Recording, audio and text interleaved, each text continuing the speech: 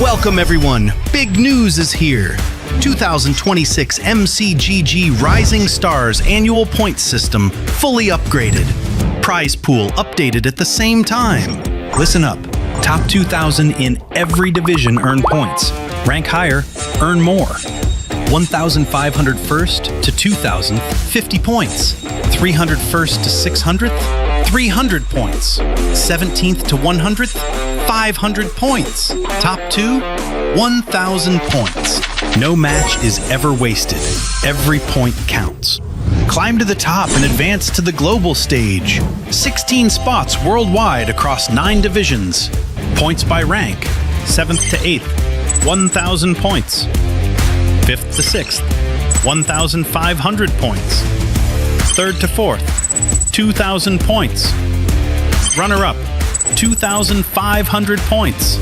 Champion, 3,000 points. Additionally, the global stage prize pool has been fully upgraded. The champion prize is boosted to $10,000 with corresponding ranking rewards for 2nd through 16th place. Earn an extra $250 match bonus for every single victory, plus a $3,200 special prize pool shared by players using the least seen commanders in winning matches. 4 full seasons in 2026, Season 5 through Season 8. Points are calculated independently per season and accumulated for the year end. Every point you earn leads to the year-end finals. Tap the leaderboards icon in the top right corner of the main screen and check your points in the Go Series points menu. Don't wait, the battle is fully underway. Start earning points and climb the ranks now.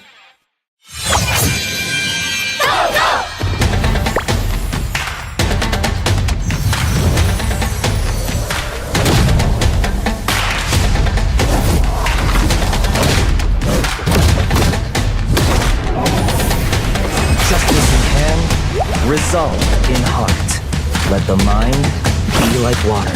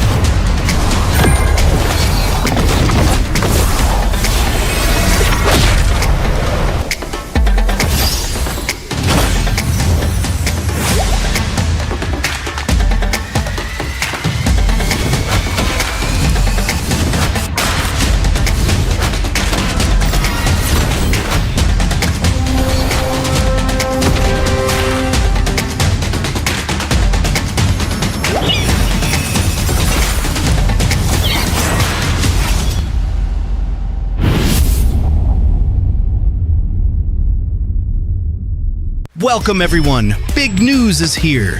2026 MCGG Rising Stars annual points system fully upgraded. Prize pool updated at the same time. Listen up, top 2,000 in every division earn points. Rank higher, earn more.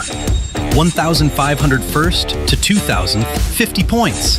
300 first to 600th, 300 points. 17th to 100th, 500 points. Top 2, 1,000 points. No match is ever wasted. Every point counts. Climb to the top and advance to the global stage. 16 spots worldwide across 9 divisions. Points by rank.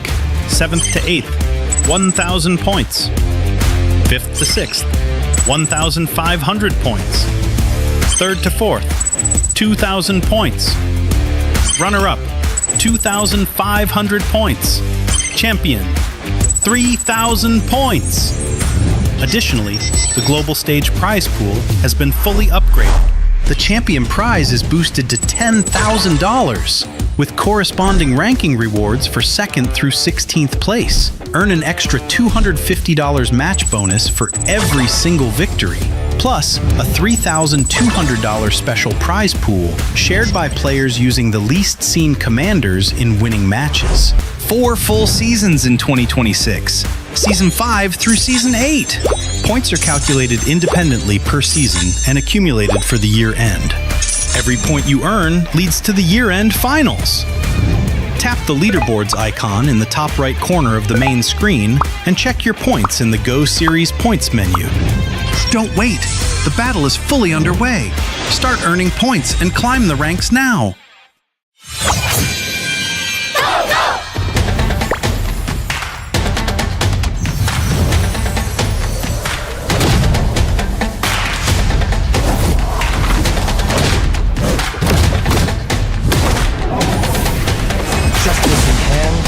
Resolve in heart. Let the mind be like water.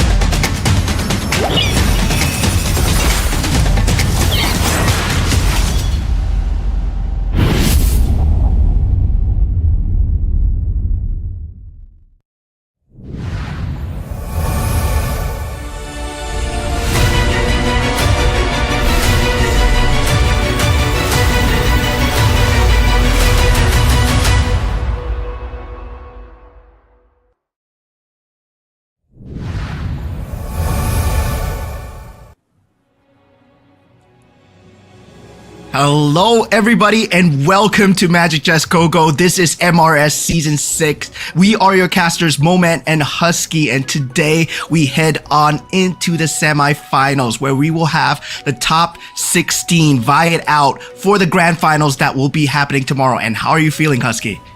I mean, I'm feeling great. Like another season, we have had a recent patch, I think like a week or two ago. And not only that, completely new faces in both groups of the semi-finals. So this only means that, it's consistently competitive, and I'm looking forward to see what they have. Yeah, completely fresh faces entering in, as Husky said, as we will see a lot of new champions going into that next circuit of Go-To as well. There are a lot of points to be gained here and a lot of stakes to be fighting for. I heard the prize pool this time is a bit more lucrative to be fighting for as well. So there's a bit more, incentive to be fighting for every single time, especially when you go into every single game. Yeah, in fact, there's also sort of like a reward system, right? For players who are willing to go out of the way, take the beaten path and then come up with their own unique approach to the game. So I think it's a very good way to help everyone sort of explore more of what the game has to offer, even though it might not be the meta thing to do.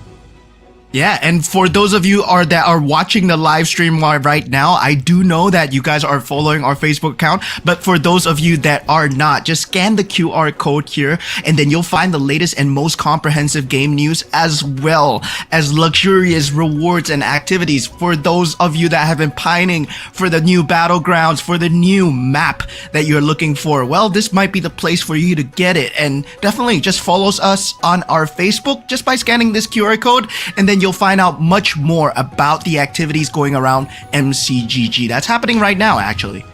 Yeah, there's plenty of updates that's consistently being posted onto the official Facebook account. But if you're not a Facebook guy like I am, you can still follow us elsewhere. For example, TikTok. I know a lot of you guys love this app. Me too. I doom scroll for hours on them before bedtime. So do remember to follow Magic Chess Go on TikTok as well, so that it will pop up on your feed every time you doom scroll before bed, so that you don't miss out on any updates. Yeah, definitely. I mean, if you are already watching MCGG content, you might as well watch it from the official channel here. So, of course, TikTok, our official highlights on whatever that's happening as well. And, of course, the community that TikTok has built as well, right? For all the live streams, for all the events that are happening as well, you can stand a chance to win diamond rewards. So, of course, do follow us on our TikTok page on Magic Chess Go Global, as we are definitely global right now with the amount of contenders that are happening.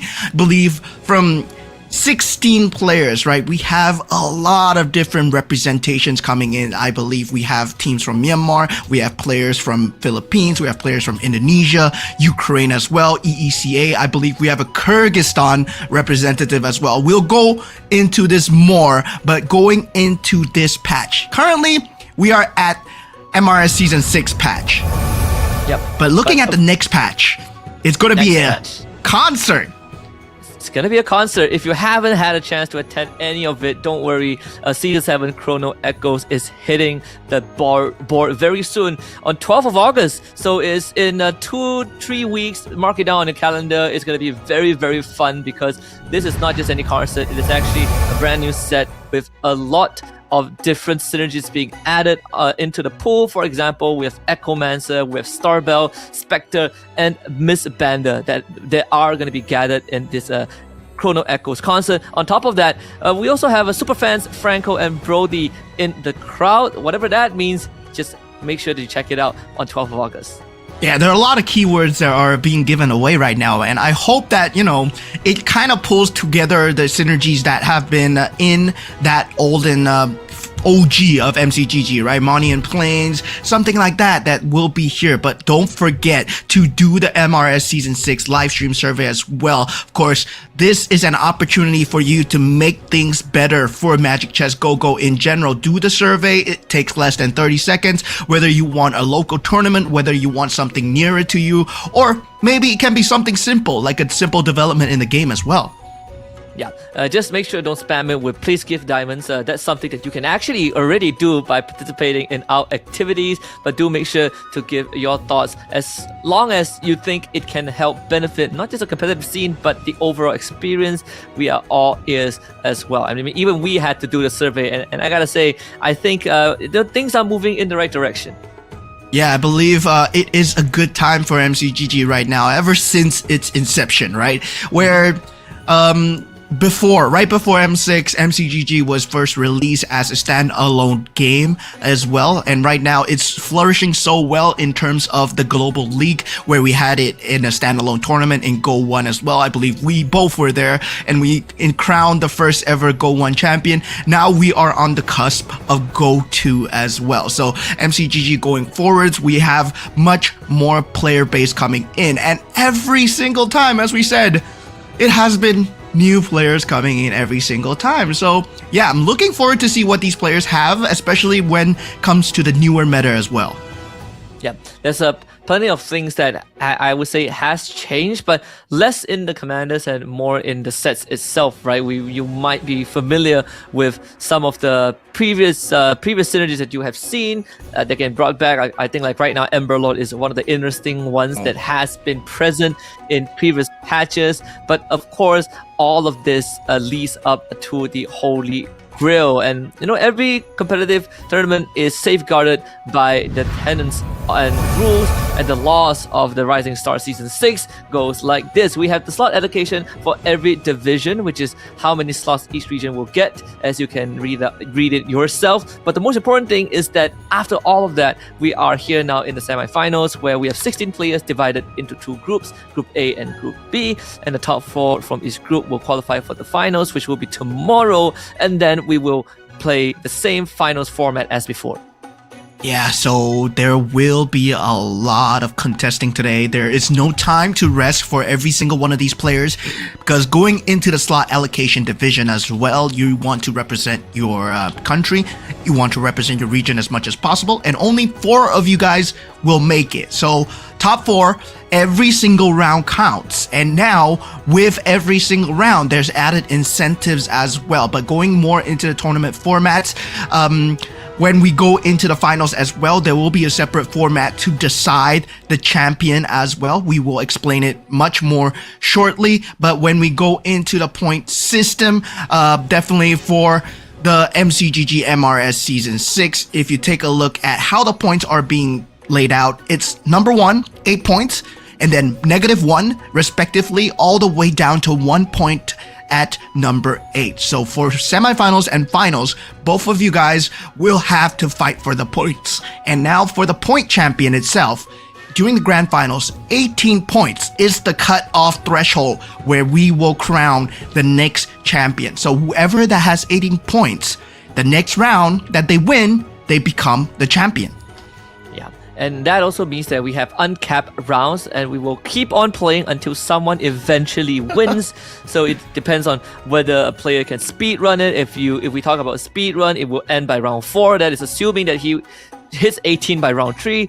That would be the fastest scenario. But we have gone longer previously before this, a maximum of 8 rounds. So let's see how far the finalists are going to stretch it, but it will be a story for tomorrow. At the end of the road, everyone is fighting for the grand prize of $10,000 for the champion. In second place only walks away with 20% of that, but also as a bonus incentive, every single match that you win, you gain another extra $250. Yeah, $250 for every single round that you win. That's a lot of money for each round, right? Example, if you win 5 rounds today, that's $1,250. And given the fact that you're already in 9 to 16 place, you're getting $250 each. That means $1,500 max prize for someone who's been playing today. And if you can win every single round, well, you're most likely secured 5th to 8th place tomorrow as well. But of course, same time, this is a game of luck and strategy. So definitely not every single player will be presented the same chess pieces every time we enter that battlefield. But definitely all of them vying for that $10,000 in terms of that prize pool. And also, right, there are separate prize pools. There is another separate prize pool. There's much more money involved right now. Husky, can you take it away? What is this about?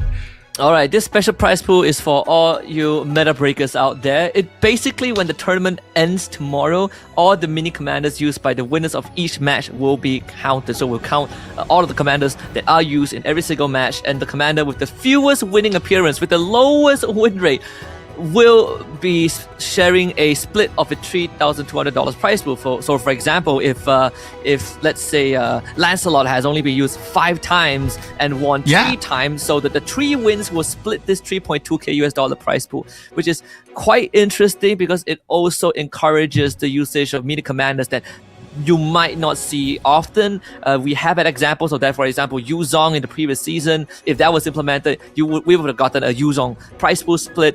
So I think it's a pretty interesting approach to incentivizing players to kind of, again, go for the road less taken. But we'll see how much it affects things, right? Because at the end of the day, if everyone follows the meta, eventually there's still going to be a commander that is ranked as the lowest win rate commander. But, you know, it really comes down to how much of a prize pool you get split. Yeah, I mean, I'm looking at the Harleys, I'm looking at the Dairos, I'm looking at the lesser played commanders, right? Not everybody likes to gamble, but this is a gamble of a prize pool, I would say, when we definitely, especially for the players going in, well, they are going to have to represent the hardest here. And looking at Group A that will be playing here at MRS Season 6, we have a lot of representation. Coming all the way from Vietnam, we have Ngoc T Game.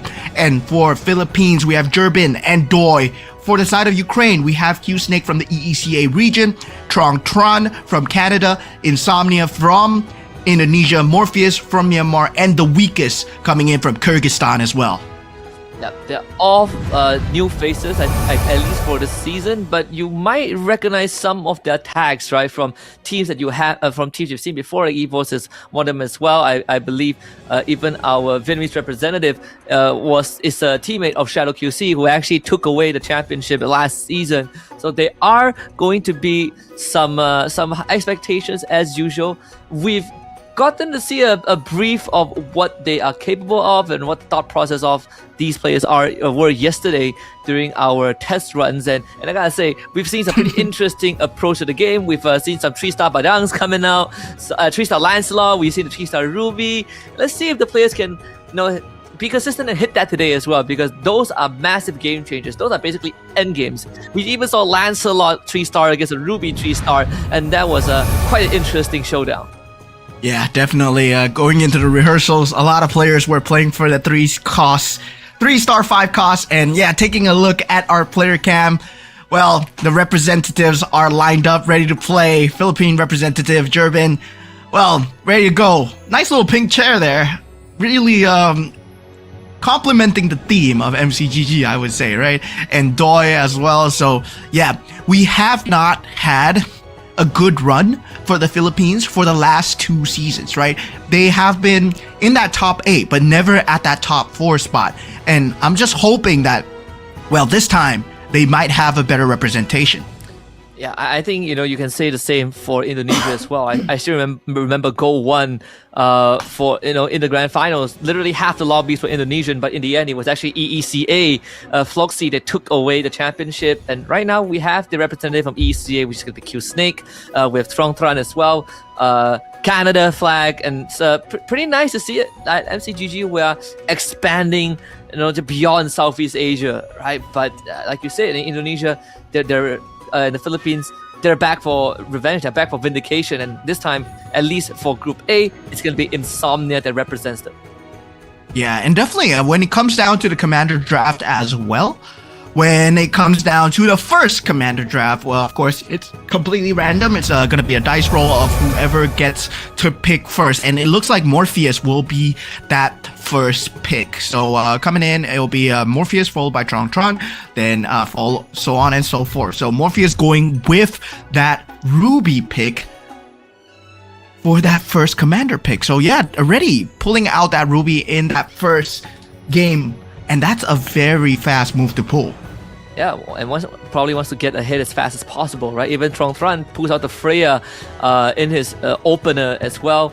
And just to give a good idea on how the drafting sequence works, like Momen mentioned, in game 1 it is randomized, but from game 2 onwards, the higher your placements is in the previous game, the later you get to pick. So if you finish last in game 1, you get to go first in game 2. And we basically reverse the sequence. But we are seeing the Minotaur come out as well from Nocti game, which is also a super meta commander since last season. The Alice as well.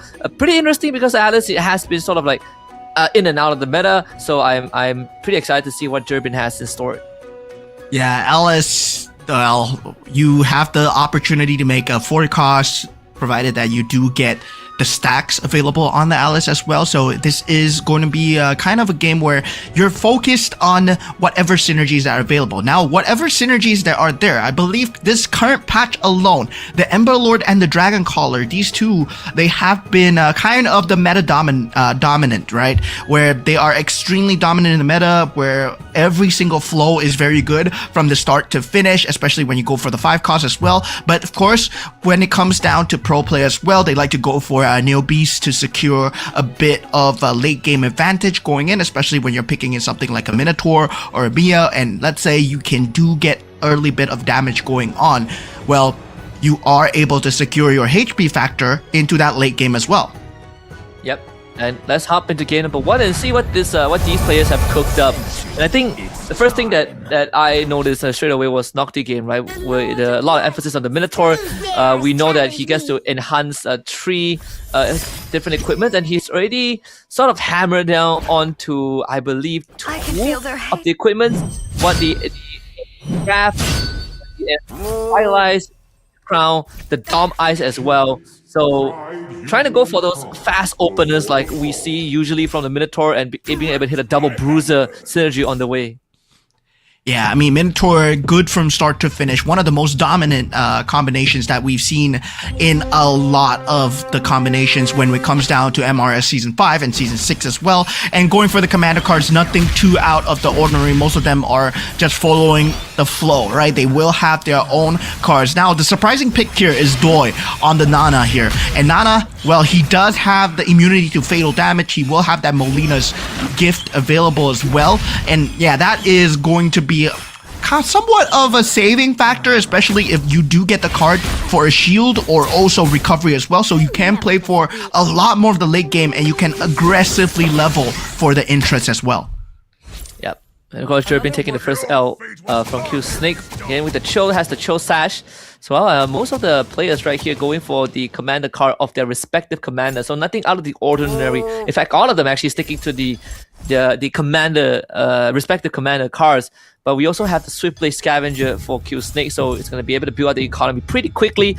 Now sitting at 17 gold, so in the next round he's going to be able to hit 5 and really start ramping up. Yeah, Scavenger being one of the economy choices that most of these pro players take. Contrary to the fact that Neobees are available, yes, Neobees is harder to pull off because you do need to somewhat get a win and a loss at the same time. You need to have your units die, but at the same time, you don't want to give up too much of your HP. And given the fact that, well, before the first carousel, the HP points, you don't really care about it too much. As long as you're above the 80-point mark, you're fine. You're still looking for somewhat of a flow, somewhat of the next 4 cost piece going in, where they will start to kind of pivot towards their main build, right? And we can start to see, right? A lot of them are still trying to go for the economy here. Scavengers, Neobees, all around, and nothing too permanent here, I would say. Only Nocti game with his itemizations, kind of leaning towards magic base with that Winter Crown being enhanced and also the Dominant Ice being enhanced. Yeah. Some attention onto Trong Tran 2 with Freya. I believe he chose Bruiser as a synergy that gets empowered. So that means that there's gonna be a bit of that, I would say, commitment towards the synergy. He already has that 4 cost Yuzong. So it should be no surprise that he's gonna start winning some rounds leading up to stage 2. We're gonna hit the carousel after this. So coming in pretty good on that opener. Even for Insomnia as well, not able to hold out against Nocti game. As we did say, he has like, what, 5 enhanced equipments with this Minotaur. So understandably, being able to get that early snowball going. Yeah, going into the first carousel here, Jubin will be the first to go here. Nothing too big. That Yuzong is going to be a piece that most people will want to fight for. Insomnia does get it. Jubin goes for that Winter Crown. So Insomnia already leaning towards a 4 cost piece here. That Yuzong, very strong in terms of having that Exorcist and also that Bruiser synergy, right? We know what Bruisers can do. And Bruisers, well, they have been a huge problem for the longest time because, well, you give a character a chance to hit twice, and that's just double damage. So with the Scavenger piece as well, yeah, it's going to be a very good piece to pick up. Yep.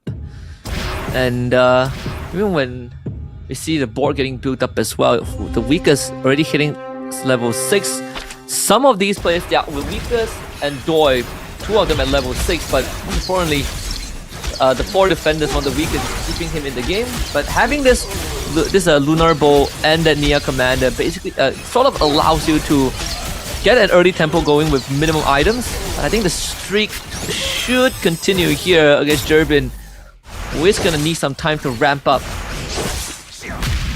Yeah, so looks like the attribute of choice coming in for the side of Durbin is also not working out as well in the early game. So this is where you start to see, like, people start to pull apart. But this is where the Go-Go card will be coming in. And the first Go-Go card is actually how to dance in midair. of a blue quality. So definitely not too game changing, but in terms of holding on for the late game, this is where the HP cards, this is where the shield cards start to come in. So this is a potential where they can start to just stall out for that late game. So we're definitely going to see a level 9, level 10 finish for all these players here. They have very good HP marks, only German falling below that 70 points between that auction round here. And then auction round as well, you want to keep up your gold level up as well, because you want to turn the tide with potentially a synergy crystal.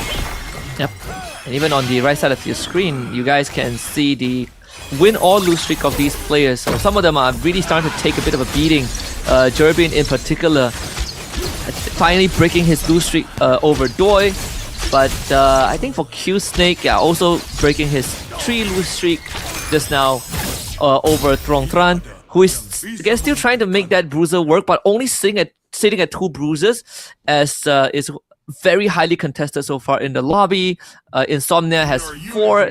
Nocti Game also running the bruiser as well. But the fact that Insomnia did take that Yuzong away from the carousel is going to slow Trong Tran down for just a little bit. You can even see some of them are still holding onto the go-go card. There's a chance that it is going to be that extra shield or even the glittering jewels that they could commit later on. Yeah, Morpheus goes for jump the gun here. So there is that extra boost coming in, that 12 Commander EXP wanting to boost himself in terms of that level advantage.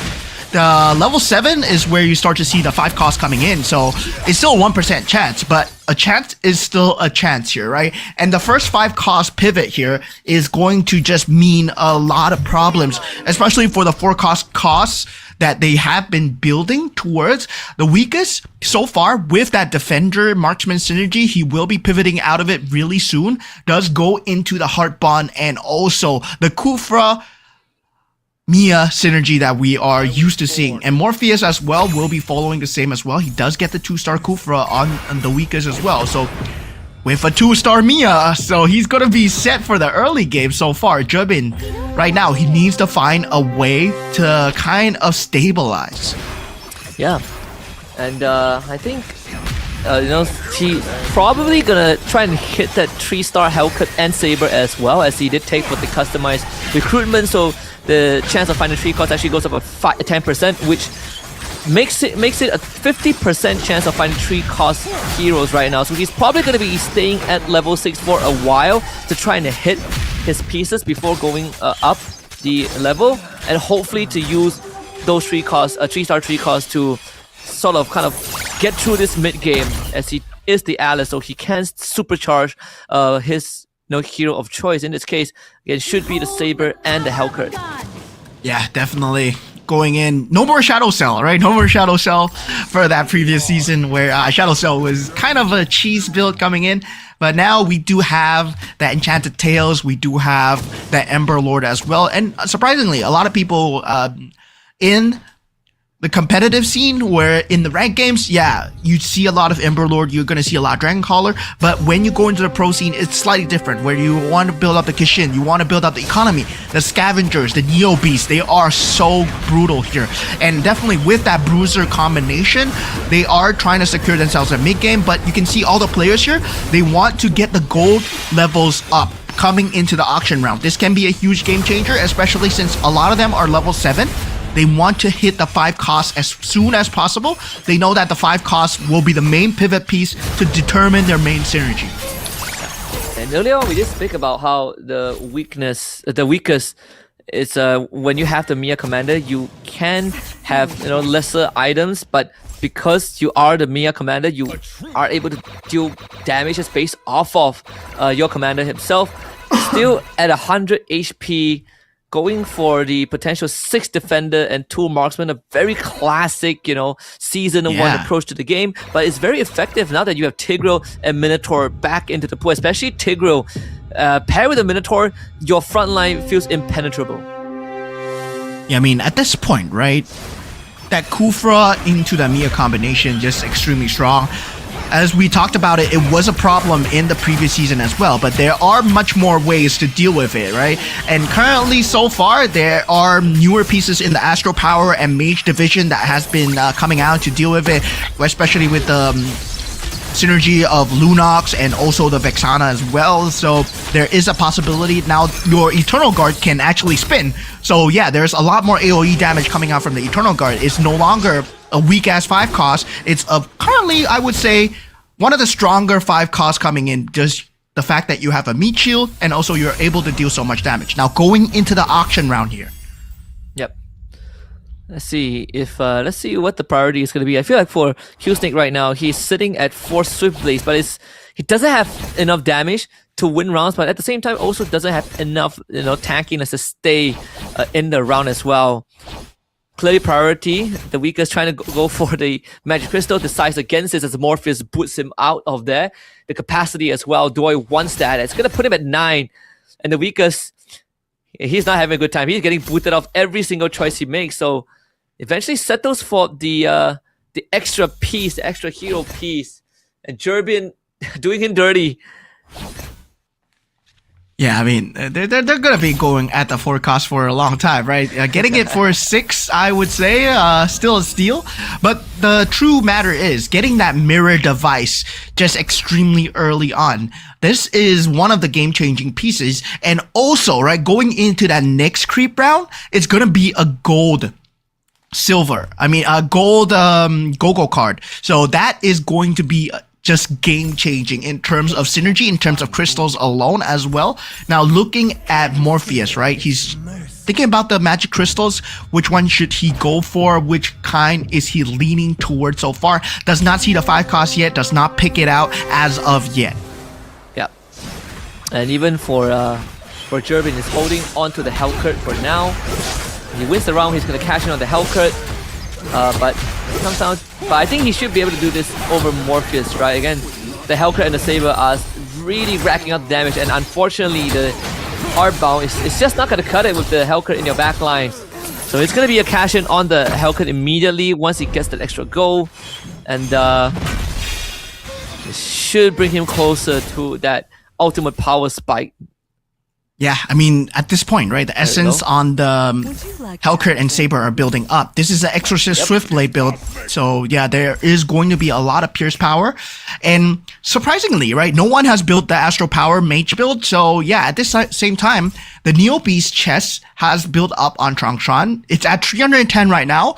It's not ideal, but he's going to have to pop it soon. Definitely before that creep round coming in, especially in that next half. When we go into the later stages of the game, nobody has that 5 cost yet. So yeah, currently Jervin is looking at the hugest power spike because he's still at level 6, but he's close to 3 stars on both that Hellcurt and that Saber as well.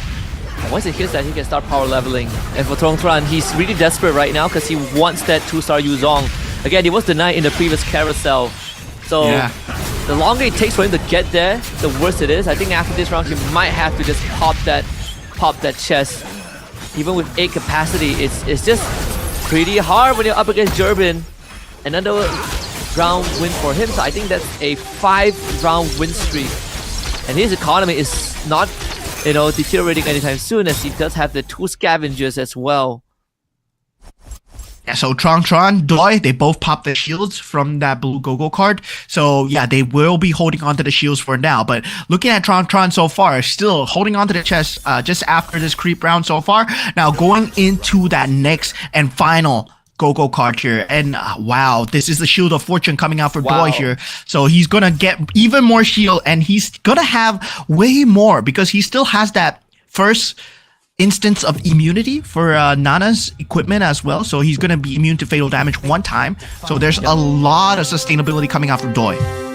He's looking to he's looking to ramp up as much as possible as he rushes for the level 9. So he does have the extra capacity, so he puts him at 10 piece on the board with that alpha as well. 2 Ember Lord, 3 Scavengers, and 4 Marksmen. Definitely needs to reinforce that front line to really make use of the Marksman that he has, especially the carry that is holding onto the Gurun Chakram from the Kishin. If he can hit 4 Kishin, then it will be even better, as he gets rid of one of his Scavengers and hits the 2-star Franco. Even for Trang, he's looking at 5 bruises right now. Manages to get himself a Ruby. That's 4 Exorcists. But the bigger problem right now is that he will have to trade one of the synergies. So 6 bruises is going to be the way to go. Insomnia now does get that 2-star Yuzong, right? But right now we are looking at the 5 cost coming in. He does Holy secure cow. a Badang for himself as well. So there's a 6 bruiser with a Badang coming in from Insomnia. Now, the problem is, Jervin, he went for Thickened Blood, and that Thickened Blood, after 6 seconds, he has 45% lifesteal on that Saber and Hellcurt. So you gotta burst down that Saber and Hellcurt. Jervin is gonna start becoming a huge problem now. Yep. And to get past Doi, yeah, he's doable. Leslie not doing enough damage, and that's gonna take away some of the extra gold that Doi potentially will get, but the weakest just hit a 3-star. Tigro is between him and Morpheus. The Ling should be able to find a finisher. Built up by the cool front the first time. The hard bond brings the Mia back, and actually he still wins out. And that is the power that we've been talking about, right? The very classic approach, 5 defenders, doesn't even have the marksman because I think he sold his whole board to hit those 3-star. And now he's gonna recalibrate the synergies, bring that Brody back for the double marksman. Yeah, the bruiser combination is definitely something that needs to be dealt with a 6 synergy. And 6 marksman, well, it's gonna be something that you can deal with it so far, but if you have that Badang, and definitely if you have the correct itemizations that Tron he did manage to get for himself, well, that's gonna be a huge problem as well. Now, going for the Mystic Meow here actually is Q Snake, because he did go for the combination where, yeah, the Goku card where if you have more synergies, you get more gold. But he's at 4 HP, he's on his final legs here, and he's going up against Insomnia. And Q Snake with a really big pivot, but then it's gonna wreck that his sidelines. But this should be fine, as again the 6 marksman damage is gonna start tearing through everyone. You know, Marin this last Yuzong is heating up pretty fine with the War Axe, but still, again, 6 marksman, not easy to deal with, as again the carry and the Mia, especially the carry on his end, and having that Leslie as well almost guarantees that someone is going to go down, thanks to the fact that you have that 60% hybrid attack with the Cho Sash. So now hitting a 2-star Leslie, the ultimate snipe is going to delete the target that she hits. Yeah, definitely wanting to get much more Mystic Meow synergy. Mystic Meow, we know it as the ultimate late game, but not a lot of people, you know, can build into it so far, because the amount of pieces and the amount of board space that you require is just so much and so fast. So complementing it with that 6 marksman synergy just to secure that late game, I'm very curious to see how his matchup against Jervin is going to go. But now taking a look at Tron's board, he has that 6 bruiser, he has that Yuzong going in. See if this is going to be enough. I mean, that Ruby should be able to soak up a lot of the pressure, but I'm worried about that Mia, right? That 3-star Mia that is just perfect to deal with the bruiser, because there's no backline divers and can't get past the front line quick enough, being held back by both the Kufra and the Tigreal. And this should be Tron losing the 20 HP. There goes the shield, and the weakest. He did lose a round, his win streak finally broken, but it's almost guaranteed a top 3 finish with the amount of health that he still has. Yeah, so far for Morpheus, the first one to get eliminated here will be at 1 point. Different showing from yesterday in the rehearsals, but for now, it is still game number 1. There's still much more to show. Now, plus cap being picked up by Tron and Nocti game as we proceed forwards. Every single one of them at low HP, but we gotta remember that Doi is on the Nana, so he can go for an extremely late game pivot. He can go for a 3-star 5 cost if he wants to do it, because he will have the economy and also the health. But now that 3-star Yuzong being picked up by Tron, that's a 3-star 4 cost. Yep, 3-star 4 cost. Also empowered by the premium client, right? The golden card, so 48 chance of a free refresh. This should be his ticket at least into the top 4. If he can survive the next 2 rounds, it's gonna be that creep round, which will further bolster his front line. This Yuzong is gonna allow him to, if he faces off against the weakest in the future round, he should be able to tear through them. But let's see if it's gonna be good enough against Nocti game, who has again 4 hardbound, 3 defenders. That Yuzong just basically slaps through the front line. And this is gonna be Nocti game wiped out. Yeah, Nocti game, well, not good in terms of that late game as well. Insomnia being wiped out as well. And that was that Yuzong that we talked about, not able to deal enough in that board. Now, currently, Tron and Q Snake Q-Snake with that Mystic Meow Marksman synergy does secure that 2-star carry. So this carry is going to become a huge problem, right? The itemizations on the carry. How are you going to access the backlines here? Now, as we go into the top 5, there will be one more creep round coming in. But Q-Snake on 4 HP. He has been surviving so well on this 4 HP so far. But now this might be the end. It could be. If he's up against Trong Tran, I think he's going to get destroyed. I mean, even for Doi, this 10 capacity is doing him wonders, right? He has a double BOD and a 2-star Leslie alongside the carry, who should start deleting everyone. But let's see how he deals with Jerbin, who has spent the entire mid game ramping up his 3 costs, but yeah, no chance against the ultimate snipe. Yeah, I mean, at this point, right, we were talking about the weakest having that Mia 3-star in that backline. How are you going to access him? Well, you have a Leslie, and Q-Snake just perfectly counters that. Even with the fact that, yeah, you have that Winter Crown available, that is not enough stall. So Q-Snake, he survives for now, and this puts up in top 5 still as we go into the orange buff round here. So we are going to see a Lord round here. Yeah, and that's going to be crazy coming through because Trong Tran, he's going to be able to get that 2-star Badang, and it's coming. I mean, 2-star Badang, well, it's going to be a very scary 5 cost to deal with. Yep, absolutely. I think the Badang he committed to the Dragon Caller synergy just for that extra 8% HP damage, right? Having 3 times, so 24% max HP damage. He's willing to let go of the 6 Bruiser synergy. Let's see, he's gonna have the Ancient Wrath or the Cloud Death device as the item choice too. So, some pretty good options there, honestly. Even hits a 2-star Phobius on the way in. The 6 Exorcist is also perfect as well. Yeah. Now, 2-star Esmeralda has been picked up from the side of Q-Snake as well. Q-Snake is starting to ramp up in terms of synergy, but in terms of just star synergy alone, he's up there. But Trong Tran, right, is going to be a huge problem to deal with given the fact that, well, he's missing 1 Bruiser. He's going for the Exorcist combination so far just to secure the Phantom, and also, right, hoping to secure more Badangs as he goes for the roll down. So, yeah, now, Jerbin, with this thickened blood, right? Let's see what he can do against Q-Snake here. Yeah. Again, another Leslie to deal with. And the burst damage from the Leslie has already deleted most of his pieces, but it really comes down to the 3 cost that he has.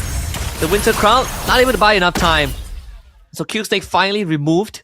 And the main difference between the 2 Leslies is that the one with the, I think, was it Doi? No, it was, both Leslie's out. It is time for the oh no, it's Doi's Leslie, right? With the double BOD earlier on that just provides a lot more burst damage compared to the Haasclaw and the Cho Sash. So yeah, top 4 guaranteed.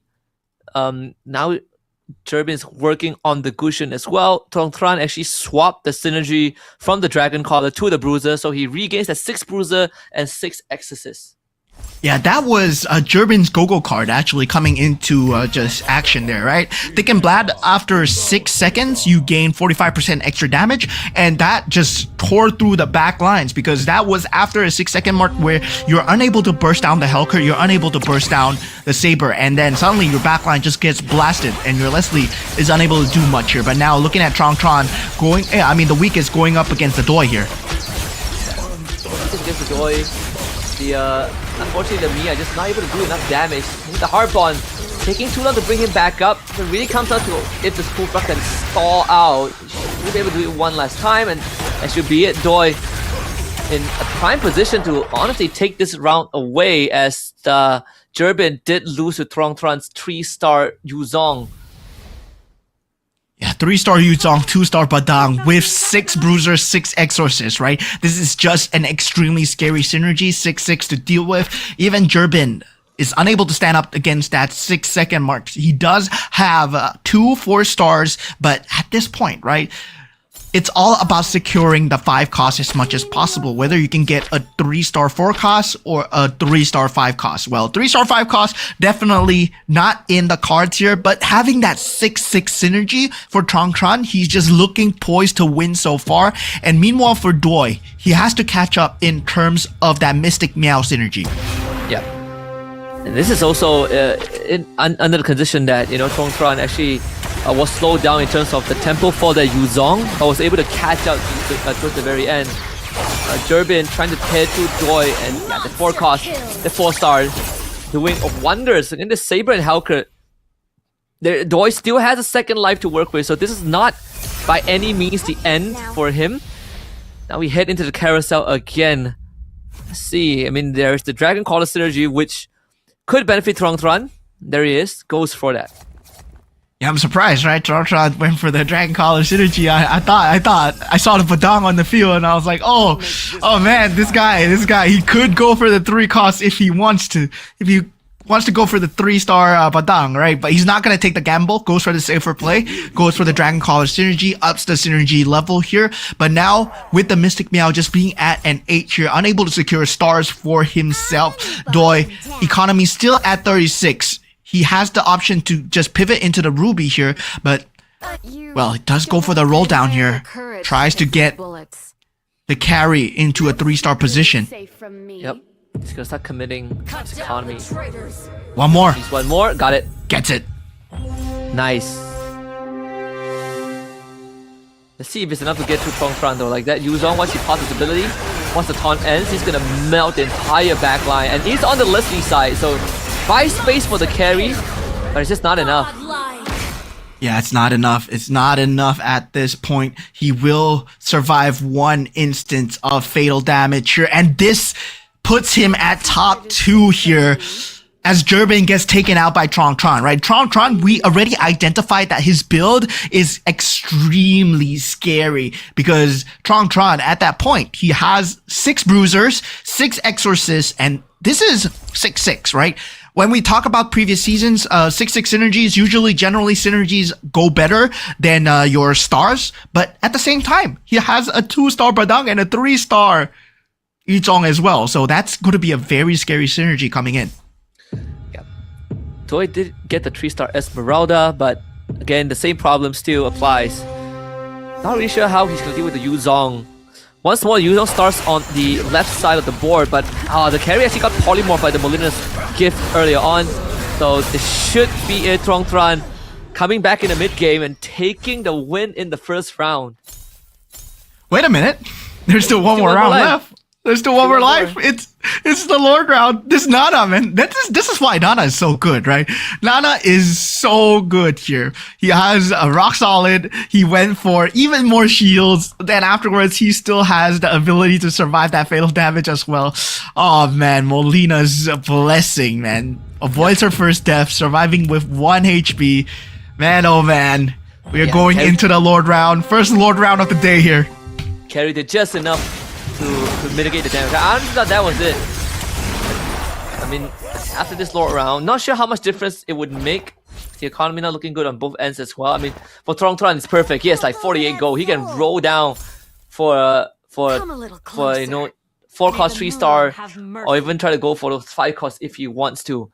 But for Doi, yeah, he's reaching his limit here. The Leslie still sitting at a 1-star. So with all that damage and not really much opportunities to use it.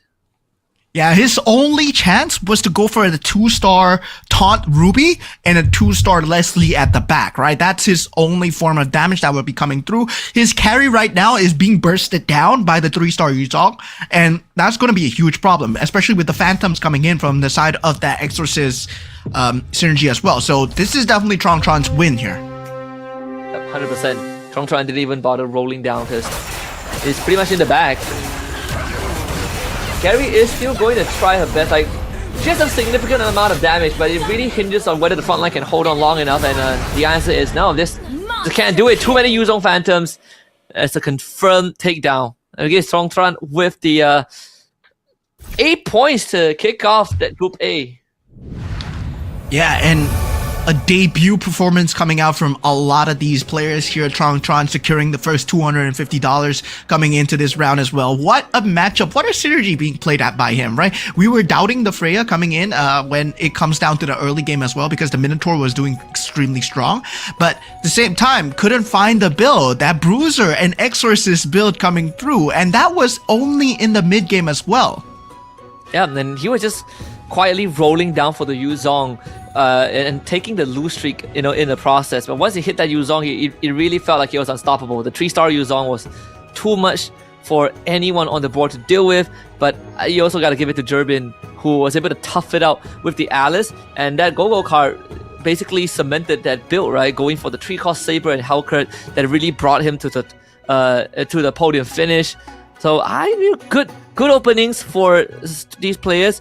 The minor shocker is just that I didn't expect Morpheus to go out that early on. It does seem like he had a good early game opening, but unfortunately wasn't able to cut it once that mid game hits. Yeah, a lot of pivot synergies coming in from a lot of these players are to go for the later stages of the game. And Morpheus, he thought that, yeah, he did have a lot more time, but sadly for him, did not have much time to begin with. And yeah, great showing coming in from the weakest so far, given the fact that yesterday he wasn't playing a lot during the rehearsals. But yeah, Mia into me Minotaur synergy, right? This is the hard bronze synergy that you generally defender marksman synergy that we did see coming out in the previous season as well, but currently, well, it's not going to be number one as we have seen so far, being dealt with it extremely well. We have currently the Exorcist synergy, we have the Astro Power synergies, able to jump into the back lines and not the game being taken out there. Tron, our champion for that game, number one so far, able to secure that 3-star Yuzong at an early venture, and afterwards able to get a very good flow into securing that 2-star Badang as well. Just overall being able to kind of read the board, right? Because all of the Bruiser players actually were taken out, so it really allowed him to get the pieces that he wants as all of the Yuzong returned to the pool. But I think even Joy held on, even the weakest held on well, like you said. He actually was like, what, on a 8-9 round win streak with the Mia, just because he had that 3-star Mia with the most classic approach to the game. We sort of know that if you run like 6 defenders into marksman, you are going to struggle when the late game arrives, but it does guarantee you some decent finishes, at least in the top 4, and that's where he is now in 3rd place. But Tron did win out first round, so that's an extra $250. Yeah, definitely for a lot of these players here, it's about securing that top 4 position, right? Given the fact that the board, the chess pieces might not be what you want. Sometimes the game might be asking you to play a certain build and you have no choice but to go for it. And for a lot of these players, it's about trying to pivot out of it, trying to go for the build that secures them the top 4, secures them the top 1 here. And meanwhile, for a top 4, well, we see Tron at the top. But German, I would say, very good showing coming in. Like, despite the fact that he was given a very bad start, right? Given the fact that he had a Hellcurt and a Saber start at Swiftblade, he went for a good choice of going into Thick and Blood, finished top 3 in the end. And the Nana, man, oh my god, I gotta stress how Nana is one of my favorite commanders, used to be one of my favorite commanders, but now they made her even better.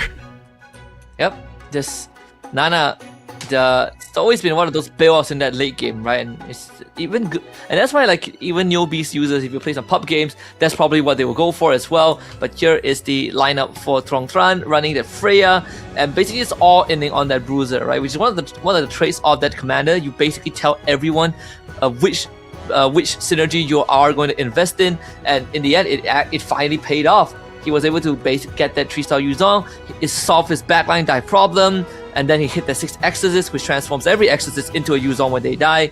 And not to mention that he has the premium client as well, so it cut the cost off his rerolls. Yeah, that is just a pure economy build, right? Freya, you get more synergies, you get more rewards, and definitely going for that early synergy at the start with the Yuzong, having the Exorcist Bruiser very early on, and despite the fact that he did have the chance to go for the Dragon Collar Crystal or the 3-star Badang, chose to go for the Dragon Collar to secure the win, shows his level of discipline, right? Going for the glory, or do you want to go for the win here? And that secured win, well, put him at that $250 mark. He is walking away with $250 for this first round here.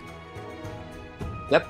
And let's take a look at how that entire match played out, right? The match overview of game 1, as we did see 2 Mystic Mel synergy towards the very end. Durbin somehow pulling through with the 4 Astral Power and 6 Swift Blades.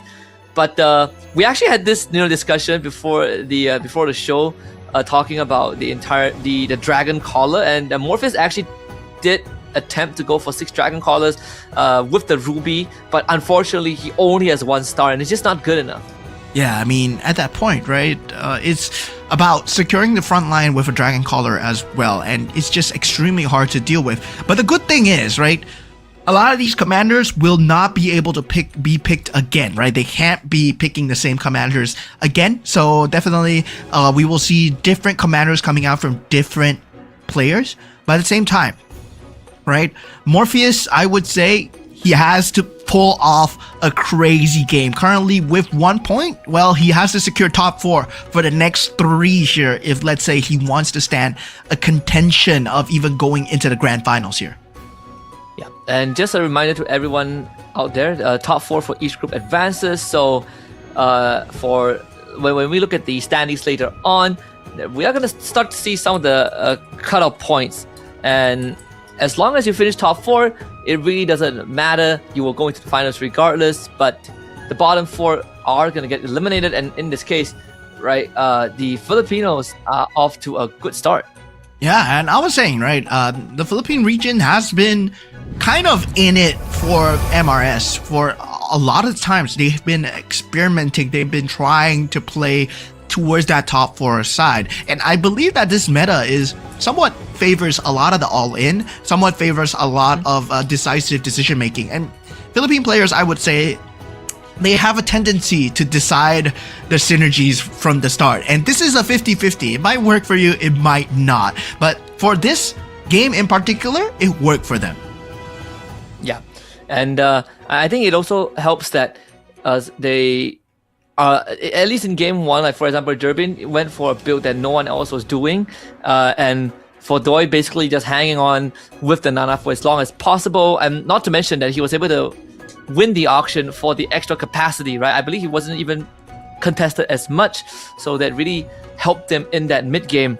And now with now that they can't use the game 1 commander anymore for the rest of the series, I want to see if what the strategy is going to be, right? Like, is it going to be their turn to bring out like the more offensive kind of commander, like the Minotaur, to get the early start, or are they going to go back to a more defensive build like what we saw from Kagura? Yeah, I mean, definitely for a lot of this first game as well, it was very focused on scavengers. It was very focused on not on the Neo Beast as well. We did see Tron.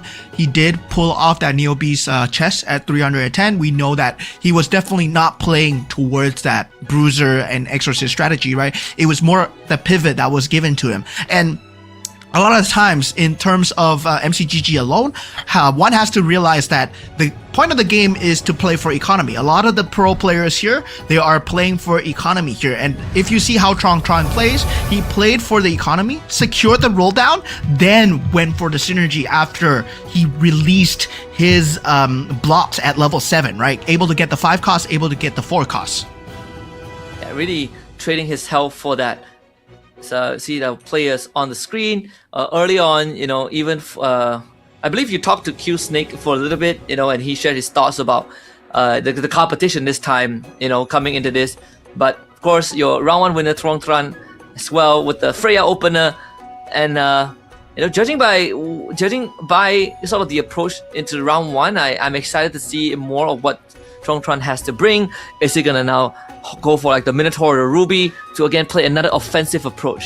Yeah, definitely. And to all you guys watching, of course, these players, they're playing from their own homes. So definitely there might be some differences when it comes down to the regions, right? When it comes down to the regions thinking where they aren't able to share their ideas yet. But definitely when it comes down to the main tournament itself, Go 1, it was held in Jakarta. Hopefully for Go 2, it'll be held on site as well. And the players will be able to talk to each other, share more of their ideas, and exchange much more meta strategies. Now, TE Morpheus will be coming in at the first pick. He does pick up the Alice here. Might be going for a very similar approach that Durbin did. Yep. It's the Cho now for Insomnia, for the Cho Sash, and obviously Morpheus. There's a lot of high expectations for him as well coming into the tournament, even though he's a new face. But we've seen how the Burmese usually performs in MCGG, right? They have some pretty good ideas to go on the offensive. So this Atlas is going to take some time to ramp up. So it's a slightly different approach to Minotaur for Tron, which, I did predict that he probably is going to try to go on the offensive again. Q Snake for the Kagura, the Z-Long for Doi. That is what I'm going to be watching out for. Yeah, Zilong especially, I mean, when it comes down to hyper carry, Zilong and also Ling, right? These two are known for producing hyper carries at the start. And with the Great Dragon Spear augmentation that you can actually get from the item itself, you can produce quite a bit of momentum when it comes down to that early game pressure and mid game pressure as well. But of course, at the same time, Tron, he's going to be kind of circumventing that pressure as well. And yeah, once again, we see Nana coming out from Nocti game as well. And I'm just loving this season so far. Nana is getting a lot of play. Yep. Let's see how this game is gonna play out. Of course, Tron actually having a pretty decent start. Mia, Angela, and the Phovius. The Kishin opening for Nocti game. Tron having the Scavenger, so that's perfect with the economy. 4 Neobees for so Jerbin, Q Snake, Insomnia, and Morpheus. Let's see the Go-Go card, right? Because in game 1, all of them went for the Go-Go card of their respective commanders. In the previous season, we see some of them actually pivot away. Let's see if it's going to be the same this time. It seems like they are still sticking to their respective commander Go-Go cards. Yeah, and I gotta say, right, what a disgusting start coming out from Tron. Right? Scavenger start already, first 3. Imagine getting your first 3 pieces and you got 2 scavengers out of your first 3, right? That secures you round number 2 because you get a free roll, and then suddenly you just start getting 2-star pieces. So yeah, that is a very good early game coming out from Tron already.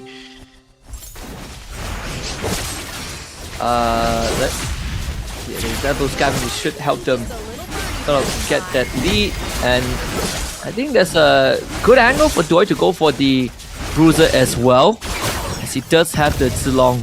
So that Great Dragon Spear. Wait a minute. Yeah, the Great Dragon Spear is gonna allow him to kind of get that extra damage output, but he did pivot away from the Zilong Commander card. He went for the Lunox power as well. So he's gonna be able to grant a random blessing to a hero without a blessing. I think he went for the Dairoth, yeah. Oh my god. That is crazy coming in from Jerbin, right? You got a Vexana very early into the game as well. So yeah, he has a 4-cost super early into the game. Already deciding to go for that mage build very early on. That will be the synergy of choice here. And yeah, this will be tearing through a lot of the mid game. So he is secured a lot of the HP point percentages. Absolutely, the enchanted tails as well. So this this Vexana should be the one that really, like you said, gets him through that early to mid game.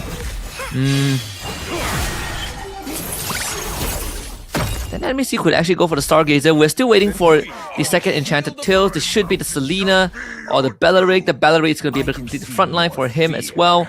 And he still can hold on to the Neobees for the extra synergy. So now it's about reinforcing the front line and allowing the Vexana to do most of the work. Yeah, once again, we see a very big scavenger start coming in. Doi first to secure 3, and now with Insomnia going for more of a Neobees build-up, right? Already getting that 4 Neobees build-up. We did see that the Neobees did come in handy for Tron in that previous game as well. Scavenger secures you pieces, but Neobees secures you synergy as well as fighting on in that mid-game as well. So definitely for Insomnia, trying to take lesser damage might be the name of the game here. Yep, he just took a handful as well, a -9 from the weakest, who actually has 2 scavengers and 3 face warpers. So again, the weakest is finding the synergies that, taking the beaten path and finding synergies that are generally less opted for and making it work. But as expected, Jerbin on a win streak with this Vexana. Yeah, Vexana so far just going to be a tear through, but now with that first carousel round, there's not too big of a deal coming in, but that Kagura looking kind kind of good for Q-Snake. If nobody goes for it, he might actually want to go for it here. Does get the mage synergy. Oh, actually goes for the Lunox here. Okay. So yeah, he is going for the mage Stargazer synergy very early on. Q-Snake has found a very early direction, given the fact that he already has the pivot pieces, right? The Vexana and the Lunox are already there. Yep. That is perfect for him. Get the Street Scavengers to work with first. And Darov is going to be that main front line. Who... Wait a minute. Trying to look for the protagonist here for... It should be the Vexana, right? Yeah. Should be the Enchanted Tales protagonist, but he does not have the synergy activated so far. So now looking at Tron's board, he did have a very good scavenger start. Now he does have the Mia available, so yeah, with the enchanted items coming in, it's going to be dealing quite a bit of damage, but at the same time, it's still a 1-star Mia, right? Going up against Q-Snake, who did secure the Lunox for himself, not going to deal a good amount of time. Tron takes a bit of damage here, but going into that first Go-Go card, it will be a blue Go-Go card once again. So what blue Go-Go card mean at the first one, right? It won't be accelerated, but at the same time, might be a later game because everyone will be playing for the HP, will be playing for the shields. Yep. Let me check in on the synergies. Again, Weaker still in the lead. Most of them are hitting, already went for the level 6, but the 3 Scavengers one are going to be the main focus, right? Like Tron actually has the... yeah, because of the Phobius double synergy on the Scavengers, he gets to work on that Econ. And better yet, because he's on that Minotaur, so he's able to basically supercharge all of his offensive items. And that's going to be enough for the Mia to get most of the work done in the early game. Now it's about tearing through this Dyrov. It's going to be quite close. Damage is just enough. So Tron breaks free from Doi. Yeah, so far, Insomnia taking the most amount of damage coming in, right? We do know that he's going for Niobe so far, and currently, I mean, he's trying to build up the energy, but 64 HP before that first auction round is not a good place to be at, especially if you don't even have the 6 Niobe synergy, and yeah, taking so much damage as a Cho. He does have the money though, he does have the money. When does the aggressive role come in? When does the aggressive leveling come in for these players here? Because that level 7 is going to unlock a lot more pivoting. And now with that Go-Go cards being picked up, a lot of them going for the eco pieces. There's a very good chance that Jerbin is gonna switch that enchanted synergy away from the Vexana, because you can do that at any point in the game.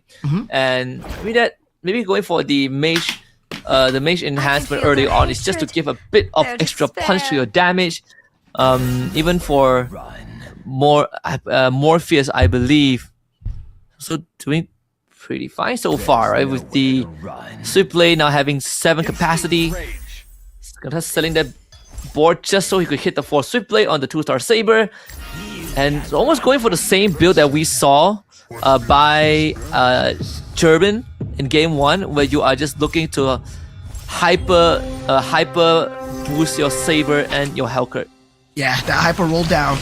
Generally, it secures you kind of a top 4 spot, right? Because in this kind of pro games, it's not going to be a situation where a lot of them are going for that Swiftblade build, Astral Power build at all. That Saber and generally the Hellcurt is uncontested. So Morpheus is going to have a good time. Much better time than Jerbin actually in that early game. So he will have a better economy with his win streak as well. And so far, right? I'm very worried for Insomnia because he's been taking so much damage. Okay, he does go for the buy through, secures that Franco for himself, but still 256 will be that Niobe's energy, waiting for that 300 mark. Yeah, I mean for Insomnia, ideally he wants to start winning because he has this cyclical support, right? So the longer the game goes on, the better it is for him. For Morpheus, he actually has the exact same Go-Go card as Jerbin, so the customized recruitment, that's gonna help him get his free cost. For Nocti game, it's the angle to go for the Mystic Mail because he is on the Nana as well, but he's gonna have to start racking up some wins here so that he doesn't hit that critical mass too early on. Yeah, so far, that Kagura not able to deal much against here, but Insomnia finally might be taking its first win against Gerben here. He does have the pieces. He will have the Kishin synergy as well. Whether or not he will be choosing that Kishin synergy as his end game here. Phase Warper being picked up from the side of the weakest as well. But definitely, so far, not a lot of pivot pieces, not a lot of tells yet. Anyone can still be going for anything, in the exception of Morpheus, right? Who will be going for that Hellcurt and Saber no matter what. There is still a chance for every single one of them to pivot away from this current build. See, even for the weakest, compared to game 1 where he was on a massive win streak, right now he's definitely taking a bit of a beating. It's a ragtag synergy, has a northern build available, but it would be nice if the Bane is part of it, because you could bolster the defender synergy, which helps you go into the Mystic Mail. But right now Doi is ramping up with the Zilong, 4 bruises, 4 exits, 3 scavengers, so they'll be able to get a quick head start, especially this Dairov, who has been absolutely tearing things up. Has the Justice Sword from the Kishin too, now at basically maxed out at Arcane with the current synergy level. Yeah, going into the auction round, I believe the weakest is trying to go for a Swift Blade combo with the Ruby. That's the normal thing that we see from the Ruby as well, the Swift Blade Ruby combo, but you do need the itemizations on the Ruby before that combo can be secured, right? Mirror Device will be that #1 contested item that we usually see from all these pro players. The +1 cap is something that players can go for as well. Morpheus nearly gets it for free, but now jumping in is Nocti Game at 9 gold so far. Doi does get the Mirror Device for 9 gold, and looks like Nocti Game will get the +1 cap for 9 gold as well. Yep, the Insomnia actually getting the Sea Halberd. Another star up here, I think, for the weakest. Still not able to find the pieces that he wants, unfortunately. And most of it hinges on the Clint and the Angela, but they're not the pieces that are going to get you win. So it is quite the tight spot right now for him. For Insomnia, I think is almost the same thing, but the build-out could be this Ruby, if he could hit the Ruby 2-star here. Yeah. And Doi has been doing so well, right? He does have that 3-star, 3 scavenger synergy, because he did pick up the Lunox card, so he did go for that blessing as well. So now going up against Tron, both that win streaks going up against each other, but taking a look at Insomnia so far, he finally picks up that Ruby, but still, at the same time, right? 32 HP, not going to be a good spot for him. He needs to find that pivot coming through, and he's starting to build up soon. Does he pop? Does he pop the... Yeah, he already pops the Neobeast box. Has to do it early here. So the hard bond synergy for Insomnia. Morpheus sitting very comfortably now, even has that Gushin rolling, so this should, like you said, get him into the top 4. For Gerben, not looking too good right now. Changing that enhanced energy to the marksman, but only has 2 marksmen and a 1-star carry. And now has a face strong Tron, who should be able to get through him with that 4 defender, 3 scavengers, but most importantly, the carry has a thunder belt as well. So a bit of the extra damage should be enough to tear through the front line. Yeah, but the problem is, right, it's a Heart Bomb Mia with Enchanted Golden Staff, Enchanted DHS, Enchanted Sea Halberd. So Tron is, yeah, it's going to be very strong. It's going to be very strong. Gerben takes 18 damage here. So yeah, that carry not going to deal enough here. The poison build actually coming through from the side of the Minotaur, and well, he did have the perfect items for the Mia. If he gets a 3-star Mia, it's going to be a very accelerated mid game here. Morpheus might need to have to watch out here. Now, going into the last Go-Go card here. The final one, it will be a purple Go-Go card. Fully loaded will be the choice from Gerben and Insomnia. They're going for it with the all-in. Let me test your witness tranquility. Let's see. The items are going to be important. I think, for Tron, as long as he gets items that bolster his front line, it should be good enough. And once he hits a secondary marksman, then he can move that War Axe away to that marksman itself. Let's see what he gets. I mean, there's a Berserker's Fury available that could go into a Leslie in that late game. And another golden staff for the taking. So it's plenty of good options, right? Even a Garden Helmet as one of the drops. Morpheus getting his hands on the Terizla again, finding another Saber. So it's really close to the 3-star Saber and the Helker. 1 piece away from a 3-star for both of them. Yeah, the attributes have been given over. And that's a good thing about the Alice, right? You don't have to bother with having the cards itself being linked up to get the stars. You can actually just give up the attributes. But we do have the 3-star Kufra being picked up from the side of Tron already with the 3-star Tigreal. So, that's going to be a crazy front line to deal with. Yeah. Not to mention, like you said, we have the Heartbond Mia on top of the 3 Scavengers. So he's just baiting in money. Let's see the 3-star front line. Or can the Ruby take care of this Mia? Doesn't seem like it. This Mia has the Demon Hunter sword, so he's ripping to the front. Now he comes up to the Esmeralda, but unfortunately it is the Heartbond, so Mia has to come back and finish what she started here. It's gonna be close.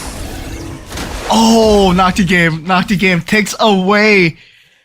Finally takes away the win streak coming in from Tron. And Tron, he's gonna have to struggle to find a better build now because he knows that Nocti Game, right? And at this point on the Nana, he's able to secure that 8 Mystic Meow with that 6 Marksman build with the carry and Irithel in the backline. If he secures a 2-star carry, 2-star Irithel, it's gonna start shredding through the Mia sooner or later. Yep. Yeah, it's the 6 smarter strategy that really made the difference there. Anything less than would have been GG's. Oh. So I see the Claude being picked up actually by Tron. There is an angle for 4 Heart Bonds, but he needs to go to level 8 here. And for Durbin, not looking good right now. On his last leg, 6 bruises, 4 Dragon Callers. Does have a 2-star Badang. Let's see if he's able to bail him out of this. That definitely will be able to bail him out, right? It's a 2-star Badang with a 6 bruiser strategy. Unless the Ling has that perfect Winter Crown timing, I don't think you're going to be able to deal enough damage here. Okay, he does! No! Gets taken out! That was just unlucky timing! That Winter Crown came in at the perfect time! And better yet, the Astral Power Power as well, 6 Astral Power, and it's just a 1-star Ling, right? 6 Astral Power, 1-star Ling with a Raging Sight, so and a BOD. Once that 2-star Ling comes into play, the weakest, he's gonna be in a very good spot to take this away. He even has 4 Swift Blades and the 3 Northern Veil. So when the round starts, this Bane is already going to chip away at the health bar of basically the majority of the board, and it gives a very big room for this Link to clean up. And not to mention that the AoE of this board that the weakest has is insane. Oh yes, it's an Astral Power Rain. Oh my god, it's an Astral Power Ling. Okay, that's why. So he's the Astral Sovereign as well. So he does 110% more damage. Oh man, Durbin has to be feeling so robbed at that point, man. A normal Link would have not been able to take out a 2-star Badang like that, but that is a different Link so far. Now Doi will have a 2-star Badang of himself, right? Able to take out Nocti Game's HP. Does put him at 7 so far. Now, with Durbin being out for the count so far, there's still 7 players left if we go into the carousel round. And this carousel round, well, the plus cap is looking so juicy, but goes for the Dauntless and the Defender synergies, Doi and Nocti Game here. Yep. There's another Bane sitting there, but of course the weakest is going to go for the Ling. As expected, Insomnia gets his 10th slot. This could be where Tron starts scaling off. He does opt for the Bane. We just say he needs to hit that level 8 if possible, but going for the Bane means that he's going to give up potentially on that 4 Heart Bond or the 3 Scavengers. He might have to get rid of the Fulvius, but once the Fulvius goes out, yep, no more Scavenger available. He's going to go for the 6 Defender instead. So everything now hinges on whether this Mia can do enough work. Yeah, so much damage on the Mia, but definitely a lot more damage on Doi, right? The Great Dragon Spear. on the Badang as well. So yeah, that is going to be a crazy combination. If he can get more defenders or more Kishins, he can actually start to build even more here. Right now, Doi going against the weakest. Now, this is gonna be a highlight match here. The Astro Power Ling going up against a super powered Badang. Who's going to be able to deal the damage? Not even close. Yeah, that's a 2-star Ling now. And with the Badang removed, the weakest might be able to walk away with this. Yeah, Weakest actually got the build that he's going for, right? The Swift Blade, but this time, right? Swift Blade added on with the Astro Power Crystal Ling. This is something new here, and now Tron does take out some of Morpheus's HP, but everyone has to worry about the Weakest because he's dealing so much in terms of damage. He has that Raging Scythe with the Astro Power synergy, the Astro Sovereign synergy, so that's going to be dealing so much in that front line. And this is on top of the fact that some of his pieces are still at 1 star, right? Like this Odette, still at 1 star, the Hellcurt still at 1 star, but most importantly is the Odette and the Odette and the Bane. Like once these two hit 2 stars, the round is gonna start at a massive disadvantage for whoever goes up against the weakest because they just instantly AoE your entire front line. Yeah, maybe Insomnia has a chance, right? Building up that 2-star Leslie with that Mystic Meow synergy so far going up against Q-Snake. Q-Snake able to take away the first brunt of damage here, but there is that Phantom that he has to deal with. So far, Insomnia, so far so good, but the shield for Q-Snake does come through clutch in time, and these have been highlights of the match here as we are heading into the top 4 as Insomnia and Nocti Game gets taken out. 6 Kishin, 3 Face Warper, Lancelot 2-star with all of the Kishin weaponry on him. Oh man. I have no idea how they're gonna deal with it, right? Like you deal hybrid true damage with the Justice Sword, you have even more damage with the Gurren Chakram on top of Lifesteal and Spell Vamp, and you get extra HP with that comes with a stun with the Nether Claw. This Lancelot is basically the perfect hero right now in this game. Yeah, this is definitely going to look like a 5-cost angle to try and just tear things away, right? This Lancelot is looking extremely scary. Meanwhile, at the same time, the weakest, well, he has an Astro Power Ling, but he needs to find somewhat more stars, right? He will have the synergy to work with, pulling towards the Bane, pulling towards the Gushin, and also the Odette as well. But can he go up against the Lancelot here? Link generally, well, does well against the Lancelot, but with the Vexana there as well, if he aims the wrong target, if the Ling does manage to get a snowball going, does get the mana value, that Lancelot might be in danger. Yep. Not to mention that he's running a Kagura, right? So Q-Snake gets the extra fat shoe on the Lancelot, who has like 8.8k HP thanks to every item that he has. And it really comes out to the Winter Crown timing of the Ling too. Now it's gonna be the weakest against Morpheus. This should be very manageable for the weak. I mean, we did say when the round starts, that Bane is gonna wipe out like half the board, but the Ling's actually quite low and gets blasted. Oh, Weakest gets taken out. Morpheus, he finds the AoE damage with the Saber.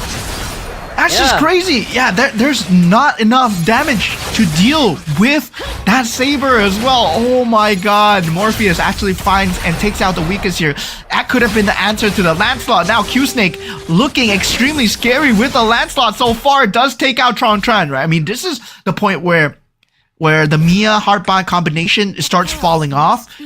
And definitely you hate to see it, but at the same time, this is one of the max capacity of the build. The Mia build can only bring you so far, right? Q-Snake and Morpheus, they have the higher end cap.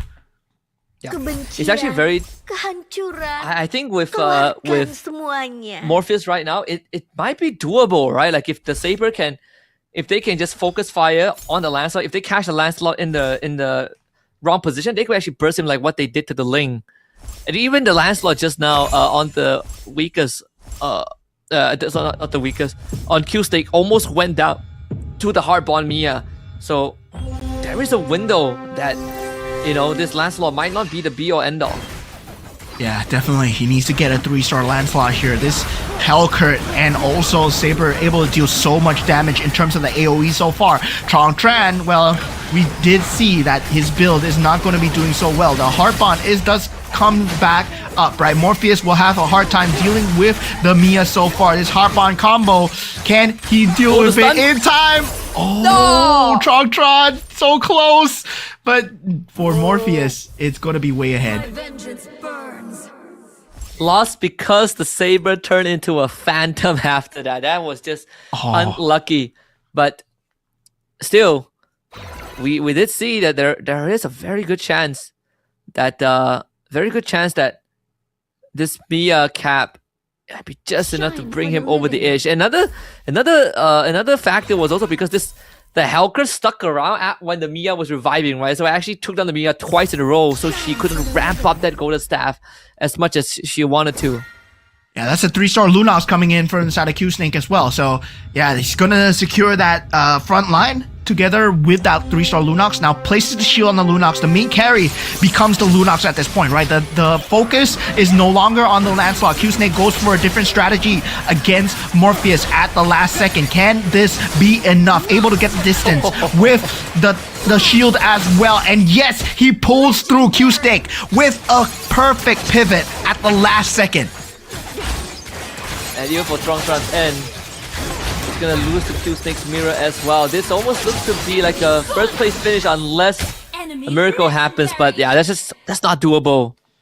Q-Snake, man, what a move at the last second to go for the Lunox, placing every single item on the Lunox as well. Now Q-Snake will be at the lowest at this point. Does go for the Mage Synergy. Morpheus will have the ability to go for anything of his choice in the board here. +1 cap will be that decision. And now going into that final battle here as we have Morpheus at 44 HP, right? He still has a lot of room to pivot, but at the same time, he's reached his maximum capacity. Right now, it's all about building the Exorcist synergy. If he can find the 6 Exorcist synergy, well, that will be his saving grace. Yep. It's gonna be crunch time because that means you have to sacrifice some of the pieces here, and it could mean that getting rid of the Hanzo and the Joy for swiftly his 6 Exorcists, or even just get rid of both the Astral Power. I mean, he has 2 rounds to think about it, but that extra 2 Mage Synergy, it's again going to give this Lunox such a big boost. Yeah, that Mage Synergy no way now. around it. Yeah, adding to the tear through, right? That Mage Synergy really come and help with the Mystic Meow as well. Man, oh man, Morpheus has so much to deal with, and his only reliance right now is the Phantoms, right? The Phantoms from that from the Exorcist Synergy. If hopefully he gets that 6 Synergy, 250% is enough to burst through. But the problem is, you're dealing with a Kagura, and the Kagura shield, well, in the late game is a complete monster as well. This should be a first for Q-Snake unless something happens with Morpheus, but oops, misclicks. I saw my Lunox. Unless that happens. Unless that happens. Yeah, no more economy to roll down. This is gonna be his max cap. If you can take out enough pieces, then maybe we can make it to the creep round. Highly unlikely though. Yeah. Look at that, like he loses like half of his board at the start thanks to the kitchen items. The Phantom's gonna do it. Yeah, the Phantom is the thing that he's relying on so far. We bring himself in the creep round. I mean, that Phantom, right now it's 120%, right? If he brings it up to 250%, that's twice the damage. That Exorcist synergy is his only out so far. And he needs that. He needs that. One creep round, one good creep round into the Exorcist synergy.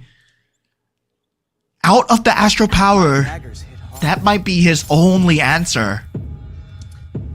Yeah, it's even if he could burst the Lunox, he has to do it twice thanks to the Kagura shield. This is where it's gonna be any build out here. I think this on top of the fact that this Lunox doesn't even have a Winter Crown, right? Doesn't really need it either way. Don't want to dance? Yeah, places the Winter Crown on the carry, the Lancelot. And also the SB as well. And he's level 10. And he just this is Q Snake's game. Oh, this is game. This is game. There's This no is way. GG. Yeah, this is GG. No way. There's no way. There's 9 Mystic Meow synergy. He adds on the Stargazer synergy together with Aloy as well. This puts Lunox at double Stargazer, double Mage combination with all the Kishin items. Yep, that's a 3-star Lunox. And this is game. There's no way that Morpheus, even with a 6 Exorcist synergy, I don't think it's enough now. Nope, no way.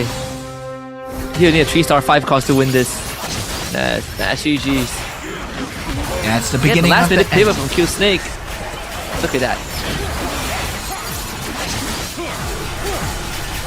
Wait a minute. The shield? Nah. Wait. Okay. There's no way. There's no way. He's Without still- the Kagura, without the Kagura, maybe Morpheus would have won that round. As the Q Snake walks away from the cabin, I mean, quite the win there. Yeah, but if it wasn't a Kagura as the commander, then maybe Morpheus would have been able to burst down the Lunox, right? But unfortunately, can't do it twice. Yeah, what a combination, right? What a last-minute pivot coming in from Q-Snake. And yeah, maybe, Q-Snake, he was saying, right, this is one of his favorite commanders so far. So far, he's been more towards the defensive commanders where Nana, Kagura, and also, like, kind of just having that defensive capabilities. He does like to play the Cho as well, but Cho is kind of risky, and it is risky as we saw coming in from Insomnia. He was trying to go for the economy as much as possible, and well, the risks, did not meet the rewards. Yeah, and so far, I think Cho so far hasn't really found that magic, right? I think the commanders have been winning out. In this case, is the Kagura and the Freya. We did see some attempts to replicate that Freya run by Jerbin, but unfortunately just really couldn't find the synergy that he was able to fully commit to, right? He hit an early Vexana, went for the Mage, but pivoted to a Marksman, and by the time he sort of found his stride, he never really had the health to work with. So unfortunately for Jerbin this time, despite finishing great by the end of round 1, I think finishing second, this last place in round 2 is going to put him behind. Yeah, I mean, that top 4, right? That difference between the top 4 and the top 1 spot is such a huge stretch, I would say. Jerbin, not securing a good game for himself so far. And yeah, I gotta say, he gotta feel super robbed going up against that Astro Power Ling. Even I didn't expect that. I was like, oh, it's a 2-star Ling? Yeah, I can deal with a 2-star Padam. But then I saw the Astro Power Crystal and I was like, oh, okay, that makes sense. Because with the Astro Sovereign, it does 110% more damage. Suddenly, yeah, you're just not dealing with the same damage levels that a Ling has. Yeah, it's quite tough as well. Honestly, I thought that the weakest could go slightly further because he had the exact right pieces, right, to soften up the board for the Ling. But unfortunately, he just got completely cut down by the Saber AoE because the Ling does need some time to buffer his abilities. And then we see this pivot by Q-Snake, which basically was the game ender. Yeah, Q-Snake's pivot, that Lunox 3-star, managing to put all the Kishin items onto the Lunox, choosing not to go for the Lancelot, right? Lancelot is just so tough to go for. And yeah, definitely now looking at the prize board going in for the match winners, right? Q-Snake, $250 so far. Tron, $250 so far. And we still have 3 more rounds, right? So there's $750 left to be given away. Yeah. So this is gonna start shaking up the leaderboard again. Start shaking up the leaderboard a little bit. And remember, top 4 will go through to the finals, but you gotta be consistent, right? And in this case, it was pretty unfortunate that Jerbin, finished second in round 1, and then basically just bottom of the barrel with his Freya attempt in round 2. But for some of these other contenders, they're doing all right. I mean, the weakest had a decent round. Throne was able to basically, make it to the top again, make it to, I think, top 4 again in the second round. But Q-Snake, that's the recovery that he needs. Yeah, and this is, I would say, this is a high elo lobby, right? This is generally what we see out of high elo lobbies, where a lot of players, especially in the pro scene, especially the top few players, they play for the economy first. You see the scavengers coming in, you see the newbies coming in. Then afterwards, they try and find as much as possible. Even for Q-Snake as well, was going for a very early phase warper into scavengers. I mean, his build was nowhere. And then suddenly, when he has the money, when he has the go-go cards, then yeah, now I'm going for Mystic Meow. I see the kitchen pieces. What is the game offering me? And then he finds the build, right? He finds the build with the 3-star Lunox. Originally, it was the 2-star Lancelot, but then it became a 3-star Lunox. Yeah, 3-star Lunox, and on top of that, he got through the early game by having the Dyroth as well, right? He hit a 2-star Dyroth very early. He puts all the items on him, and then he basically gives him the Kagura ability as well. So this Dyroth is a big reason why he was able to get through that early game with enough health to work with. And then I think the rest was history, right? He hit a Lancelot, and the Lancelot was tearing everyone up. And then he also had that Leslie to reinforce the backline. And in the end, it led him to being able to hit that Lunox because no one else was going for it. And I think the only person that was considering the Lunox was, I believe, was it Durbin or Throne? Yeah, Durbin. He got taken out super early. Yeah, and then it puts the Lunox back into the pool. Yeah, that was so lucky, right?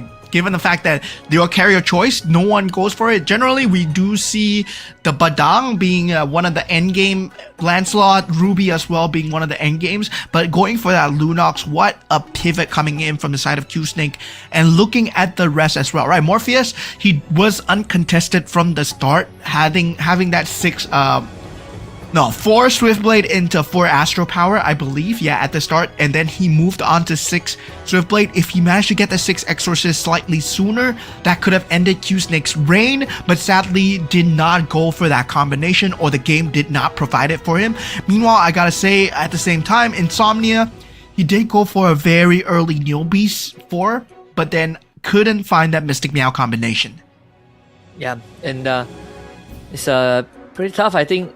Even the Nana Nocti game, second round in a row where he wasn't able to hit the ground rolling, right? And even though he has sort of like the carry in the right spot, just was not able to get through, I think, a Morpheus or Tron. But this Minotaur, we did expect him to continue to be on the offensive, right? He basically replicated what was done by the weakest in game 1.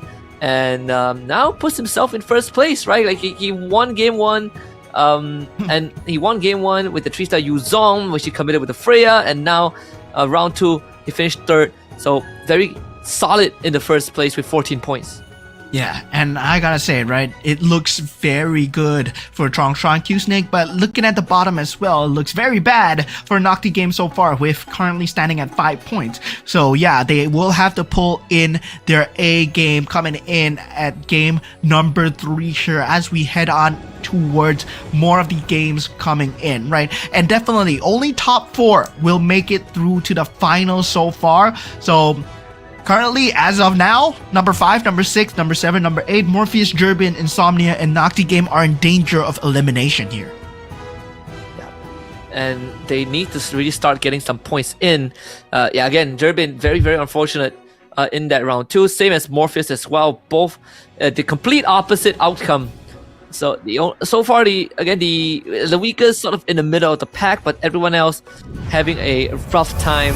And now we're going to really start digging into the commander pool, right? We haven't really seen anything that is out of the ordinary except for the Zilong in game 2. But aside from that, everyone has been sticking to sort of like the safe openers, and the Freya, I think, is the one that is a bit more unexpected. I didn't expect to see the Freya 2 games in a row.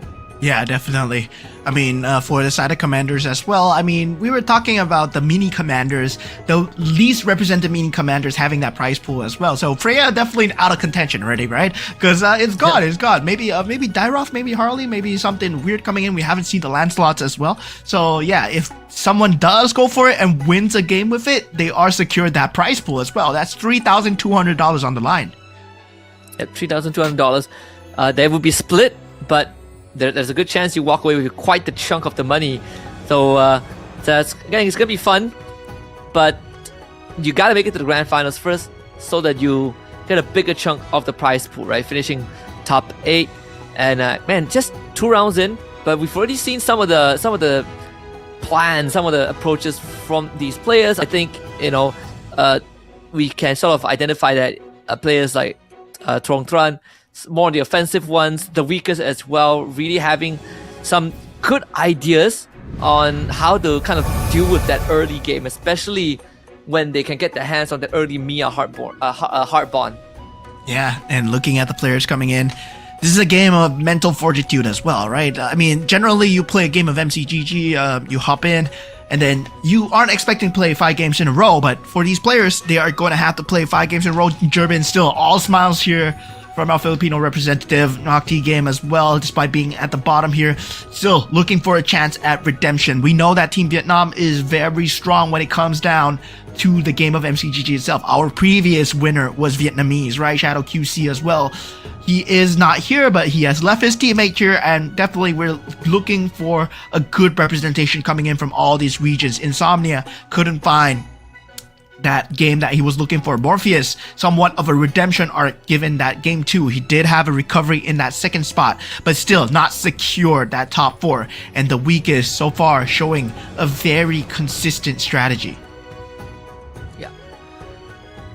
At least been able to stay in the middle of the pack for now. He was the one that went for the sort of the hardball, sort of the classic Mia defender strat. Let's see if it's going to change in round number 3. Again, the draft sequence follows your placement of the previous game. The higher you place in the previous round, the later you get the pick, as sort of like a balancing method. So obviously Durbin gets to go first, goes to the Nana, and this time it will be Doi on the Alice. Yeah, Doi on the Alice, the Angela being picked up as well. So yeah, we will have very different picks. Very similar picks to the first game coming in, but at the same time, right, we might see something new coming out. We do see a Cho, I believe, coming out from the weakest, and that is a Cho, and that will mean that he will be going for the economy so far. And within the commander itself, a lot of people have been leaning towards the Ruby because he does have a very nice cloak and the scythe strategy with the swift blades, but at the same time, right, you gotta find a way to make it work. The last game, it was possible, but in that first game where Morpheus tried it, he got instantly smashed by a lot of the stronger mid-game strategies. Yeah, Trong Tran going for the Veil. So again, another less seen commander, but does give you a very good incentive to hit your pieces early with those rerolls. So this is going to be quite interesting on what the thought process is going to be for this game 3. Seems like another round where he's looking to accelerate in that mid game. Yeah, man. That is going to be one of the mid-game accelerance factors that we have on the Veil so far. And, I mean, so far, right, I believe the most consistent commanders that we've seen is Alice. And this Alice so far has not been provided with an answer of getting into that top 4 as we head on into the game here. But let's see, right? Let's see in game 3 whether Alice might have a falling off here as teams and players are learning to play against him. Oh, straight away, right? First up, we will have that scavenger synergy for the weakest and Trong Tran. And another good stuff from Trong Tran as well, right? Not just the scavengers, but also getting the Kishin. That's basically your early game secured. And everyone has Neobeast for Q Snake and Insomnia, the Swift Blade for Joy. Still the first shot buy is gonna be here. Go-go with card. that first go-go card, first go-go card as well, right?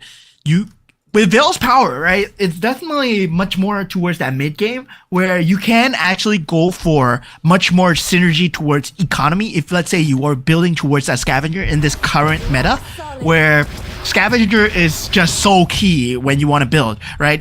But definitely at the same time, right, he can lean towards that Kishin if he wants to start building it Kishin very, very early. But I believe coming out from all these pro players, economy has always been key. And Trong Tran definitely leaning towards the scavengers here. Yep. It depends on how early on he hits the core heroes, right? If he somehow lucks out and gets the carry early on, then there's a good chance that he's going to commit onto the carry to get ahead even more. Picking up. But for now, Q Snake Any place is within level reach up, for hit the me. level 4. Carved in stone. So far on tempo, even the synergy wise, looking at the go-go cards, I believe Oh, Q Q-Snake. Snakes did go for the Mask of Power. Yep. Yeah, so Q-Snake will have a very accelerated mid-game too. So definitely at the same time, he will have the cost heroes to work with. And that is now on the RNG, right? What kind of 4 cost, 5 cost are you going to give him from the card? And if he gets a good one, he can start to just find direction off of it. So far, only with a 2-star Alucard. But that Fanny having the extra launch pad, having that extra unit on the board as well, that would mean his mid-game is very good. Even with the weakest, actually went for the Ruby Commander power, so you get that cloak and sight. Mountains. Go file a complaint. Gonna start buying out the board just to see if you can hit some Kishin. That's a 2-star Sicilian, Carved in stone. mostly used just for the synergy as Doi rearranges his board. Does have the 2 Dragon Callers and the 2 Astral Power, so kind of a ragtag board for now. So should be expecting a bit a longer lose streak up against Q Snake. Q Snake should be able to take this. Yeah, and guys, if you didn't know, right, MCGG has also a PC app as well, and that has been such a lifesaver, right? Given the fact that both the game itself on mobile and the game on PC are linked, so definitely, if let's say you're looking forward to play on the PC or mobile or whatever, well, now you can do on both. And yeah, now that we can take a look and observe even from the PC. So yeah, that has been a lifesaver for us casters, but hopefully for you guys, it's been good time as well. As we go into the carousel round, so far, Doi will be the first one to start here. And yeah, Doi on the Alice, not having a good start as we predicted so far. German actually going for a very early carry here. Oh man, all the 3 forecasts have been taken up. Yeah, I honestly thought that, the carry would go to Trong Tran, but he opted for... What did he opt for again? I think he opted for like... Was it the Farsa? He did get a Farsa. Yeah, he took a Farsa. He took a Farsa instead. So yeah, he's not going for the Kishin at all, right? He's going for the Neopis into Scavenger, pure economy. Tron. Oh, hits it. 4 Neobies. He commits the economy to level up, but will make it back regardless by the next round. It's gonna be a bonus if he takes down Insomnia this round. And Q Snake up against Nocti game. It's Angela Q. I think he put it on this Eudora, right? So yeah, able to constantly queue up the front line. So this should be a win for Q Snake here. For Nocti game, sorry. Yeah, Nocti game so far. Finally takes out Q Snake's win streak, right? So far, I mean, all these players, they are playing for Scavenger economy. Nocti game, the only one that potentially has not been able to find any kind of economy pieces for himself. Doi as well, right? Going for the Hellcut extremely early as expected of Alice, unable to find the Saber for himself. So at that 2 Swiftblade, 2 Astral Power, his HP currently at 65, not looking good. No, not at all. Has to wait for the second go-go card in the next round, which will be a purple one. And so far, we've been seeing the same go-go cards for the Alice to allow them to hit the 3 cost, extra 10% to find the 3 cost, but seems like it might be different this time, so it's be interesting to see how Doi adapts to it. For Astral Power, just not finding enough value because his carries just do not have the right resources to ramp up just yet. Q Snake finds another win. I believe he hits the Lancelot with the Moscow Power. So this is great. 2 Face Warper, 4 Heart Bond, and still has the Scavenger to keep the economy in a good place. Yeah, that's already a very good pivot piece starting in. But now going into the second round of go-go cards here, right? This will be a purple go-go card. A lot of economy pieces being picked up. Doi has to opt for kind kind of a pivot towards non-economy so far because he has to secure his HP, right? He's currently falling extremely low, and this is what happens when you're unable to get the pieces that you want, right? He did not get a saber early on. Now he does eventually get it. The Swift Blade 4 is there, but he has to go for the Blood Claw.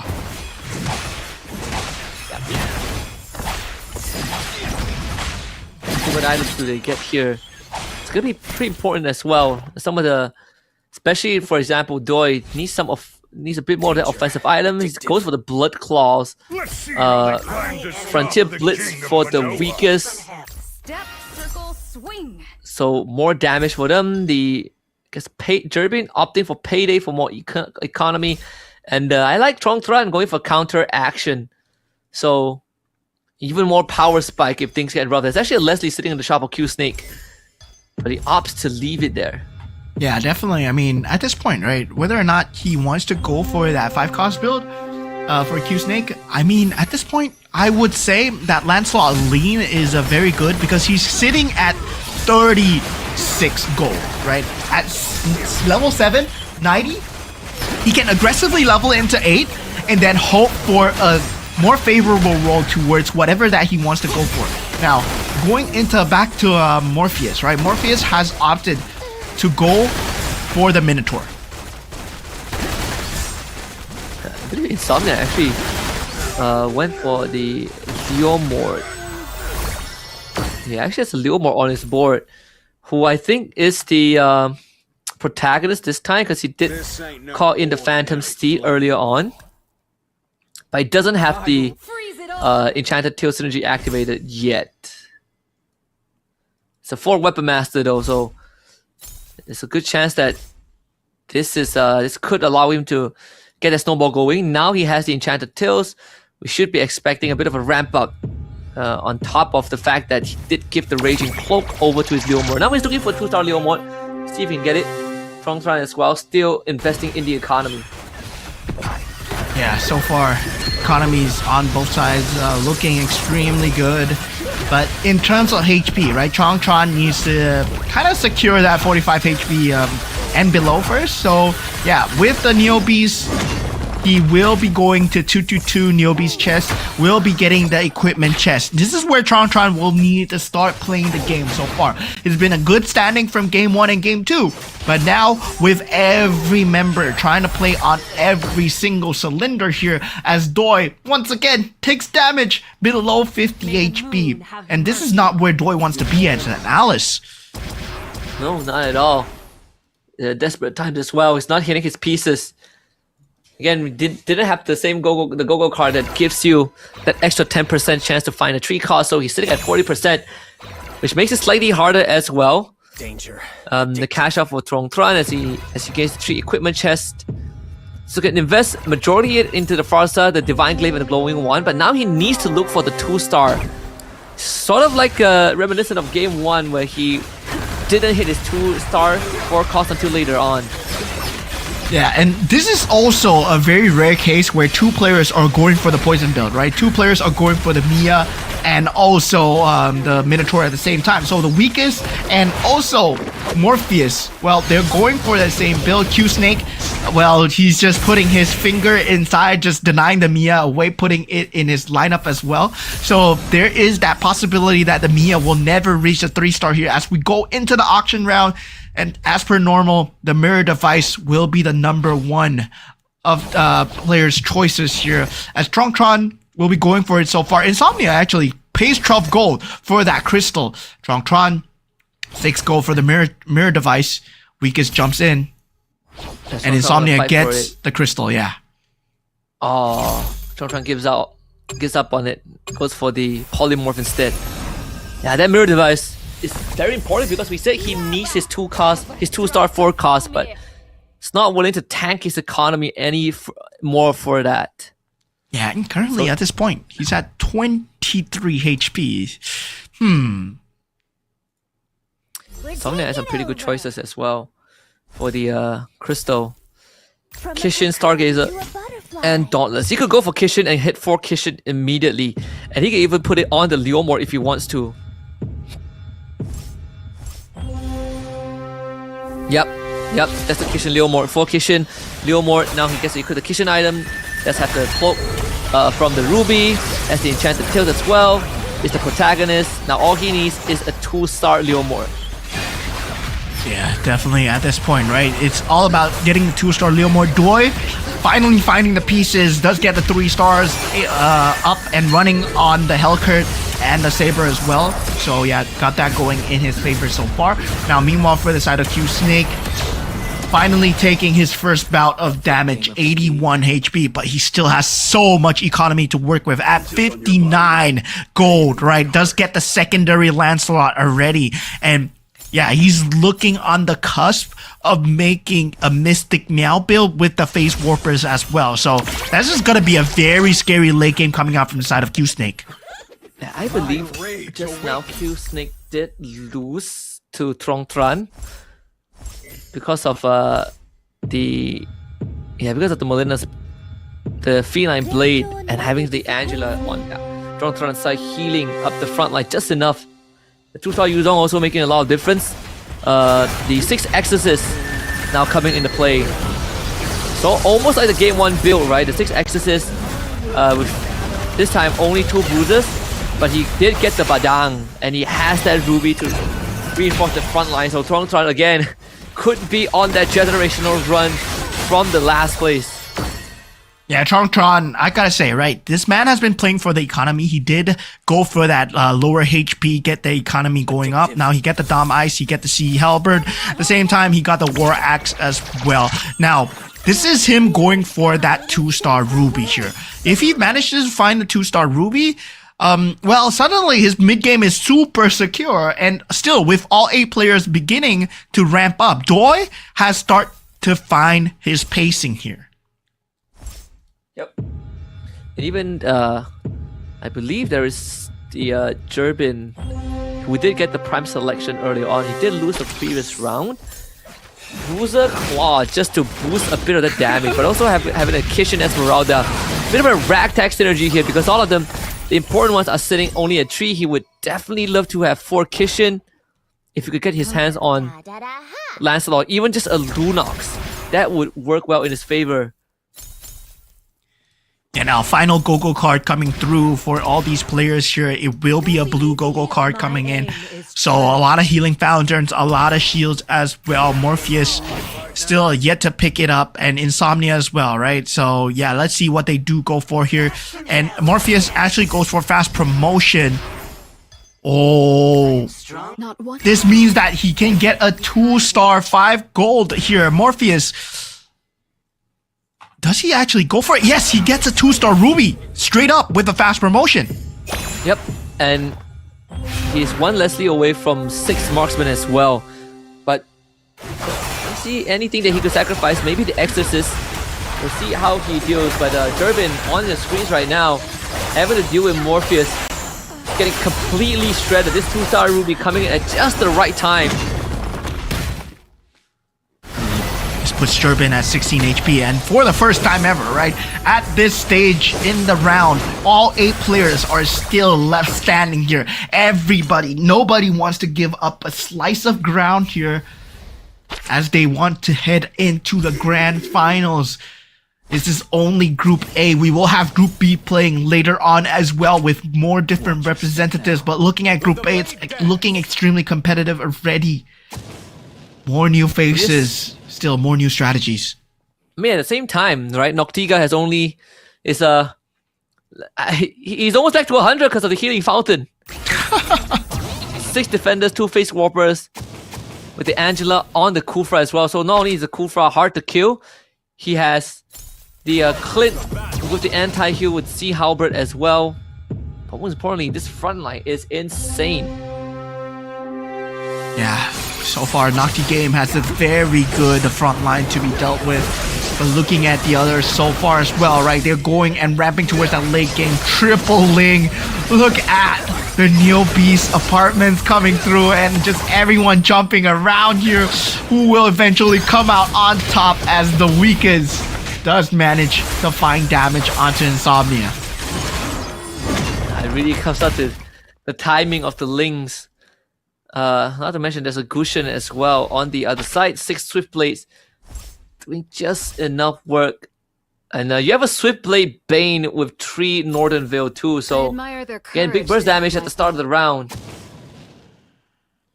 And we were talking about Q Snake having a very scary economy. He is finally using it, and he does roll down.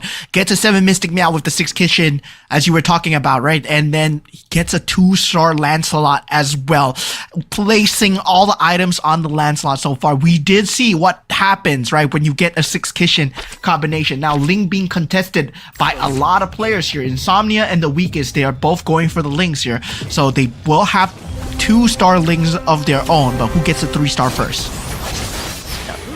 Let's see, Insomnia is laying going straight to the backline, but gotta get rid of the Leslie as fast as possible. Leslie is basically tearing everyone up. The Lancelot to get bursted by the ultimate snipe here, so it really just comes down to the Ling gets the right target. And that's all she wrote. That was exactly what the Ling needed to do to get rid of the Leslie.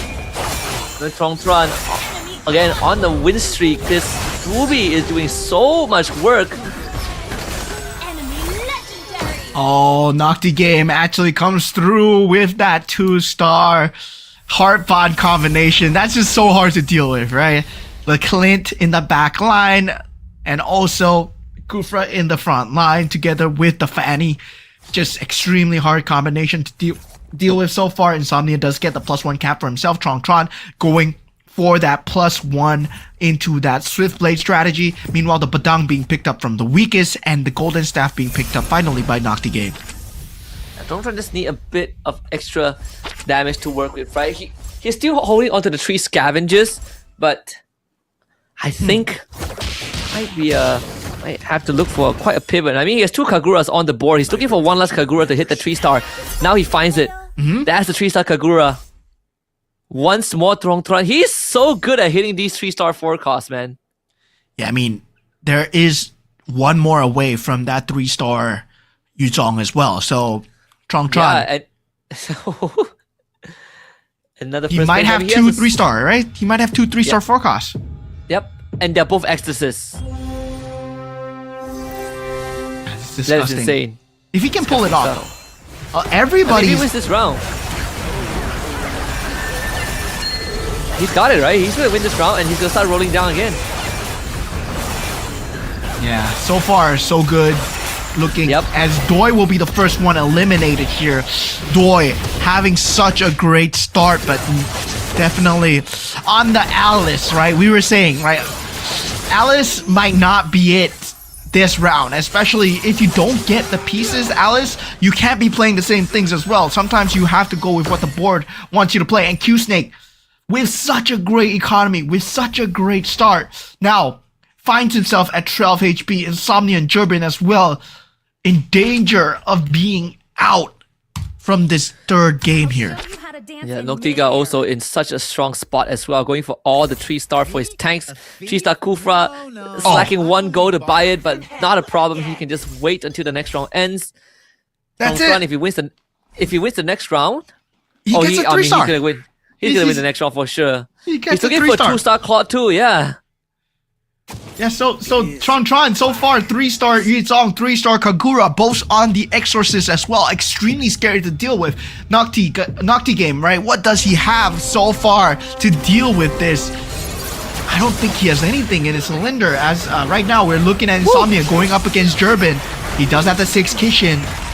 Does have the Lancelot, but the Ling here. The Ling has been a problem. Lancelot's eating everything from the carry, and now the Lincoln does have the burst thanks to the items. Insomnia survives, but was up against Jurbin, so the Nana passive will pop, and Tron knocks out Q Snake. Oh, and he 2-star Claude. Yeah, the thing is, Q Snake, right? Q Snake had a great early game, guys. Q Snake had the best early game ever. He had a Lancelot, he had 6 Kishin, he had 60 gold. He could have rolled down to anything that he wanted. But meanwhile, for Tron, he just set into his own goal of getting the 6 Exorcists, and he does get it. He's even holding on to the goal Yeah. He had an option to go for a 2-star Claw tier. And not to mention, he has the healing fountain, so with every passing round, he's gonna get more and more health. So he's already bought himself an extra round, but more importantly is the item that he's gonna get, right? Like, he has some pretty good item. He has like a War Axe that he can go for, the Antique Cuirass. Probably will go for the Divine Glaive now that he puts Vexana in the pool, and this is going to make the Kagura even stronger. Durbin going for the 2-star Leslie. Morpheus is cooking himself with the 2-star Leslie as well. So yeah, the Mystic Meows, and also, right, you see the combination of the Heart Bond and the Defender coming out early, and then meanwhile for the later stages, he swaps out into the Leslie and the Ruby as well. That was a crazy pivot. So all players are going on all cylinders here so far. Top 6, we go Insomnia versus Morpheus here. See if this Link can take care of the backline again. This carry Mia doing way too much work here. The Link, it's not going to be able to ramp out in time though. And Lightsteal away with the cloak. Nope, not this time. Insomnia finally stops. It's Morpheus that finds the knockout blow. Numpty game is probably gonna knock out Durbin here. Yeah, Durbin with that 2-star Leslie's, right? It's been a game where Leslie's, well, have not been doing too well, but Morpheus has been making it work because he has that 2-star Ruby. And that was a crazy pickup. Now, Nocti game, so far, right? This is a crazy build. Like, this is a variation of the poison build that you can see with the Angela. Instead of going for the Mia, he went for the 3-star Clint in the backline with the Dragon Caller and the Phase Warper as well. So getting that triple Phase Warper together with the Fanny initially at the start to deal in the damage. Now, with that Angela buff as well, it gives additional protection, right? And it prioritizes heroes with mana, and yeah, with Clint, you're just gonna have so much mana at the same time. Not only that, he's almost back at full health again, so gonna really slowly work through that health bar. The weakest is gonna be the next person to deal with him, and seems like seems like he might be able to do it, right? The Face Warper already used with the crown as well. The Link jumps onto the front line, but the bigger problem is more of like, you take down the Clint, sure, but now you gotta deal with all these big fat tanks. Yeah, and well, it's gonna be a Link versus Tigreal, and finally the weakest able to deal that bit of damage coming through.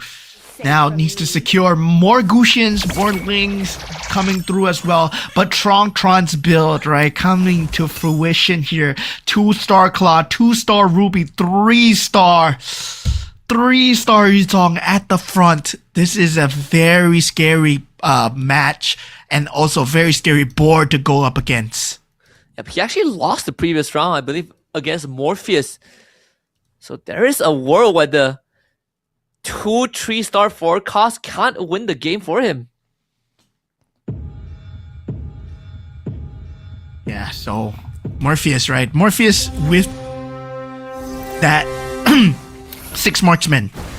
He's just dealing so much in the backline. It's now more about getting that marksman crystal onto that back line. If he's able to get the marksman crystal, he might be able to secure so much for himself. Now Morpheus takes out the weakest, as the weakest will go down in that top 4 position. Now Tron still standing extremely strong against Noctigam, and Noctigame is gonna be, I believe, capped out. He does not have any 5 cost, he does not have any 4 cost. It's gonna be Morpheus versus Tron for the last game for sure. Oh, and he gets the extra capacity. Talk about getting a boost to his composition. I think right now there's nothing additional that he could add that could activate extra synergy, so he's just gonna throw in an extra Ruby here. He does have enough gold to go for level 10. Yeah, he has 67 gold. He's been stalking like the 3 scavengers, man. The 3 scavengers the whole way. He's been running 3 scavengers the entire game, man. He's been going at just synergy and 3 scavengers. Now he's looking for rubies. He does have an extra ruby, and yeah, it's more about denying away the rubies, right? If you're Nocti Game and Morpheus at this point, you need to start holding rubies. And for Morpheus, he has a 2-star ruby. So Tron and Morpheus, they will never get the 3-star ruby unless they get like a lot of mirror devices. Yep. Oh, the carry is going to destroy the Yuzong because again, this is just a 2 bruiser instead of a 6 bruiser. So the damage output is maybe slightly slower. It's more towards burst than consistent, and actually the marksmen, they're doing very well into him. And the goes so just enough. Oh, Sitting at 1 health. I think you go level 10 here. It's time to roll down, baby. it's time to roll it down. It's time to roll it down. Yes, sir. Tron finds himself at level 10, 33 gold, and it's time to go for the final piece here. Yeah, I have to deal with the backline. Like Morpheus is the only person that can stop him right now. Wait, he went for Morpheus's mirror, right? So there's a chance that he can find Morpheus again, and he's not rolling down. Yep. Okay, he is rolling down. He is rolling down.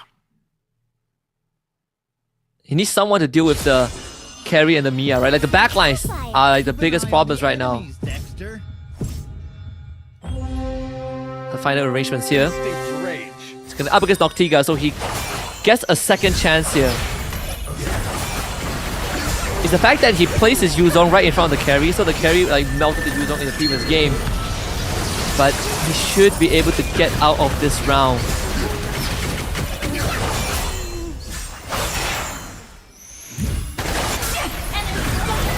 Yeah, so far so good. Tron still in it as Morpheus actually gets taken out by Tron. Yeah, 28 HP down. Man, after this Lord round is the beginning of the end here for all these players. Do you take Leslie here? The ultimate snipe? It feels like it might be the key, right? To help you gain access to the backline faster. I mean, at this point, right, he wants to go for a 3-star Ruby, but it's not There's available. no shot. Yeah, there's no shot. 3-star Odette maybe?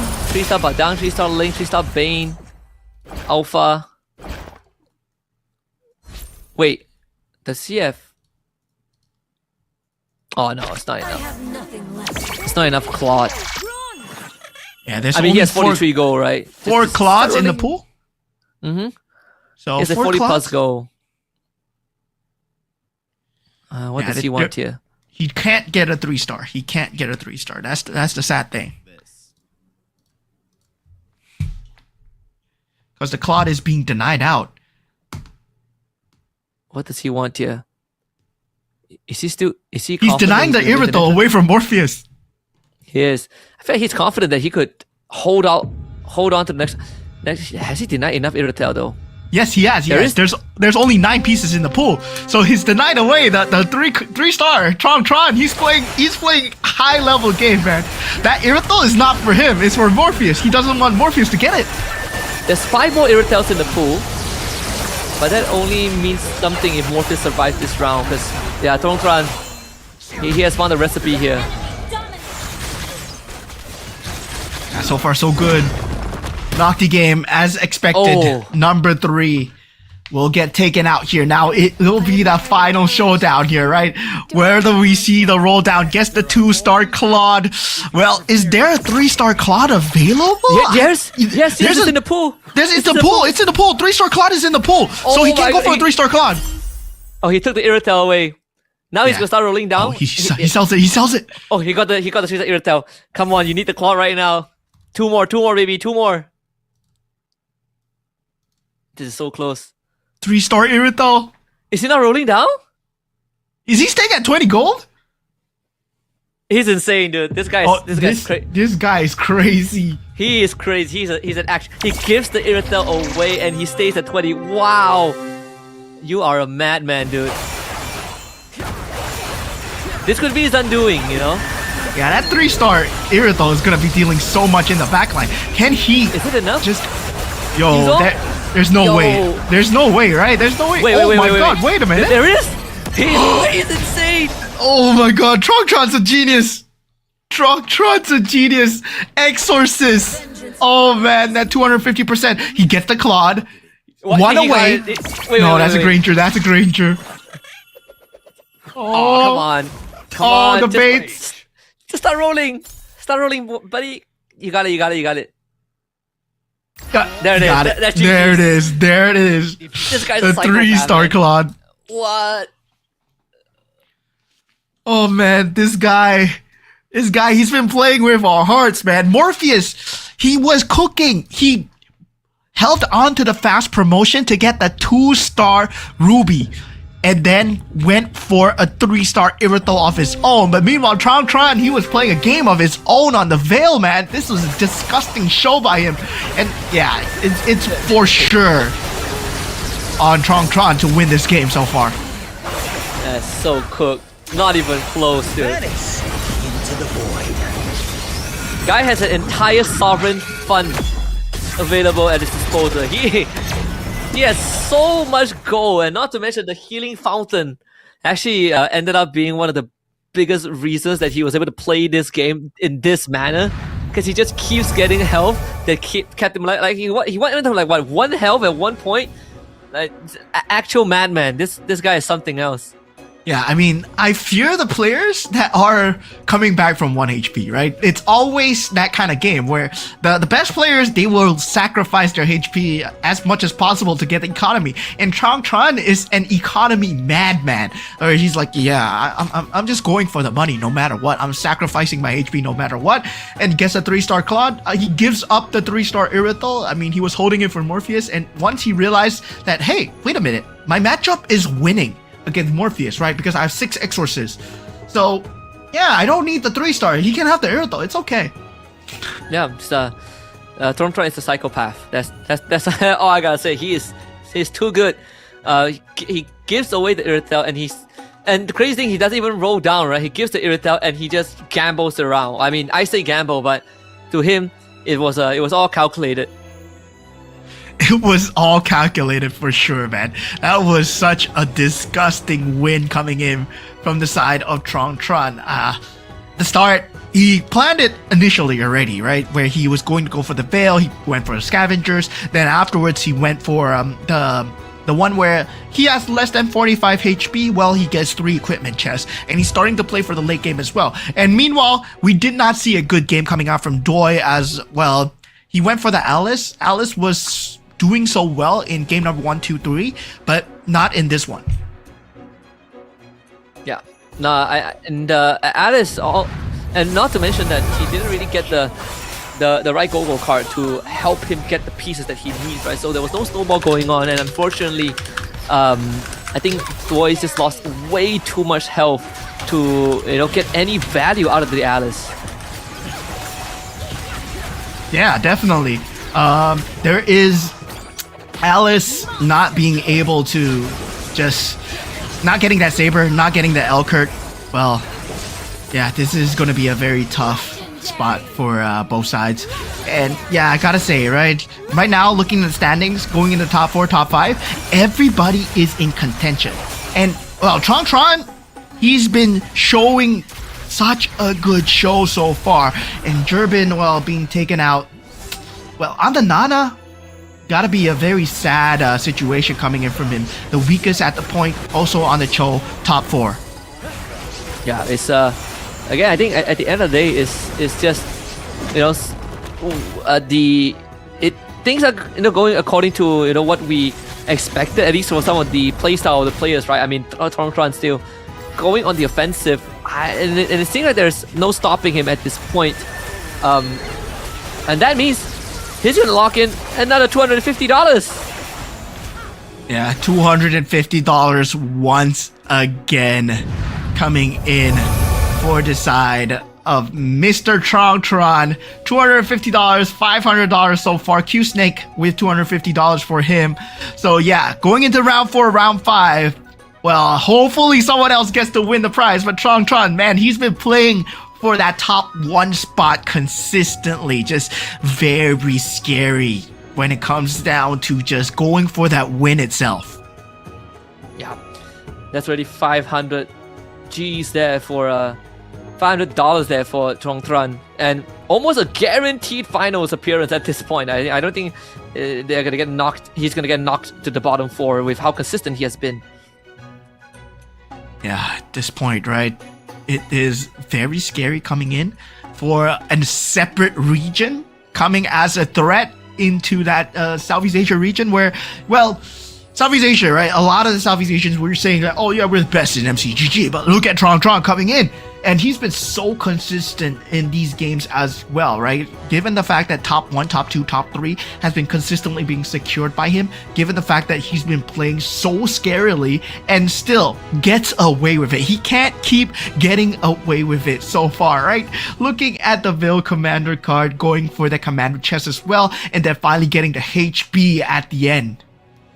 Yeah, I look. There's a world where when the tournament ends and he's the only one that wins on Veil, he's gonna cash in an extra 3.2k. Can you? That would be insane, right? Like, Tron is playing the late game. He's playing like the ultimate late game. He has everything figured out. He's like what? First place, third place, first place, and so far, you know, like the winners of the recent seasons since Go 1 hasn't been anyone. It hasn't been like the expected regions like the Philippines, like the big 3. You know, we had ECA, and then we have Vietnam. Can you imagine? It goes back to the West again. Yo, this is one heck of a storyline so far that we have cooking here at MRS Season 4, especially as we head on into the internationals here, right? And yeah, Tron, well, I gotta say, this guy's a madman. This guy's an absolute madman. Despite the fact that there was a Ruby already picked up from Morpheus. And Morpheus, man, he was cooking. He picked up that fast promotion so late on that Minotaur where everyone was expecting him to go for that poison build, right? He did have that Minotaur into that Mia combination, but no, the moment he saw the Ruby, he went for the pivot. That secured him that top 2, and he wasn't cap locked. But meanwhile, Tron, he was playing a completely different game. Yeah, he's in his own world. He was in his own, like, he's in his own bubble the entire game. Like, we didn't even notice that he had like 67 goal until like the ultra late game. He was like 1 round away from losing, and he just powers through. Like, he had everything figured out down to the wire, where he survived with 1 HP because of his Exorcist Phantom, which is again pretty crazy if you think about it. Yeah, this is very crazy straights coming in. I gotta say, that was one of the best games of MCGG. Given the fact that, yeah, game 2 was pretty insane as well, right? That last minute rotation for Lunox as well. But this was a case where all 8 players were playing on all cylinders here, right? Sadly for Doi being the first to be taken out. And I'm surprised. Q-Snake, he had the best starts of all time. That early Lancelot, but then straight away Insomnia coming into that pool and tries to take away the Lancelot, ends up cannibalizing themselves for both players, and ends up, well, both Lancelots, they're not making it to the end game boards as well as Q-Snake and Insomnia. They're in 6th and 7th place. Yeah, and again, the Doi, it's the same thing, right? Like, we saw the desperation where he go for the Go-Go card. Not only the Healing Fountain came in too late, didn't really make too much of a difference, but the Enhanced Class Flow as well couldn't really help him to get out of that predicament. And right now, Tran, as expected, in first place, absolutely solid, top 3 for so far, not 3 rounds, with 2 first place. So that's already $500 in the bag, 22 points. Impossible to get knocked out of top 4 unless things go horribly wrong, like if he bombs out the next 2 rounds. Which is unlikely. But for Insomnia and Doi, especially Doi, right? He got out to a very hot start, but game 2 and 3 was just not it.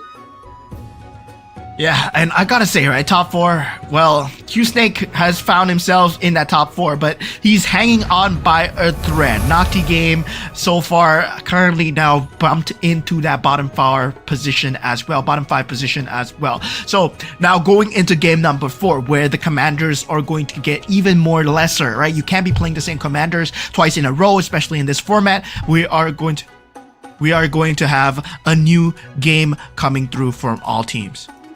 Yeah, And so far, all of these players, they've gone through, three of their commander pools, and now we're starting to get into the deep end. But Tron is just a lot more up his sleeves. I don't know what he's gonna bring up, right? I'm looking to the commander pool. He could bring in the Loyi and probably still win, right? Because he's been insanely good on these rerolls. Yeah, so good, right? And he's been identifying the gaps where no one is picking up wherever and that's supposed to be picked up. And yeah, looking at the boys coming in, going into that final 2 games, right? We're gonna be playing 5 different games. The weakest so far, he's been consistent, right? Number 4, I would say, top 4 always. And yeah, he's been putting himself, being consistent as the second seeded player so far. Durbin, meanwhile, still all smiles here coming in from side of Philippines. Meanwhile, Doi as well. I love seeing these Philippine players. I love seeing representation coming in from all over as well. Q-Snake as well from Ukraine. Man, oh man, he's been playing a crazy game, especially in that game number 2 as well. Yeah. And let's see what the draft is gonna be this time for the commander picks. Again, Doi will be able to go first since she did finish last in the previous game. So let's see if it's gonna ramp up a little bit. Goes for the Cho. Is it the Cho opening? Let's see. Yeah, there it is. That's the Cho.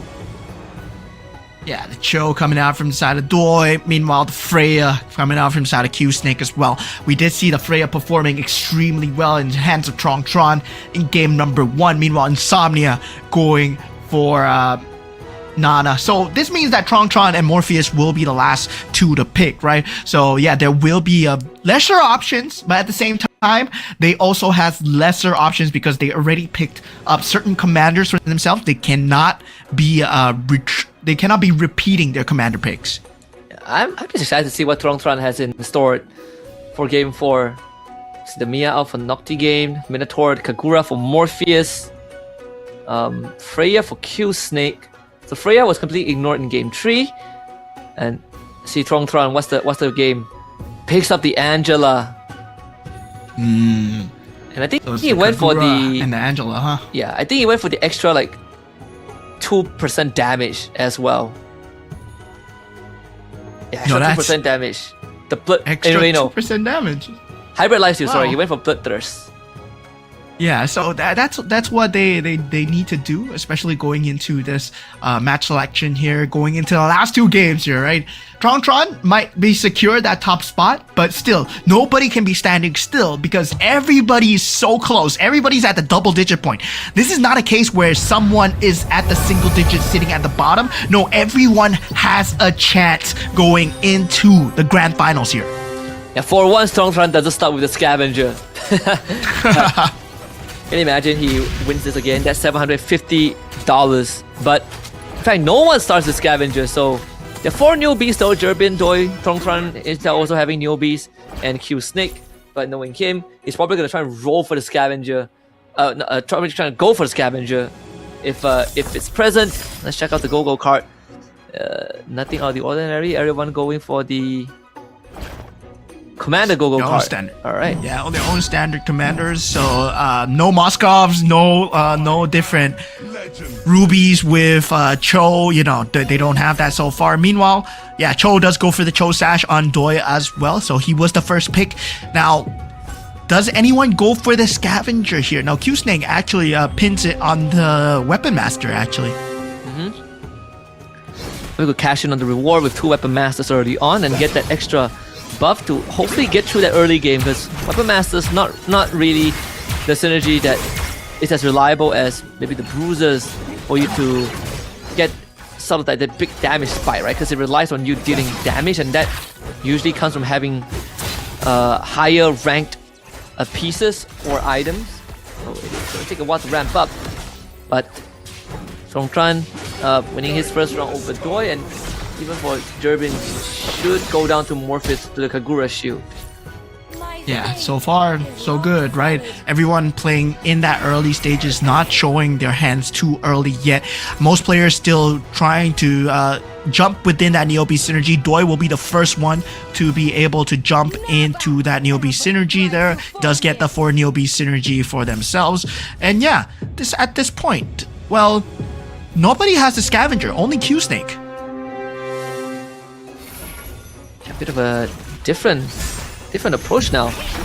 At least we are going to see a bit of a slight, I would say, slowdown in tempo for the economy for now. I have a feeling that boosters and defenders seems to be the primary focus for Neo Beast for Doi and some for Neo Beast for Doi, but everyone else that has Neo Beast still sitting at 2. Rongtron actually has 2 boosters to work with as well. Yeah, so far, so good. Definitely a lot of economy gameplay coming through. Insomnia, well, shouldn't have too big of that first time as well, right? Going into that Neo Beast. Well, Doi, I would say, hasn't had a great early game so far, so he might be popping that Neo Beast chest extremely early as well. Now, a lot of bruisers coming in from the side of Morpheus. This is very interesting, right? That bruiser Ember Lord combo, that is something that we have not seen so far, because it has a very good early to make game scaling while securing the win streaks at the same time. So this is something that he might want to do on the Kagura as well. Yeah, man, it's very viable thanks to the Kagura Shoe. Although at the same time, it's also even though we had the Dragon Caller, we had the Ember Lord, it's still the Exorcist, the bruisers that are coming out on top. So haven't really gotten to see much of the newer strategies per se, the newer synergies per se, as you head into the first carousel. There is a little more on the board, but not really that sought after competitive Exana. Q-Snake actually will go for that. Rongtron with the Sea Halberd. Yeah, definitely carousels. Now, Farsa being picked up, all the forecasts actually being picked up as well. And this is what you see, right? When it comes down to push to shove, when you want to force strategies, when you want to take away pivot units as fast as possible, this is kind of crazy where all that forecast is being picked up from every single side. The Farsa into that Neo Beast synergy, and that is something that's picked up from Insomnia very early on. And Ananana as well, where you have that capability of life. It's not very common to see. Yeah, I mean the Insomnia with the Ultra Econ, right? With 4 Neo Beasts and 3 Scavengers to work with. It's gonna take that lose streak, but he'll start building up some economy here, some money for himself. This Farsa should be sort of like a pseudo build out for him to kind of wither down some of the pieces on the enemy side to lose as less health as possible, but aside from that, he is going to be prepared to go on that lose streak. Yeah, definitely. It's going to be a tough streak to just go on, right? Tron not doing too well on the Angel so far. Nati Game, Morpheus, and Durbin still on that win streak. And now going for that next Gogo card is going to be that blue Gogo card once again. Now, blue Gogo card is going to be very different, right? When we say that it's going to be that later game. And yeah, generally when he goes for that blue Gogo card at the start, most players tend to play it safe. But this is a very different look on the game because we are starting to see less of the Scavengers, less of the Neo Beasts, and already an early synergy coming out. Kishin, Bruiser coming out from Morpheus. Kishin, Bruiser coming out from the weakest as well. Looking to accelerate the game because I think game 2 and 3, when the game gets dragged out, we see some of these late game pivots that really change the results, but for Morpheus' case, because he does have the Kagura and the Kishin Bruiser, so this Dyrov has insane value. It's just impossible to tear through, right? He even has the Garden Helmet to work with too. Overall, it's a great front line that is able to deal big AoE damage. Yeah, so far, going for the Gogo cards, Glittering Jewels will be picked up from the side of Doi and Insomnia as well. The rerolls coming through already very early start. Now, with that coming through, right? There is that shield potential that might be coming through from the side of Durbin, Nocti Game, and also Morpheus, who might be playing for that later stage of the game. As a Kagura at the start, he will be eventually pivoting into that Scavenger for that Eco synergy. But looking at Insomnia so far, right? All the way, Eco, wow, Neopiece and Scavenger. Yep. And not just that, Tron actually went for the Breath of Berserk. So 8% hybrid lifesteal on top of the Bloodthirst that he brought in. So that's 10% hybrid lifesteal for his entire board. And on top of that, we have, I believe, the weakest going for the customized recruitment. So 10% more chance of finding 3 costs. The Heartbond Defender, you can kind of see where this is going. I think the weakest is going to go for that Mia, Kufra, Tigreal, Minotaur, Mia, Kufra, Tigreal, all 3 costs, so perfect for customized recruitment. And for Morpheus, he went for the Barrier Seal. So on top of the Kagura, the 2 Kishin, 3 Scavengers, it is only going to make his front line even harder to take down. Yeah, and wow, Morpheus does go for a very, very early centric build, but then rotates towards that Scavenger as well. So securing that early game together with the Kagura, he will have that win streak going in, right? But he does give up the win streak because he will be going for Scavenger here. And he knows that because he's going up against Q-Snake's Leomord, right? And Q-Snake's Leomord, well, he has 4 of 9 pieces already. That's a 2-star Leomord that he's dealing with. 2-star Leomord that is also a protagonist and 6 Weapon Master, right? So it is paying off. It did pay off. So if we can get the synergy for the Leomord, the Enchanted Tails, and start collecting the fragments, then that Leomord will be supercharged. And because he is the protagonist, that means that he gets the cleave damage from the Phantom Steed, which puts Q-Snake in a very strong spot now. Yeah, Q-Snake right now, would say with that 2-star Leomord looking extremely good. 6 Weapon Master synergy early on in the game. But once again, right, you gotta say, Q-Snake always has a very good early mid-game, but falls behind when it comes down to the late-game decision-making as well. So, yeah, hopefully he can find that key decision-making this time, because now he does have a very good opener. Yeah, Q-Snake should be going on a win streak as of now. Whereas for, I think even for Morpheus, right? Yeah, it's doing pretty fine. The Kishin Emberlord and the Bruiser. Well, what rotation coming through? All right, Neobe's already at 300 energy coming in for Doi.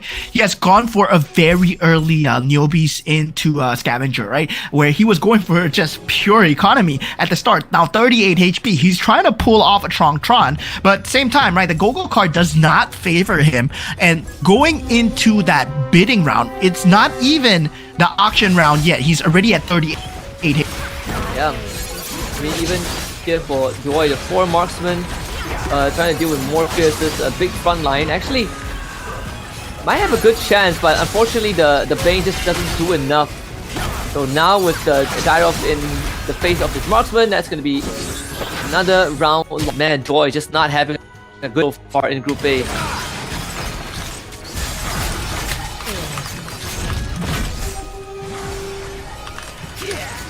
Monster kill. Yeah, definitely. It's going to be a tough time coming in from the side of Insomnia and also Doi, right? Falling below extremely low, especially when it comes down to this auction round here, right? And all these players, they will have the gold to work with, but same time, gold is going to be a key issue here, especially if you're going to be pushing towards level 7 and level 8. Yeah. See, Tron getting him the purple buff, and should be no contest. Insomnia now getting his ninth capacity on the Nana too. Early on, we did see him go for full econ, but with the extra capacity, it makes it gets an even bigger advantage overall. As Morpheus continues to bolster the front line thanks to the Gogo card that he has. Yeah, definitely. Both. Well, with the Kishin.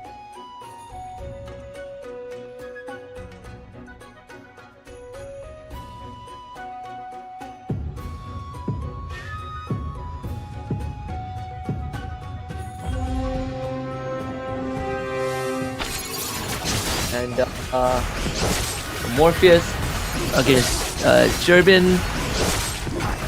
Turbin having a stun. This should be another Morpheus. I don't see Turbin coming out. No way to deal with the Dire of S now. I would say, yeah, but Maybe? there is a Vixana, Oh, yeah. right? The Stargazer Aurora. Oh yeah, the Aurora in the back line. Yeah, so yeah, that is just crazy coming through from the both sides as well. So now, when it comes down to the end game as well, it is going to be the situation where Q Snake in that 6-weapon master already looking extremely strong when it comes down to having that level 9, level 8 roll down, but the only person is at level 9. Right? Level 9 is Doi. He will have the highest chance of that 5 cost roll down.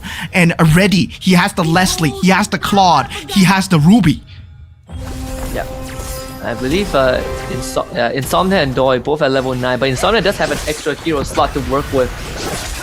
The 8 Mystic Male, it has the Vexana, and Vexana Lunox as well. So again, 3 Mage, 3 Stargazer.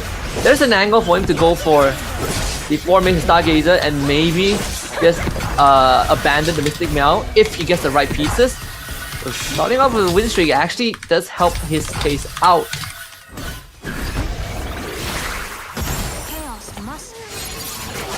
Yeah, so far, scary factor coming in from the side of Doi, right? Falling even lower for that Philippine representative. He's at 10 points and he's already at 14 HP.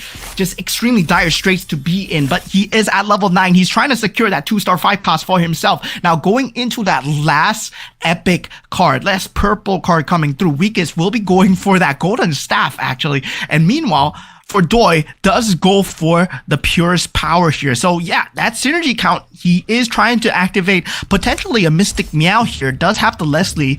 And meanwhile, for Tron and Jurbin, yet to pick out Go-Go cards for themselves. I'm just gonna hold on to it, especially it's just a creep round, so no urgency there yet. If it comes down to the item that they get, right? I mean, for Tron's run, he starting to stabilize the state of the game for himself with the 4 Astral Power. So giving himself a shot. I think the Hellcurt is the one that is the Astral Lord. Getting a Saber too. Still holding on to the 3 Scavengers like he always do. But now actually pivots away from the Scavengers. Let's see what he goes for. Gets a Defender Blessing activated. Yeah, meanwhile, Doi so far Special power, wow.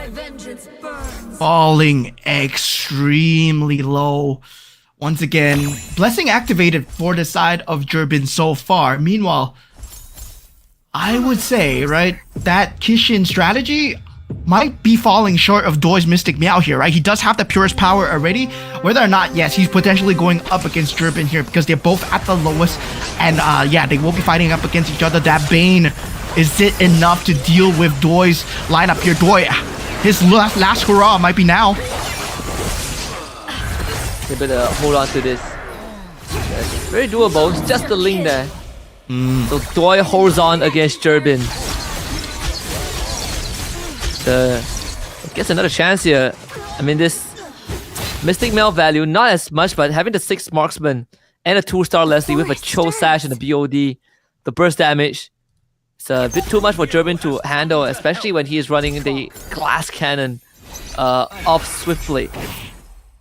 Yeah, meanwhile, Tron, so far, right, he's been going for that Swiftblade Astro Power build, where, yeah, it's generally normal to see an Alice go for that Swiftblade Astro Power build, but for him, right, it's not going to be scaling well into that later stage of the game. I wonder what he's going to pivot to now that he's at 50 HP. He's going to be falling even lower as well. Q-Snake, well, he needs to find a good pivot piece to go through. It feels like Alpha might be his carry of choice here, the Ember Lord into that Weapon Master. That's something that he might look for.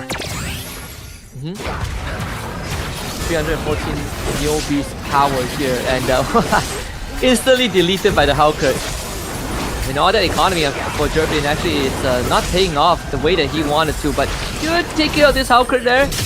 Doing just enough with the Ling and the Bane. It does have the enhanced Ice Queen 1. Yeah, does have the Kishin synergy now, right? On that Lancelot on the side of Morpheus as well. So able to actually pull through against Nocti game. So Morpheus, right now, with that Kishin strategy, right? With that Face Warper that we did see in the rehearsals yesterday, that was a very scary combination to be up against, that Face Warper. But you need a very strong Lancelot. And the problem is, Insomnia has a 2-star Lancelot already. And there's a 2-star Ruby and 2-star Leslie coming out from the side of Doi as well. I was born a rebel. The good news is that he did get the Kishin Unbound, so all his Kishin equipments are enhanced, and he has the Weapon Master crystal on the Lancelot. Now going for 6 Kishin, 4 Weapon Masters, everything hinges on this Lancelot. He definitely needs that 2-star Lancelot to really make it work. But he does have the Kagura shoe, so Morpheus all set in his direction. Should be able to overcome Strong Front, who has the 6 Astral Power, but is working with a 3-star Hilda that's going full damage and is the Astral Sovereign, so the Hilda might be the answer to this Lancelot. Yeah, now Doi gets the better of Q-Snake as well. Q-Snake, I said, he has a great start, right? But at the late game, he's been falling behind so much. Now Tron against Morpheus. Oh my god, look at that! 3-star Hilda! Oh man. Man, that 3-star Hilda, man. That 3-star Hilda. The fact that he gains a 12% HP shield, has a golden staff, 4x, gets extra mana from Dawn Eyes, has AoE damage, Astral, man, he's the Astral Sovereign. Holy cow, man, Tron thinks of the wildest of stuff. I don't remember the last time a 3-star Hilda was a viable carry. Yeah, that's just crazy, right? That's when I believe when the first people started thinking of Bellaric as a carry when during the Bruiser meta came out, that was as crazy as this. Now, this is Hilda being a carry. Oh man, this is something new that we are seeing here coming out in the MCGG semifinals. Hilda, Astral Power carry, coming out with the Swift Blade synergy as well. And yeah, it's being pulled off by Tron right now, but there is a cap because Hilda is a 3 cost, right? And so far, people are building into 5 costs already. Oh, 3-star Leomort. 3-star That should Leomort. be it, right? This should be Q-Snake's game. 3-star Leomort, he's almost halfway there to the Enchanted Tales Fragment. And Weapon Master boosted by the Freya, has the enhanced War Axe as well. This should be his game. Unless someone hits like a crazy pivot. Oh, here he comes. Look at that Leomort go. Leomort just going ham against Morpheus's Lancelot so far. And yeah, Morpheus, well, he's gonna fall into that 5 HP range. Insomnia falls through that 3 HP range as well. Both players are in danger of getting eliminated here at this game number 4 here. And every single match point here counts because everybody's at double-digit. Minimum score is at 10 right now. And that's going to be Jervin winning out his round over the weakest. But man, his Q-Snake's Leomort just hit for like a 1.2k, 12k crit damage. Insane.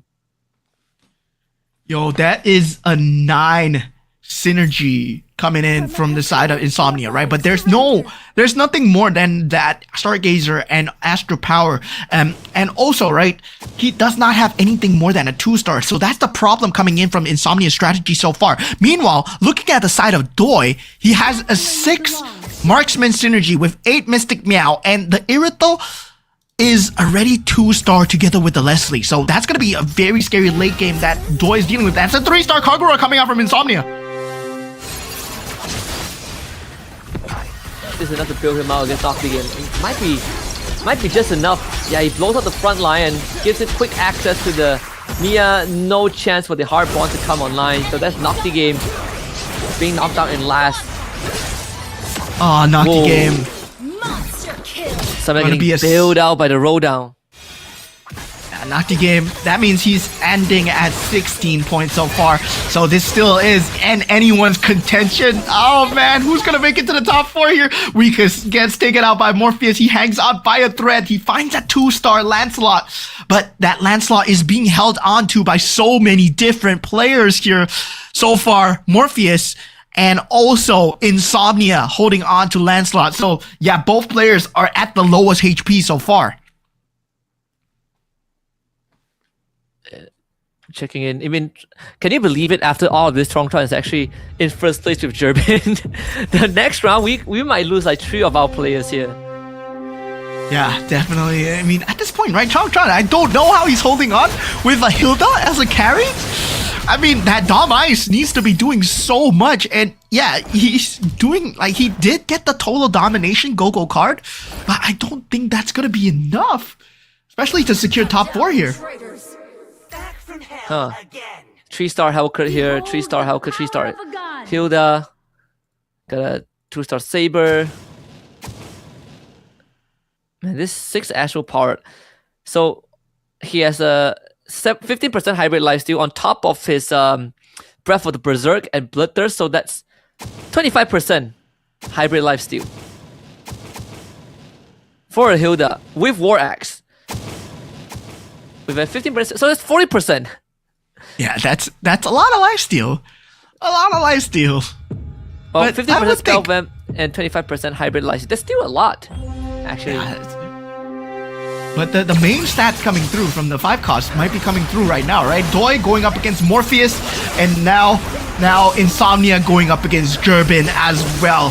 So this is going to be the beginning of the end. Potentially 3 players getting taken out at this juncture as the top 6 still alive. The Ling doing what he can so far, able to deal damage. Winter Crown coming through at the perfect time. We'll have one more, but the Lancelot! Gerbin stays alive here. Now taking a look at Doi versus Morpheus. Morpheus does have the Lancelot, takes out Doi, and Doi did have 2-star 5 cost. Now the weakest and Doi being taken out. This means we're at top 5 position. We are. I mean, Trong, look, he has 19 health. There's a good chance he survived for 1 extra round. And now he hits level... I believe he hits level 8. Yep. He hits level 8, gets to put an extra piece. He could look for a Dauntless strategy here, just to, again, bolster the overall survivability of his squad. I think he found it. Yeah, that's a Dauntless in the Esmeralda. Again, just hitting the right timing and still able to go back to 10 gold for the interest. He should make it through the next round. He's almost guaranteed top 3 as he just needs to survive. And it's up against Q Snake's 3-star Leomord. Oh god. Yeah, Q Snake's 3-star Leomord, and also not to mention that 2-star Alpha in the backline as well. Able to deal so much in the terms of damage. Gerbin here now going up against Trong. Tron's mirror. And he gets taken out. Gerbin gets taken out. Morpheus gets taken out as well. And yeah, this puts Morpheus in that top 4 position, Gerbin in that top 5, and now we're in top 3 with every single player below 10. Insomnia finally finishes that 2-star Ruby here, and Insomnia, well, he has that Mystic Meow synergy, and I can't believe Tron, he's been holding on so long with that Hilda build. High chance he's not going to finish first, but can you believe it? If Q Snake wins this, right, we will only have 2 winners over the course of 4 rounds. Because Trong won 1 and 3, and Q Snake won the 2nd round. Man, I'm telling you, the West, it might go back to the West because they are killing it right now. Yeah, they're crazy with the luck, man. They've been rolling so well. Their economy has been at an all-time high. Able to find all these pieces. Now Insomnia going up against Tron. Insomnia does have a crazy Mystic Meow build, but the Hellcurt... Oh, the Hilda! No! One more! Bomb, that's Winter Crown out. Winter Crown. Oh, the Angela heal is not enough. It's not enough. Yeah. Tron will be taken out here. And it looks like it's gonna be a Q-Snake game unless Insomnia can find something crazy with this carousel as well. He does find a Leslie. He will go for the Kishin synergy here, right? And Q-Snake will go for the Dauntless synergy as well. Dauntless, well, right now it's at a weird spot, but definitely getting more synergies for the side of this Mystic Meow might be something of an out for him. But sadly, Q-Snake's build goes against everything that Insomnia want. Okay, maybe that 2-star Odette can change things. Yo, he has 25. He goes for the Kishin. So it's 25 enchanted tail fragments and 4 enchanted tails. And now he gets the Dauntless synergy with the crystal. Oh, Yeah, it's 4 Dauntless. Oh god. This Leomord is actually unkillable. yeah, I can see the angle that Insomnia was going for. Insomnia wanted the ultimate synergy. He wanted to go for the 10 synergy. Finds the 8, but couldn't find the ultimate synergy. That could have been a crazy matchup here. Now Q-Snake going up against Insomnia. Oh my It's going to be one crazy matchup here. That Leomord against the world. And 3-star Leomord, basically, when he secured it, he secured the game. Q-Snake once again with the $250 going in his favor. Yeah, Oh man, Wait. Can he do it? didn't get it? Oh, my he god! did it! Ah, We got he an did ultimate it! synergy! What? We get an ultimate synergy! Yo! This is crazy. This is the craziest comeback ever. Yo. This is gonna be what hits harder, ultimate synergy or 3-star, right? And I gotta say, every single time I bet on the ultimate synergy, Insomnia, he might have pulled off the comeback of a lifetime here. Holy cow. Oh man, this is insane. Can this Leomord hit hard enough? I don't think so, man. Supreme items from the Kishin. This GG's. Just watch. Ay, that's... Oh, Yeah, not even close. Holy Oh. cow.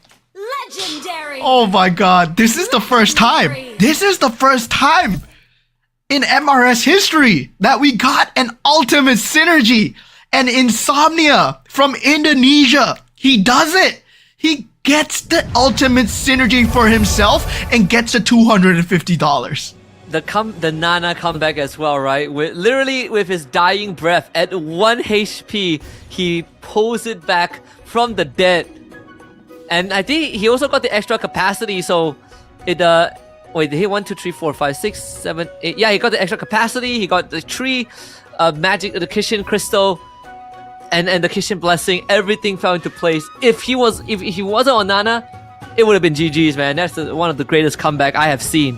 I thought he couldn't get any crazier. First his strong with his 3-star Hilda carry, and then Q-Stay with the 3-star Leomord, and then Insomnia hitting the supreme Kishin synergy.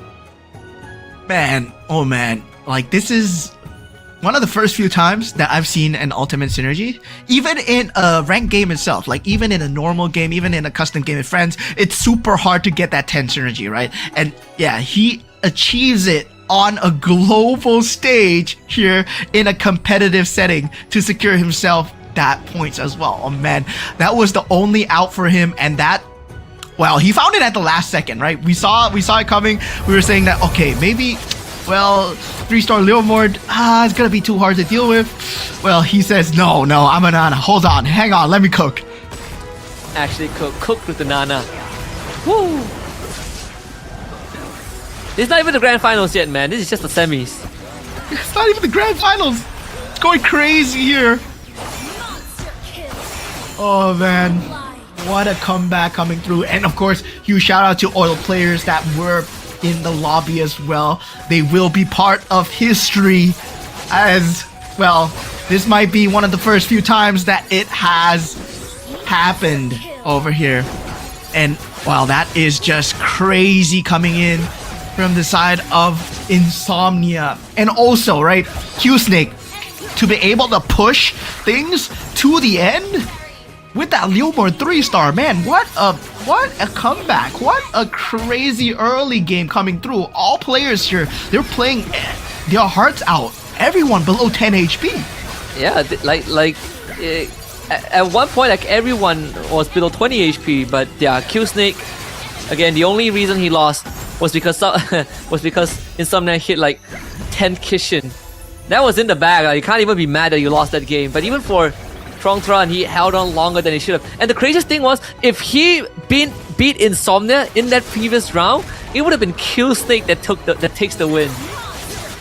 Yeah, that would have been crazy, right? Because if he wasn't a Nana, Q Snake would have won.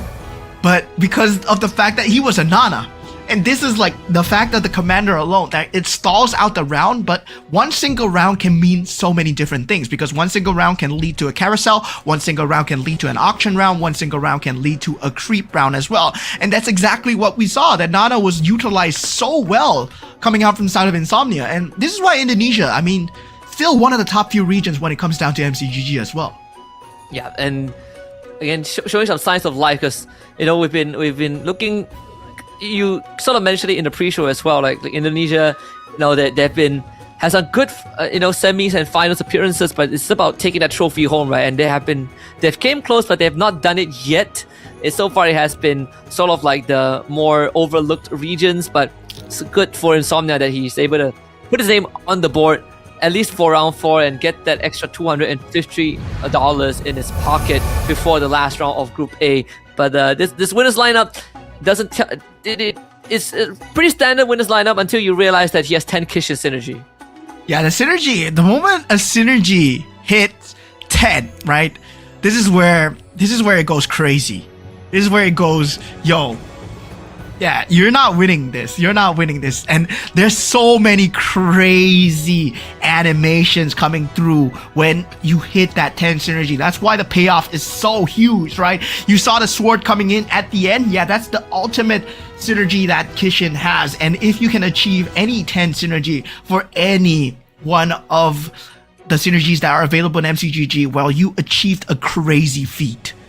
Yeah, it just very good stuff, and really stay committed as well, right? It's not like, he had the go-go cards that gave him the magic crystal. He had to fish for them on the carousel and the auction, and at the same time, hit the correct units and hold out until the late game. Everything had to go right, and this is the example of a game that literally everything went right for him.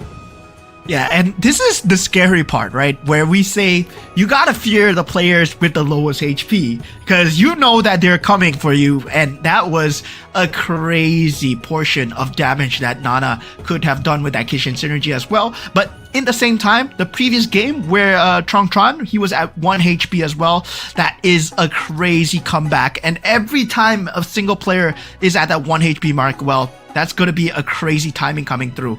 Man, oh man. Didn't even matter if it was all completely 1-star. That Kishin synergy would have carried him through. Yeah, absolutely. All you need is the synergy. And look at the match overview of this game, because again, some of the usual names in the top spot are still there, like Q Snake, Tron still very consistent. I mean, Morpheus also makes it to top 4, but for Doi, man, just not having a good game, right? Ever since like the first game, he has been falling off. I gotta say, this was one of the best Doi games that would have been available. If you take a look at his board, right, he just couldn't find a direction. He wanted to go for the Mystic Meow together with the multiple synergies that he had, but the cost was just slightly too high, because he went for an Irithel, he went for a Claude, he went for Ruby, and also Leslie at the same time. He did have the 6 Marksman synergy, but the Mystic Meow was not enough to just pair up into that later game where he got wiped out by his own teammate himself, like Jerbin and Morpheus. Well, they were just completely having a field day with the spread out synergy. Yeah, it's essentially, we saw the lobby sort of slowly split into two different bubbles, where you have basically like Q Snake, Tron, Morpheus, and I think Insomnia basically fighting on the top, and just like how the leaderboard reflects it, right? Almost as if it's preordained in round 4. That's Insomnia getting his first win, so $250 for him. But Tron, he is extremely safe in top 4. I don't think that he would be knocked out top 4 even if everything goes wrong in round 5. Wait a minute. Yeah, I think he's already secured. Yeah, I mean, he's already secured. Yes, he's secured. Yeah, he's secured. He secured that top spot already. So, yeah, meanwhile, everyone else, they are in danger of falling in that in that bottom 5 position. Meanwhile, for Doi and Nocti game, well, they're gonna need to hope that Insomnia and Weakest, right? They get that 1 point and they do get that 7 to 8 points as well. So everyone is still in it, but now we have a new name in the match winner prize. Insomnia walks away with $250 for that round win. Yep, good stuff from the Indonesian, and like we said when we look at sort of like the leaderboard just now, there is still a chance for like the bottom 4 to get in, but theoretically there's only maybe like 2 slots max. Tongtran is basically secured. He could AFK the entire round 5 and still make it to finals because he has gotten more than enough points to secure his slot. But for everyone else, there's still a chance that they miss the final slot. Yeah, so everyone's still in contention, except in the exception of Tron, of course, where Tron is secure that top spot already. We will be seeing him in the grand finals tomorrow, but going into the player cams, taking a look at what these players are doing, my Mr. Ultra Synergy and also Morpheus in that top 4 spot. Well, hopefully he can secure and go into the grand finals as well. This is gonna be crunch time, right? To see if some of the players at the bottom of the standings, can they make a recovery, especially the Weakest as well, one of the representatives from Kyrgyzstan, looking to find some sort of a footing. We did see, like in round 1, he came out hot with the classic poison build with the Mia 6 defenders, but ever since then has been trying to find his way back. Even for Durbin, right, had a good Atlas showing, but afterwards was in the middle of the pack. Same for Doi as well. I think finished second in round 1, but afterwards have been struggling. Yeah, so far they need to find a new revival of a way to come back into the game as much as possible as we head into the drafting phase of the Commanders for the final game here, as we will find out who will be our top 4. Tron, our man, already secured the spot in the grand finals here. He can potentially just do whatever he wants and just try and make the game harder for everyone else. Does he have, right? I mean, he's the only person that has shown us the veil, and see if he goes rogue or he goes back to standard. And so far, I think one of the speculations that I had was like Popo and Koopa could be a choice. It was one of the more sought after synergy, especially after Shadow QC won the last season. Popo and Koopa surged in popularity, and Doi is gonna pick it up. Yeah. There is a PNK in the game, so definitely I would say, right? Now, it's one of the key factors that Floxy likes to use as well. Floxy himself, he finds PNK very strong, our Go 1 champion. But same time, in this current state of the meta, right, where you're hoping that your opponent is playing something that you're not, well, PNK goes against the grain, where you're hoping that your opponent plays everything that you have. And Q-Snake, well, goes into a Mia, and Tron goes for the Ruby as well. So there is gonna be no Alice for the last game as well. New Fanny in, Nana once again coming out from the side of the Weakest, and once again, everyone fighting for that top 4 spots.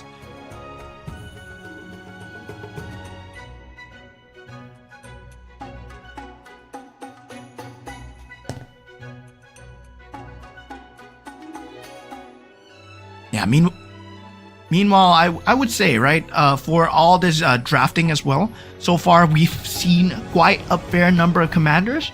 So far, I would say one person only has used the veil so far.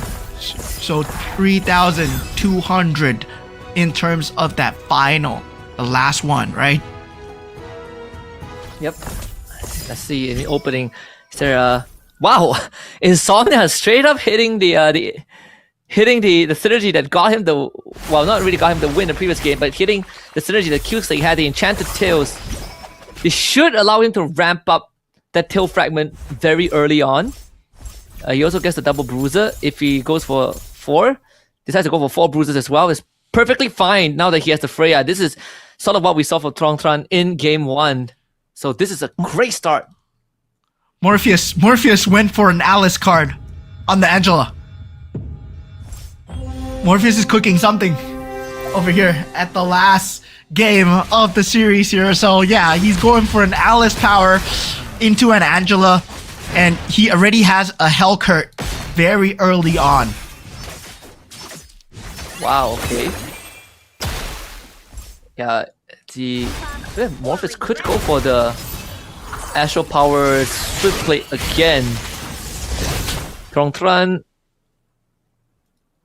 so far only has a Dragon Collar. One of the more or less used synergies so far. The only time we saw it, I believe, was game 1, the 6 Dragon Collar, but it didn't really have much of an impact that game, sadly. Yo, Insomnia has 4 bruisers with a Yuzong already. In the 3rd round of the game, he has 4 bruisers with a Yuzong, double exorcist, 4 bruiser strategy. So he can just play for economy the entire time. Man, Insomnia. He's gonna bulldoze through like the early game. Has a Freya empowering the bruisers too, so it's what? An extra 45% extra basic attack damage. Yeah, there's gonna be just a lot of early game damage that a lot of these players are gonna have to avoid, like a landmine. Already falling below 80 HP before the first carousel round will be Jirbin, Tron, and the weakest as well. So yeah, this is gonna be a very strong early to mid game coming out from the side of both, I would say, Insomnia and also Morpheus. Yep, here, even for Jirbin. Let me run the banding command at this time, but yeah, there's no way he beats Insomnia here. We should be expecting Insomnia to go on a win streak, maybe even throughout the entirety of stage 2. So he's really gonna start building up the economy, sitting at 31 gold already, and he can still wait for it because there's not really much pieces that he wants that are 2 cost. But primarily, we'll be focusing on trying to get that Masha online and then transitioning into Yuzong. Yeah, it's gonna be tough straights coming in for every single person in that board here, right? Morpheus will be going for that Alice strategy on the Angela as well. So far, luckily for them, there is nothing to deny on that current board. Jirbin will be going for that 4-cost piece. Weakest goes for the Vexana as well. And yeah, Claw's Death Defies, well, yeah, nothing too game-changing, I would say, in the first carousel. That cushion for Jirbin, right? Vexana for the weakest. And Insomnia getting a Dom Eyes, so it's gonna put the Dom Eyes onto the Yuzong, most likely. Or actually, you could put it on the Belleric as well. That's his 5th bruiser. The Gatho Kacha is now in. And this is without any blessings yet, so he's on track for 6 bruisers already. Yeah, definitely if he wants to go for the bruiser combination early on, just to advance that mid game, right? Getting that early interest in as well. A lot of these players are already sitting at 20 gold, in the exception of Morpheus, who does want to go for an early boosted Hellcurt as fast as possible, unable to find the Saber so far. And yeah, does have that Astral Power Swift Blade combination going well for him. Yep, so far so good. Same for Nocti game as well with the Kagura. Putting it onto the Dyrov as we have seen so far, but it's the Spellbeat Talisman on the Brody, which is going to be transferable later on. Tron, as usual, 3 Scavengers, his favorite approach, and swapping out the Dragon Collar for the 2 defenders as he gets the Tigreal earlier on. But economy for both Insomnia and Nocti games should be in a good state. Yep. Insomnia is still sitting at 31 gold. Yeah, 31 gold. At this point, he might as well be sitting on a pot of silver and pot of rainbows here because, well, he has that Yuzong already. And yeah, definitely going for that bruiser build. He is still thinking of whether or not he will be going with bruisers as his build of choice here. But I definitely think that he wants the 2-starter Yuzong as fast as possible, right? Already able to get such an early win streak for himself. Now the weakest finding himself at 56 HP as well. Looking at the side of Morpheus as well, well, he will have that Hellcurt combination. So that Alice is not something that we saw coming out in game 5, but well, Morpheus has found a way to just go into it. Now going into the go-go cards, it will be purple this time. Yep, purple go-go cards. Oh my goodness, Insomnia just got full throttle. Talk about speeding up the power spike.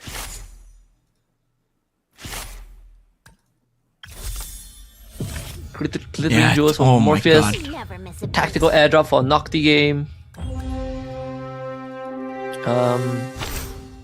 Trust fund for Jerbin. At least Jerbin is looking to level up, but he's not in a good spot in terms of health bar too. Yeah, full throttle for the weakest. That is actually great for a Nana, right? You get to hit your levels early and you get 1 extra life. In fact, the weakest is sitting at 70 gold. He finally cashes in on the level up. Levels twice. Yep.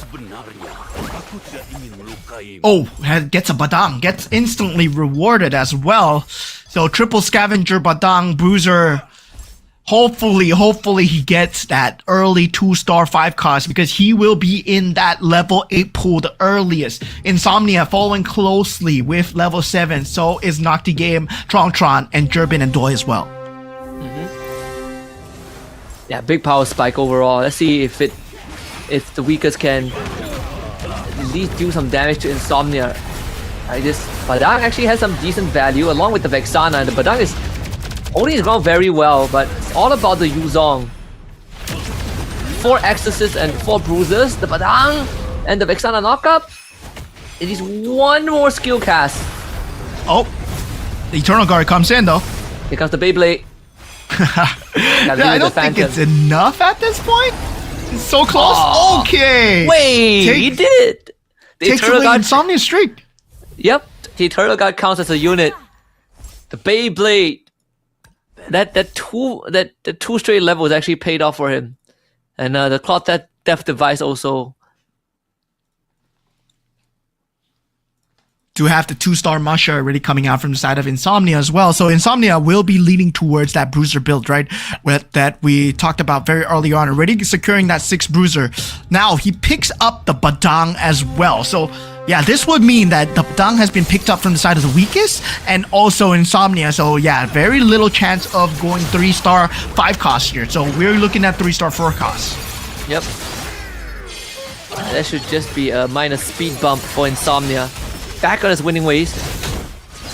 And should be able to go 6 Exorcists as well in what we saw previously as the weakest. Gonna take another loss from Q Snake this time. Does need a bit more level. Need a bit the 2-star on the Badang and the Vexana to make it count, and probably will also need to enchant the tail synergy as well for the Vex. Yeah, definitely. For the Vex, I would say Enchanted Tales currently so far has not been proven to be the winning strategy. So far it has been the Kishins, mostly on the side of most of these teams as well. The Neobees even have been proving to be good in that later stages of the game. But yeah, the Kishin has been the proven winning strategy of this semifinals 1 so far, right? We have not seen much of the Dragon Caller, we have not seen much of the Ember Lords. Most of the end game builds go with either the Kishin or the Exorcist build. Yeah. Tron preparing to take another L here. Gonna go down to low 50 health in the hands of Q Snake. Yeah, Morpheus once again able to deal damage towards the weakest, and Doi finds himself extremely low. This time he's not a Nana. He won't have the ability to be coming back alive here. And now we have the auction round. Insomnia first to go for the mirror device, not being contested for. He is sitting there at 0 gold. Wait a minute. Doi, okay, Doi comes in just in time. Yeah, if a mirror device goes for free to Insomnia, that's just them not doing their due diligence here. Weakest will be jumping in with 9 gold. Insomnia chooses to go for the 5 gold hero instead. Yep. Jerbin, does he give it to him for free though? He does. Yeah, actually gets the Antique Cuirass for free here. But the fact that Morpheus got another capacity, it's gonna work in his favor. Let's see which crystal does Nocti he can go for. There's some pretty good options just now. Yo, Insomnia from that 5-cost random hero, he got a Badang. This game is rigged for him to win at this point. Yo, Insomnia just got a Badang from that 5-cost random hero. Insomnia, well, I believe with that 10 Kishin strategy, somewhat you just rigged yourself into a win. Now He's going definitely into gonna the, make top 4. Yeah. going into the next Gogo card, it's gonna be gold as well. So yeah, he's gonna have the Badang really soon, right? I think he will. Maybe like a good round or two after that, he's gonna be able to level up and start rolling for the Badang. Look how excited And yes, he still has the two scavengers too, so that could give. Well, he just got the Badang. It showed up in the shop, man. Yeah. Meanwhile, for Doi, he's at dire straits here, 11 HP. We're looking at the weakest board. Weakest so far. He is trying to find his final synergy, trying to roll it down. It looks like Kishin will be that synergy of choice so far. Now for Doi, for the side of PNK, he has not been finding any value so far with his traps. Does go for that marksman synergy with the carry at 2-star. Unfortunately, the Phobius steps into it, so not much value there. Hinges on this carry to really carry the game. The Leslie also finding some value here. He might be able to just barely make it out of this against Morpheus. Yeah, does still have the Phantom from Saber, but yeah, able to get out of it with the final synergy switches in time. But the person that has been having the greatest time here so far is Insomnia, right? With that crazy 6 bruiser build, already with that Badang at level 2, that's just going to be a very scary mid game for everyone to deal with. Now the final Gogo card might change things here, turn the tides. Defender Blessing being picked up from the side of Q Snake, so he might be going for a full poison build here. Yep. Actually in a very good spot to do that as well. It's gonna be a creep round. Man, Insomnia is hitting all the right pieces here. Winter Crown on the Badang too. Noctiga does have the Shield of Fortune. Noctiga has the Shield of Fortune. Tron the same as well. This is probably before they knew me. one of the more underwhelming rounds for him. You can't run from Going for 4 dragon. Well, he had 4 dragon callers. Now he's gonna start cashing in with the board cell. Yeah, this hardbond meta, well, meanwhile, can the weakest as well, right? Both of them are falling extremely low in terms of HP. Tron does get that Gogo card to kind of keep him into that game as well. He does get the Shield of Fortune, but hopefully that gold is enough to convert into either a 2-star Claude or a 2-star Ling that he's going for. Hopefully a 2-star Ling, because he's going for that Ruby Swiftblade combo. Because Tron right now looking at the lowest and weakest. Now Doi going up against Q Snake. Man, oh man, Doi needs to hold on here. Yeah, he has the 6 marksman. Iritel, but Harry is doing God's work, and he has the Ruby to hold the fort. Leslie is on the right target too. This snipe will take out the Mia. I'll bring her low enough for the finisher.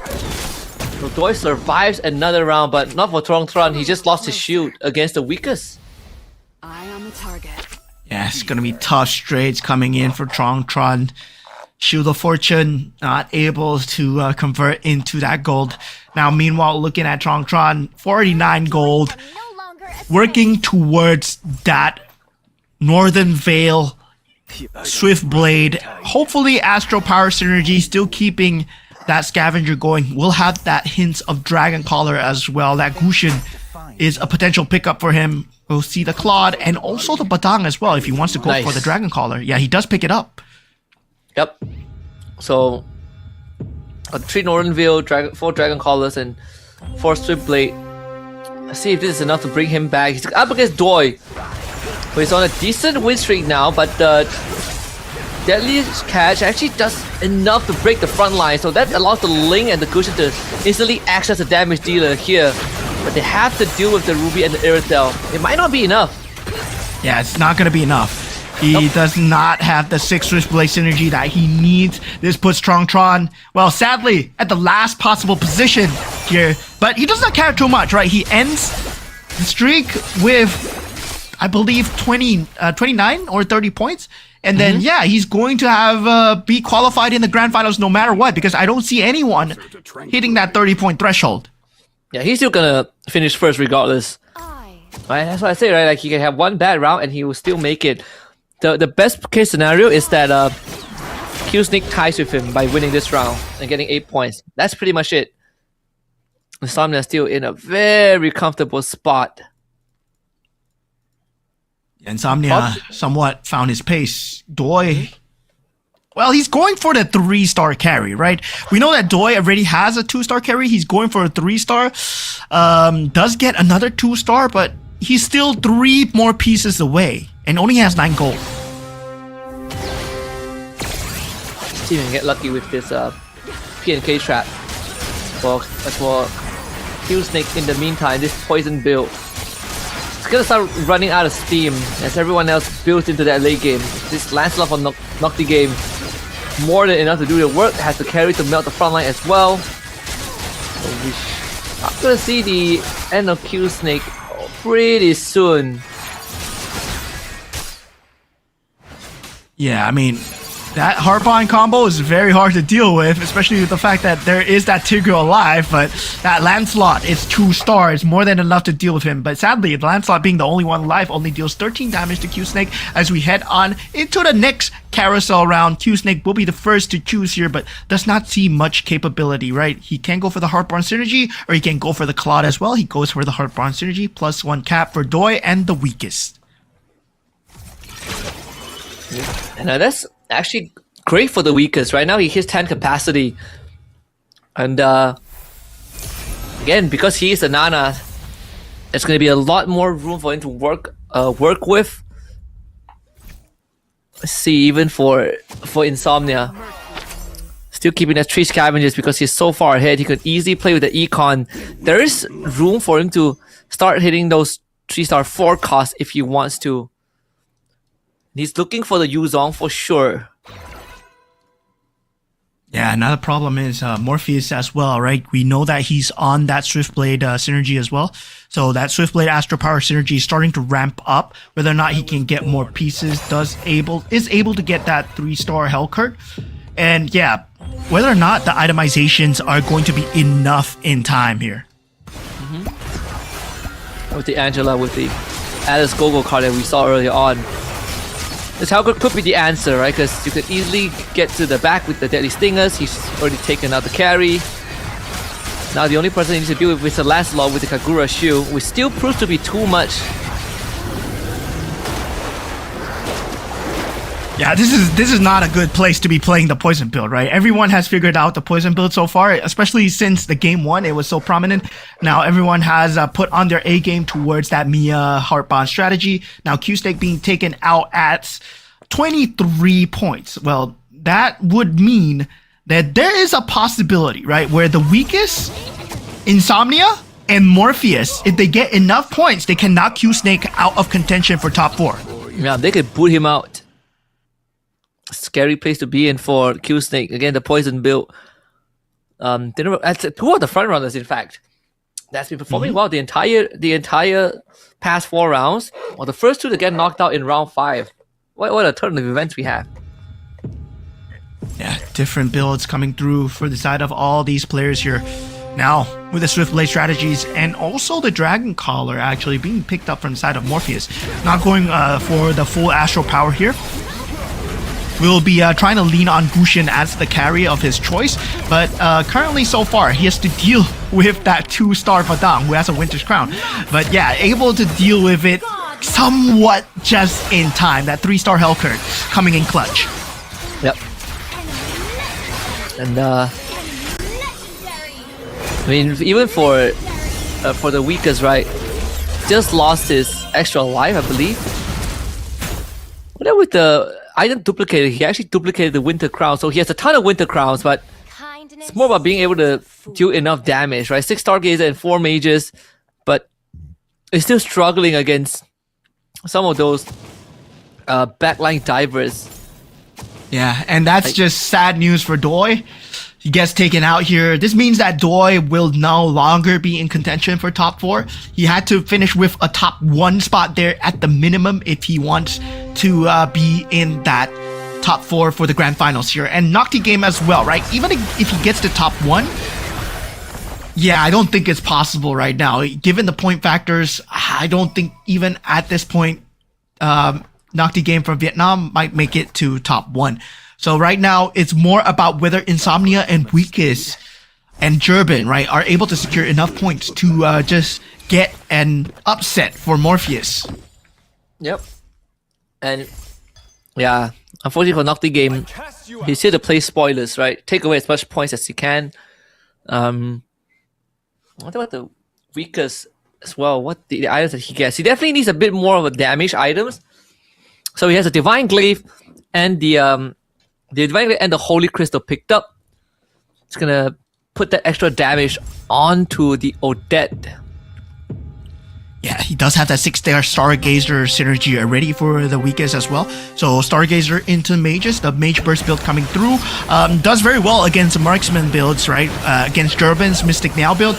Now, we are seeing Morpheus going up against the Weakest so far. And so far for the Weakest, well, his Mage build seems to be doing okay, but the problem has always been the Hellcurt and that Saber. And Morpheus so far able to bring the Weakest down to its final legs here, 1 HP.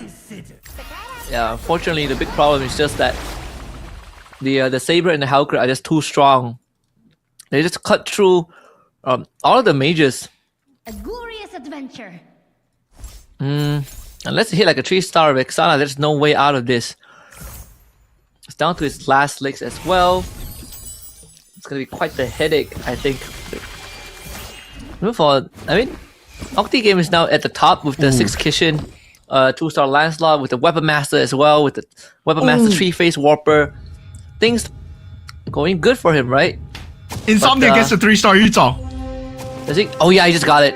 Insomnia got the 3-star Yuzong. So yeah, finally, right? We were hoping that Insomnia gets it in that early stage. He got the Yuzong at the start already. Now he gets the 3-star Yuzong, gets the synergy through. He does have the economy with the Bruiser. But now it's more about dealing with the Weakest, right? Now the Weakest is going to be a huge problem here. Oh! Does take out the Weakest. Almost got wrecked by the Beyblade, but the Spell Vamp enough to keep him alive. And there goes the Weakest. He is now out. 3-star was just in time. Just in time. The Weakest might... Yeah, there's a high chance the Weakest don't make it to top 4, right? Because Morpheus and Insomnia are still around. And we're looking at a minimum of, what, 5 points? Whoever loses now at least gets 5 points. So Insomnia and Morpheus can still knock out the Weakest and potentially kill Snake, depending on where Gerben ends up at the end of the game. Yeah, there is going to be a very crazy last top 4 fight here, right? Because if Gerben gets top spot, suddenly it looks like it's anyone's top spot so far. Now, for Gerben though, he's going up against Insomnia and Nocti game going up against Morpheus so far. Morpheus has been doing great with that build of the Hellcurt and also the Saber. Now going up against Nocti game's build of the Lancelot, but the Lancelot proving to be slightly too much with the Kishin build will be taking out Morpheus here. Morpheus should get 4 points from this. 5, I think. 4th. It's gonna put him at 24, 36, sorry. 36? Yeah, 25, I think. Yeah, 25. Yeah, 25. Wait, that means that He's secured. No? he is. That means the Q Stick is in danger, right? Yeah, Q-Snake is in danger. Like Insomnia needs to... Wait a minute, it doesn't really matter. If Insomnia is gonna get like 6 points, it's gonna put him at 24. It's Gerben that's gonna be the one that's gonna put it in danger. If Gerben gets 8 points here, right? If Gerben wins, Then he ties with Q Snake, right? yeah, then he ties with Q Snake. Then that puts everything into overdrive here. So yeah, we're just hoping that Gerben, well, he can just throw things to a toss here.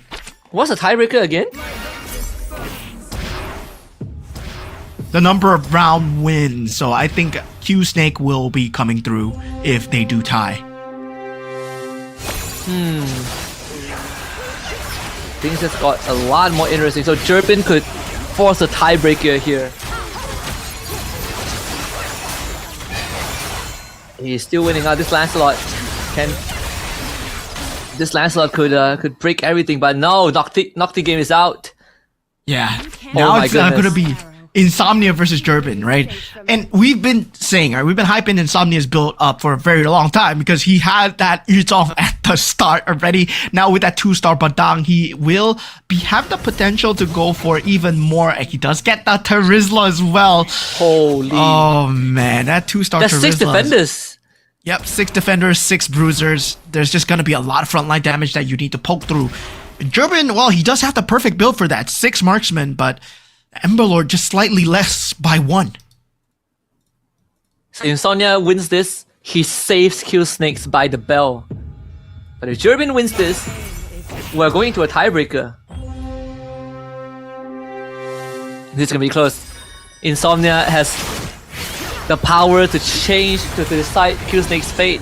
Oh, this is the 3-star carry. It's melting through the Yuzong. Pops the Winter Crown already. Wait a minute, Yeah. he might actually do it. It's close. It's close. He might actually be doing it here. 20 Oh damage my onto Insomnia. Gerben. Continue your fate. Gerben. The Lord of Light stands with us. Wait. This puts Insomnia at 23 points as well if he gets second. It's a 3-way tie. It's a 3-way tie, 23, 23, Wait, 23. no. 7 points, right? 25 for Insomnia. Oh, 25 for Insomnia. Yeah, sorry.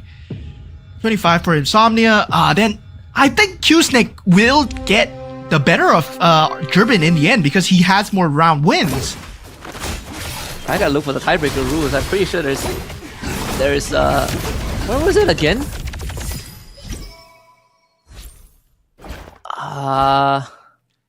Alright. So if 2 or more players are tied, ranking will be determined according to the criteria in the following order, right? So total tournament points, number of first place finishes. Okay, Yep, I mean that's Q Snake. Yeah, Q Snake just wins. Yeah, Q Snake wins because he has round wins. He has. Yep. Wait a minute. First place finishes, right? Oh, no, they will be tied for 1 first place finishes if Gerben wins. But then the next criteria will be top 4 finishes, which Q Snake will win. Yeah. Wait. Yeah. Does Q Snake finish top 4 like 3-4 times? Yeah, I mean, okay. He wins the tiebreaker regardless. Yeah, so Q Snake wins the tiebreaker. Sadly, for Gerben, this will be the last hurrah here. If he gets 8 points, I think he loses out in terms of tiebreaker to Q Snake because of the top 4 consistency that Q Snake had. Yeah. Man. That's what I read. That's what I remember reading in the rulebook. So this should be it. It doesn't really matter if Gerben wins or not. Q Snake still wins the tiebreaker. But we'll wait for official confirmation. Yeah, but we'll wait for official confirmation. Yeah, but based on what I read, this Q Snake should go through. We'll see. We'll see in just a little bit. But man, what a fight in the end for Gerben, right? That carry 3-star. At least now we know that there's the answer for the 6-star 3-star bruiser. Yuzong and the 6 bruiser. Yes. 6 bruiser, that was an opportunity and a half for the side of Insomnia, but Insomnia already delivered a crazy game. So Gerben, well, congratulations, you secured $250 for yourself in the last round. We'll have to see, according to tiebreaker rules, who makes it to the grand finals, as you are tied with Q Snake for the points so far. But I believe that decides our top 4 already, right? Tron is definitely there. There is also Insomnia, Morpheus, and between the 4th spot, I'm not too sure whether it's going to be Q Snake or it's going to be Gerben as of yet. Yeah. We'll wait for the confirmation later on for the tiebreaker rules, but again, according to the tiebreaker rules, it should be it. Q Snake should go through despite having enough points with Turbin. But man, Group A is something else. We had especially we've seen the innovation from Tron. He had some crazy moments. Insomnia stepping up, with the ultimate Kishin synergy, and then Turbin finding the answer for the 6 bruisers in the final round of Group A. Yeah, the pivots coming through from a lot of these players, especially when in the early stages where they were going for the eco rounds as well, we did see how a lot of the more competitive players want to play, right? They play for the money as much as possible. Then afterwards, once they secure the scavengers, once they're secured the newbies, then they go for the main pivots coming through. And it seems like, yes, the top favored pivots have been towards that Kishin and also towards that 6 marksman into that Mystic Meow as well. And that's something that we finally saw out of Turbin at the last game as well. Yeah. Can I just say that Veil still is at 100% win rate and has only been used once? I think Trong is up to something. He might actually get to cash out on some extra cash by the end of this. Well, he's guaranteed grand finals with a super consistent performance, right? 4 out of 5 rounds he had a top 4 finish, and half of it was first place. He only bombed out in the last round, but by that point he secured more than enough points that it really doesn't matter where he ends up. Yeah, so very good show by everybody that has played today. So far, I would say, well, defining the meta, as the new patch just came out just a week ago. And definitely for a lot of these players, it's all about finding the play so far. It feels like, yeah, right now Kishin is going to be one of the strongest builds. Nocti Game had a great showing. Turbin, I would say, during the last match itself, pulled off that 3-star carry finally against Insomnia, who had a great early game as well. Once again, right, people who have great early game, it feels like they've been not winning the matches. Yep. Let's take a look at the winners lineup for this game. Looks Turbin with the pop-off at the very end. And of course, able to score himself the 3-star carry, 6 marksman, and Mystic Mail strategy, and on top of that, having the 4 Dauntless to keep the front line alive as well. 2-star Ruby with the perfect itemization to consistently just make space for both the carry and the Leslie to do damage. I mean, there is no way, right, where the Yutong would be finding himself in the back line, especially without the utility of being able to jump into that back line. You're not a swift player, there's no flicker anymore, there's no ability to jump behind. So yeah, without those items available in the pool, this brings carry and Irithel, especially in the back line, especially if you have a Leslie as well who's able to deal so much damage.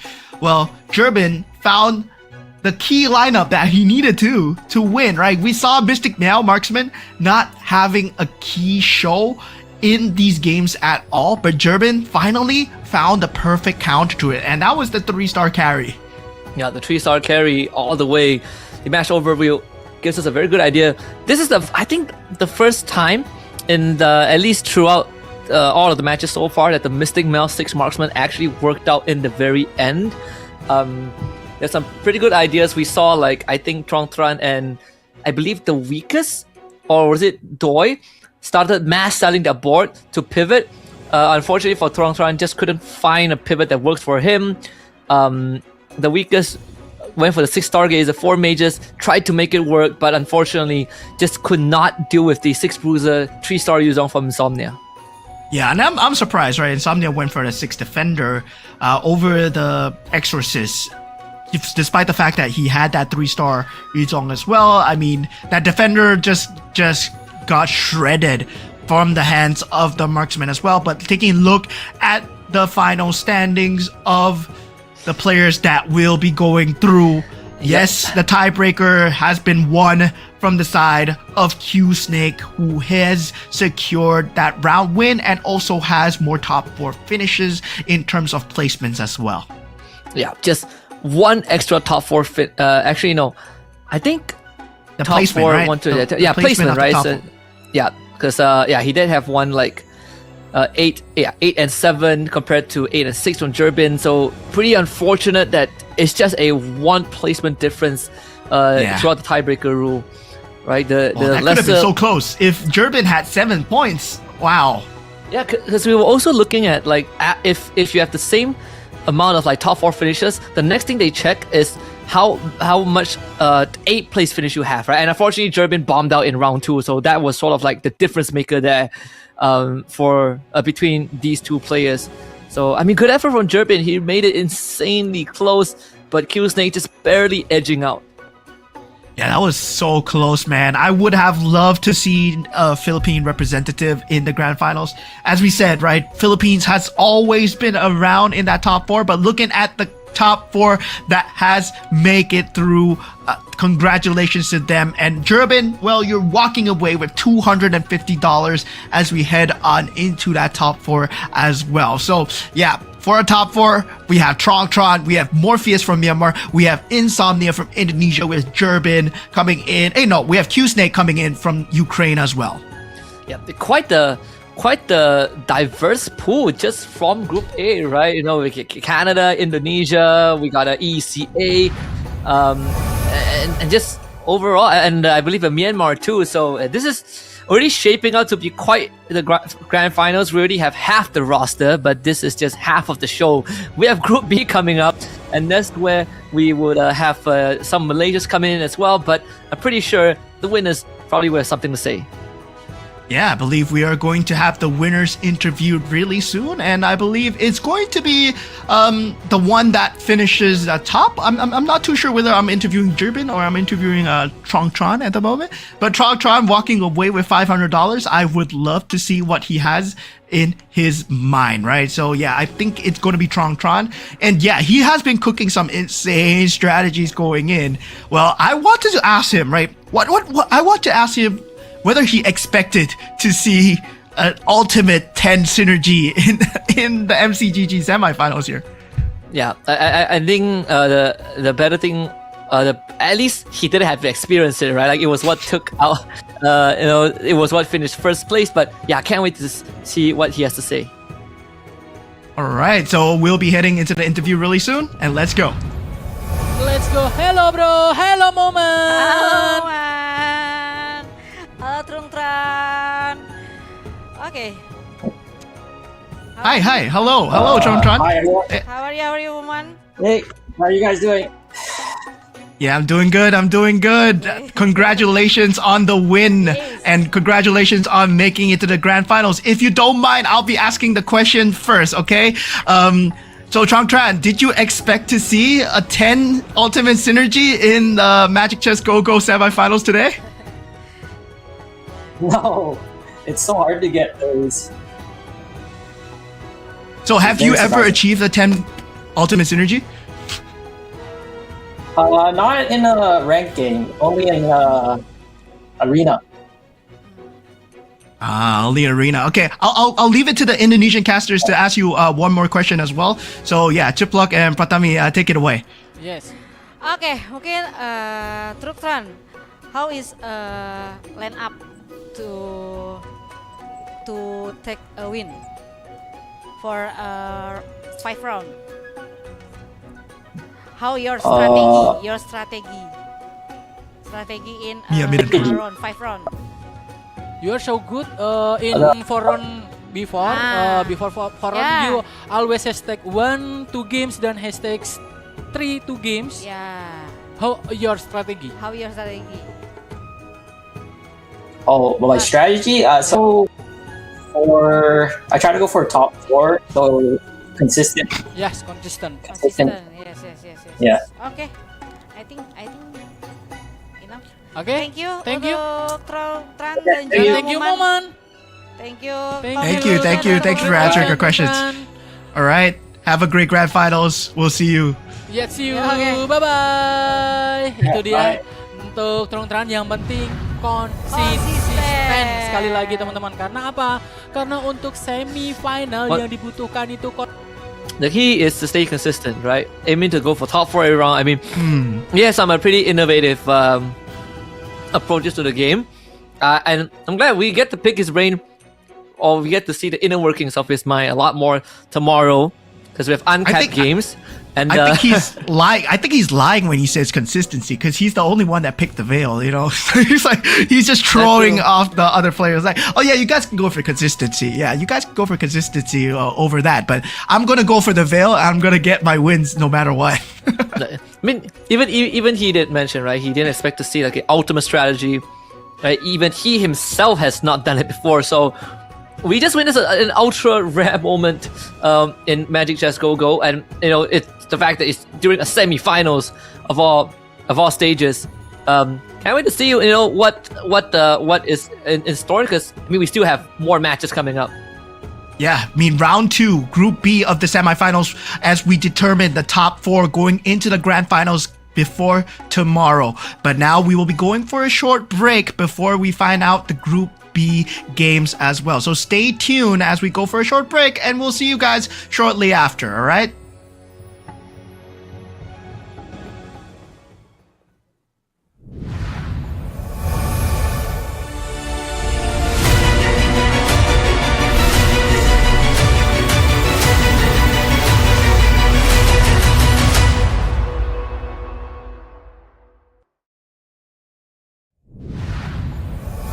Welcome everyone, big news is here.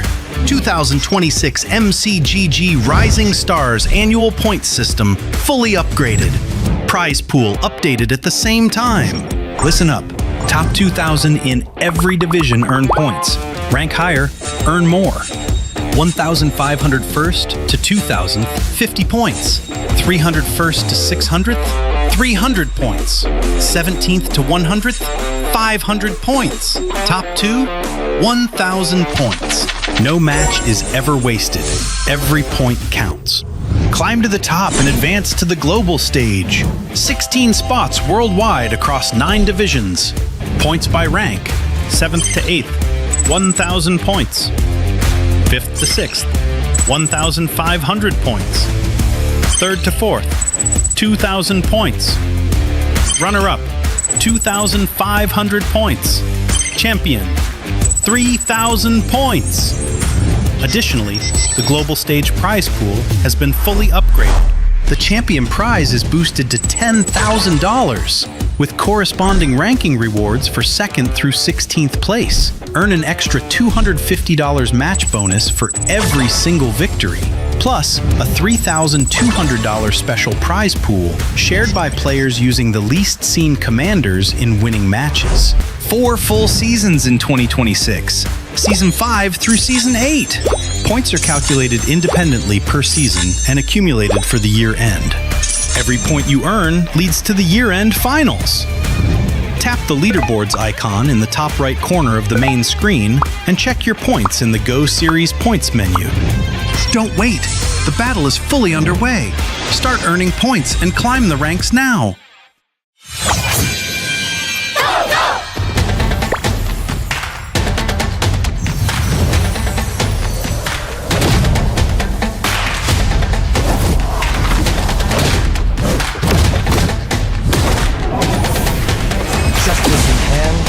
Resolve in heart. Let the mind be like water.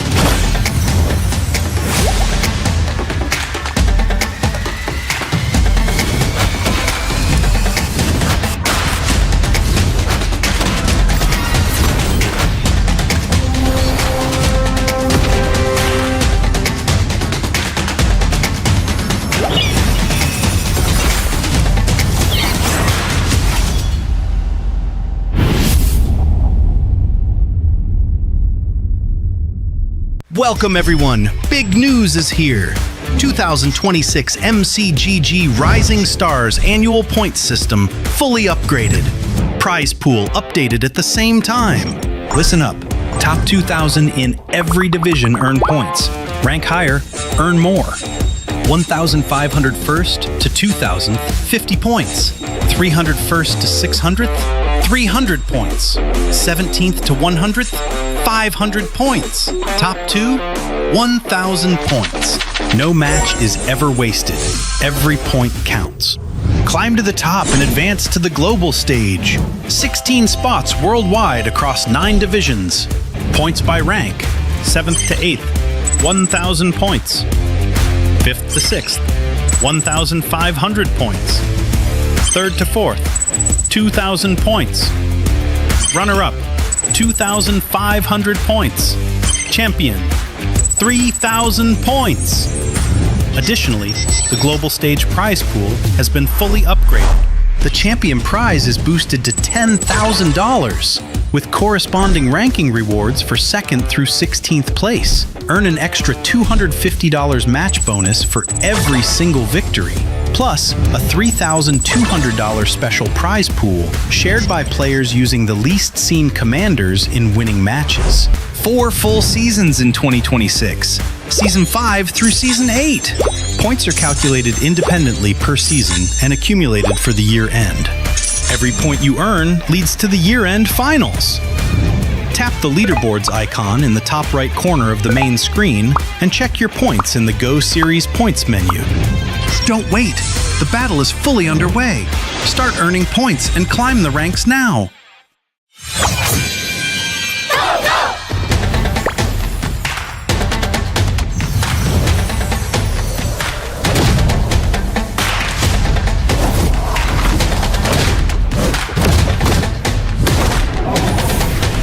Justice in hand, resolve in heart.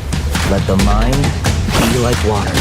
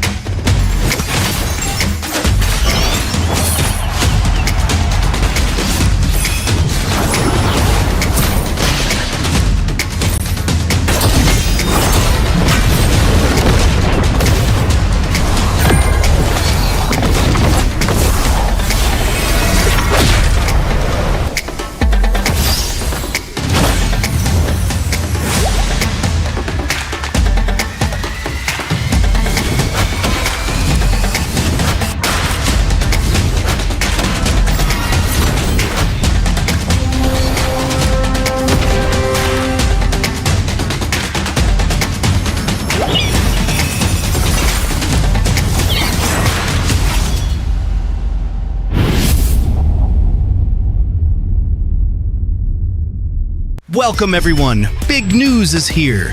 2026 MCGG Rising Stars annual points system fully upgraded. Prize pool updated at the same time. Listen up. Top 2,000 in every division earn points. Rank higher, earn more. 1,500 first to 2,000, 50 points.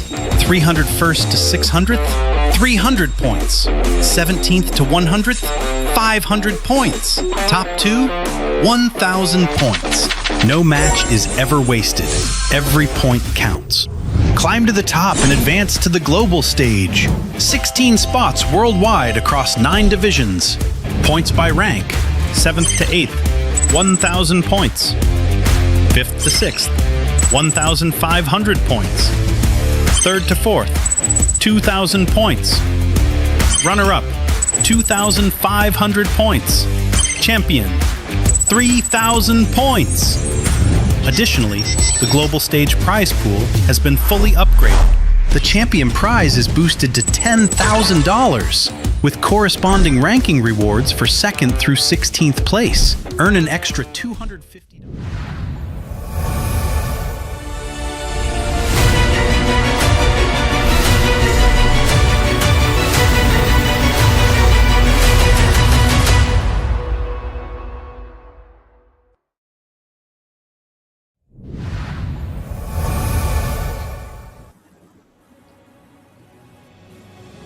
Hello and welcome back, ladies and gentlemen, to Magic Chess Go-Go MRS Season 6. We got the Rising Stars coming up, and this is going to be the second half of the Grand Finals. We are your casters, Moman and Husky. And how have you been feeling after the break, guys? How are you feeling, Husky? Feeling great. I mean, we've seen some crazy stuff in just the Group A, and I mean, the players have set the bar really high, right? And now it got me excited on what's going to happen in the second half of the show, where we have the Group B contenders, another set of 8 fresh faces who definitely have been watching what went down in Group A, and I now I want to see what they have in store and see who gets top 4 and joins the finalists tomorrow. Yeah, definitely. This is going to be the second half of the semifinals, where another 8 players will be vying off for that top 4 spots for the grand finals as well. But we have different representations, right? A region that, of course, my friend Husky here would be proud to say Malaysia is coming in that Group B as well. And of course, we got a representative from Myanmar as well. So yeah, we got Cambodia as well coming in as well. So yeah, I'm proud to see them coming in. Yeah, but I mean, last time we've always had Malaysian representatives, but never as much as this, right? At least not 3 in a single lobby, which is pretty crazy. You know, I thought that it would be more spread out, but it is what it is. And now I want to see if they can make it true, because, you know, these are, again, new faces. They are not the usual names that we saw back in Gold 1 and back in season 5. So with the torch being passed on, there's definitely going to be some expectations, as Malaysia is regarded to be one of the strongest region as well. We did win SEA Games, you know, I think last year, actually no, couple of months ago, sorry. So there's definitely, you know, a standard to be held. Yeah, and for all of you guys that are watching the live stream as well, of course, do remember to follow our official Facebook account on the QR code there, and you will find luxurious rewards, you will find activities, comprehensive game news, of course, everything to do with MCGG Magic Chess Go-Go, that will be there on our Facebook group as well. All the rising stars, well, if you didn't know, right, MRS, from season 1 all the way to season 6, it has started with all of you in that app itself, where you are just playing in the comfort of your own home. But going into the TikTok as well, right? Going into our Facebook and TikTok QR codes. Do follow our live stream. Do follow our official TikTok account at Magic Chess Go-Go Global. You'll find the latest and also most comprehensive game news. Follow us on both communities. And who knows, you might be playing in the next Go 2, Go 3. I might be casting you guys. I'm excited to meet you guys as well. Yeah, and I think that's the best part, right? From the comforts of your home, you get to be a part of MCGG history. And again, follow our official MCGG TikTok page. You can join our community events while watching the live stream, and you have a chance to get some diamonds along the way as well. And remember, just now when we watched Group A, these guys are all playing from the comforts of their home, on their couch, on their bed, wherever they find most comfortable. And some of them have already locked in a $250, $500 prize pool, so you can be that too, as long as you put in the work. And speaking of putting in the work, the devs have definitely been working overtime to bring us the Chrono Echoes Season 7 set that will be showing up on 12th of August. So remember to lock that in your calendars, because this is more just about a new season. It's also about new synergies that is going to show up and become game changers. They include Echomancer, the Starbelt, Spectre, the Miss Bender, and apparently we have 2 super fans called Franco and Brody. So if you want to find out what that means, tune in to the update on 12th of August. Yeah, I mean, this is going to be a crazy new synergy, crazy new metas to have unlocked as well. Hopefully, we get to see a rehash of combination of old metas that are coming in as well. Of course, from the OG meta till now, there has been a lot of changes to the entire sets and synergies races of Magic Chess Go-Go, but one build remains super popular so far, right? Throughout all 6 seasons, I gotta say, the Bruiser has not gotten any less limelight. Yeah, not at all. I feel like it's been too much bruises or 6 marksmen, and you want to give your feedback. Here is the MRS S6. It is our official live stream survey. If you think that there's anything that we can improve on broadcast to give you a better viewing experience, do let us know. But you have any feedback that you feel like could make MCGG better overall, do drop that in as well. Maybe you have a synergy idea that you want to highlight. Maybe you feel like you sort of want to know a bit more about maybe player fun facts or statistics on the live stream. Just make sure you scan the QR code and submit your opinions.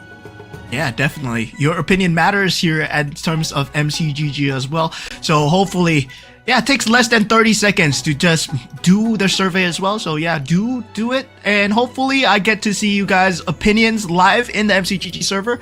I'll get to see it more in the go-to circuit as well, right? When we move on into the go-to circuit, of course, these are the players that will be playing here as we have the annual points coming in from the side of MRS Season 6 that will eventually add up to that global circuit as well.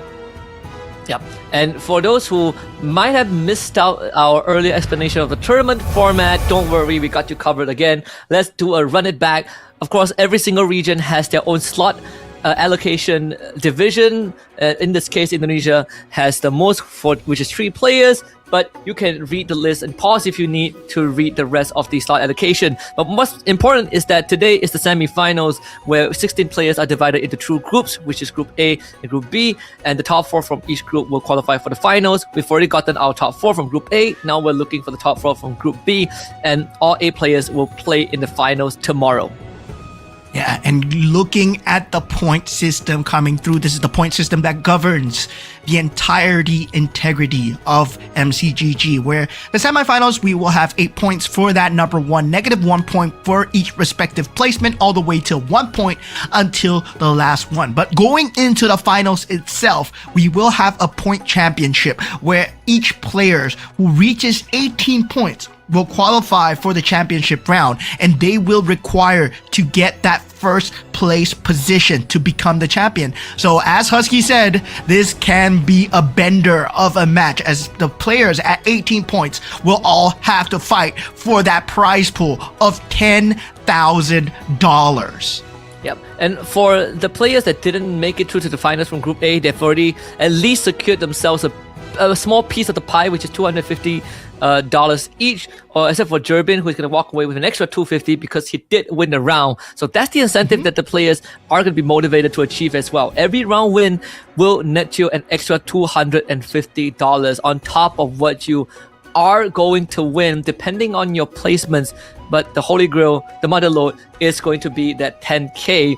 But on top of that, we even have another incentive that we call the special prize pool. Yeah, and this is indeed special, right? After the tournament concludes, all mini commanders used by the winners of each match will be counted. So definitely we are stat tracking the amount of commanders that have been used. And of course, the least winning appearances of the commander will share a $3,200 prize pool. So this means that if your commander is not meta, but you know you can win with it, like if you're Tron and you know you can win with Veil, well, there's not going to be an issue, right? Because currently, Veil sits at the bottom at 100% with 1 appearance. And yeah, $3,200 prize pool, that's not too shabby. Yep, so there's a good chance that if no one else picks up Veil and the tournament ends, Strongtron walks away with an extra 3.2K, which is pretty insane if you think about it. So do keep an eye on the commanders used by our players, because you never know what else they have cooked up. But I think it's time to introduce our players from Group B. Again, another set of fresh faces. This time, still have an Indonesian Dazer. We got Pain OU from Myanmar with AOT, Ban from Vietnam, Starboy Go Cambodia, two more Indonesians, Mozzie and Mochi, and of course the Malaysians with J Part and Rage. Yeah, so actually Dazer is actually from the MENA region, right? But he has that Indonesian flag because he is of Indonesian nationality, so his parents are both from Indonesia. He has an Indonesian passport, but he currently lives in MENA, so he participated in the tournament from the MENA region. So he will be playing from the MENA region as well. So this is our man Dazer himself, right? Indonesian, yet MENA at the same time. This is exactly like me, right? And Pain OU coming in from the Myanmar region. Well, nice to see you, my friend, my Burmese brother, as hopefully you will get into that grand finals as well. And AOT Ban, teammate of AOT Shadow QC. So our previous champion has sent his protege / teammate over, and Starboy Go coming in from the Cambodian region. Yeah, and so it's there's some heavy hitters here for sure. Again, Indonesia, they have multiple participants, but of course the Malaysian as well. Two new faces in this Group B stage. You got Rage as one of them, and of course J Part as the other. So there's gonna be some responsibility to carry that torch forward, but it's pretty exciting. It means that the talent pool is constantly growing. We're not fully just relying on one superstar who won that SEA Games for us and finished, I believe, top 5 in Go 1. Yeah, we got Mochi as well coming in from the side of Indonesia.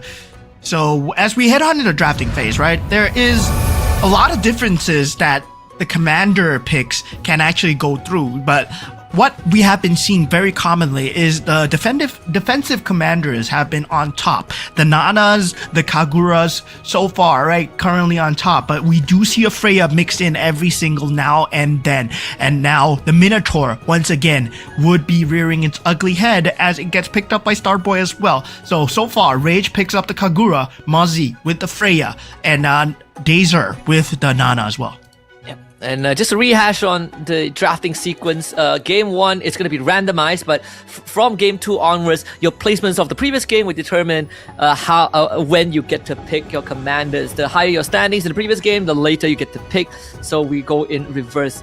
The Veil comes out from Pain OU, so going to be the second Veil pick, but we'll see if it's going to pay off. If he is going to get a win with that commander. Yeah, that Veil, man. That Veil is going to be a huge question coming in.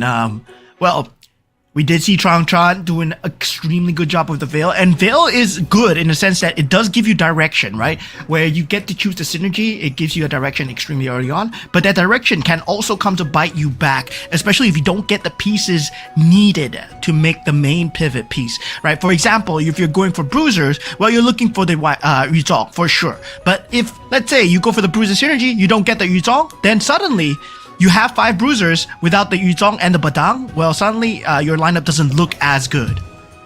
Yeah, and most importantly, you need to be able to hit the Yuzong as well.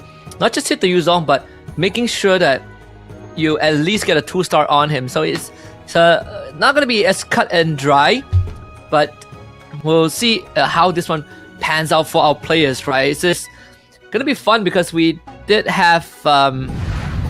I think Insomnia for Indonesia just making it through. Now there's a chance that we get 3 more Indonesians, or in this case, including Dazer, into that grand finals as we hop into game 1. Right off the bat, no scavenger openings.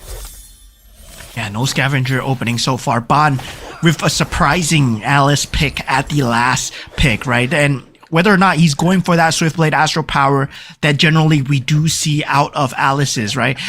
We are going to expect that coming out from Alice is trying to pick up that first 3-star, trying to pick up that first either that Hellcurt or the Saber. So far, not choosing to commit the card as of yet. So yeah, is still looking for that Astral Power synergy. Mochi having the Hardbond Scavengers ready. Ban also having the Hardbond, and Mozzie actually going for a bit of an eco play here. We need to take the L just to make sure that he remains at 10 gold. I think the Eater is doing the exact same thing, taking the L making sure that he's going to be sitting at 20 gold. So he's going to level up automatically but right now and gets to cash out on a couple of key pieces and start working on the board. Yeah, definitely going for an early interest play will be Dazer here. As he is on the Nana, he's starting to feel safe. Now, scavenger pieces being picked up from the side of Mozzie and Mochi as well. This will accelerate them into that mid game as well. So far for Ban, unable to find the piece that he needs to actually make a very nice Alice board, but he still has the space of time to work with. Currently still only at the third round so far for all these players, right? And usually generally at the third round you don't find your pivot pieces, where generally as the better you are, the more costs you're willing to forego, right? Whether or not you find your pivot at 3 costs or at 4 costs, generally it's always at 4 costs for these guys. Yep. And it has been one of the more consistent strategies to win the game. If you want to go for 3 costs, you're either looking at the Mia Poison build or you're looking at the Saber Hellcurt. So it hasn't been much variation other than those two. So it's there's quite the predictable pattern here that we're seeing. Scavengers now come up for half the lobby. It's going to contribute to that finances. Yeah, Neo Beast coming out from the side of Mochi as well. So Mochi, surprisingly on the Cho, does not go for the Cho Sash, went for that Ruby card as well. So the Ruby Commander card gives him the Cloak and the Scythe as well. So this means that he can potentially go for Ling Neo Beast build, especially if he gets that Scythe and that Cloak on the Gushun and also that that Ling as well. So yeah, he can go for that, especially while he's building up Neobe's energy. He's actually winning out the round with 4 newbies, so that's a bonus, right? Taking the win over Pain. It's 76 health, running the Veil, so you definitely want to start getting some big pieces here, and he's gonna get that Yuzong as he's able to move first. Yeah, straight away going for that pivot piece. So definitely the wins will be shifting towards that bruiser favor for OU. Pain, Mr. Pain here, currently sitting at the lowest in terms of HP, but we know that Veil, in terms of synergy, does not struggle when it comes down to the mid game at all. That direction will be easily found from that Burmese player here. And he does have scavengers, he still has neobies, but on top of that, right, he's going to be looking for more bruisers or more exorcists in the meantime. Yep. The blessing activated for the defender's blessing that we saw just now. For Pain does have the exorcist, 4 exorcists and 3 scavengers. So still working, focusing on that economy, but making sure that he's able to cut his losses, at least with Yuzong that's able to take down some of the enemy pieces. Won't be able to win this round against Rage, sadly. This Kagura Martis a bit too much for now without the Bruiser synergy. Yeah, I mean, that Bruiser synergy is much needed in terms of the damage. But sadly for him, yeah, he will be taking quite a bit of damage going on. He will be the lowest HP so far, but the next Gogo card is a purple Gogo card. So yeah, that purple Gogo card would be a tide changer in terms of tempo. It can potentially just ramp up the game. We might not even see a level 9 game coming out, especially if people like Ban, they are able to get like an early synergy from that purple card as well, because you can get an early Swift Blade synergy, you can get an early Swift Blade piece as well. So Ban can potentially go even more. Yeah. Some a good pivot points here too. And Rage, Kagura with Angela on the board. They should secure him that early game, basically securing that early game. That Marty is holding onto Divine Glyph as now as a placeholder, but again the Kagura Shield and the Angela Q should get him through this.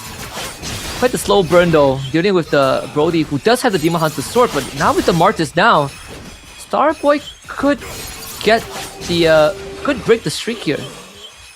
Yeah, the streak potentially broken off.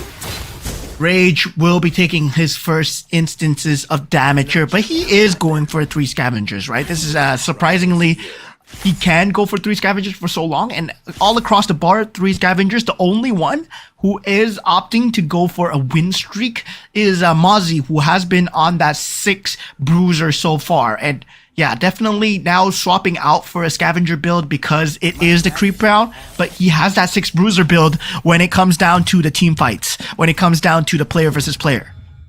Everyone essentially has a scavenger synergy activated, aside from J-Par, right? So he's opting to stick with the 4 newbies that he just got. So it's not gonna be much stacks, much points for that synergy for now.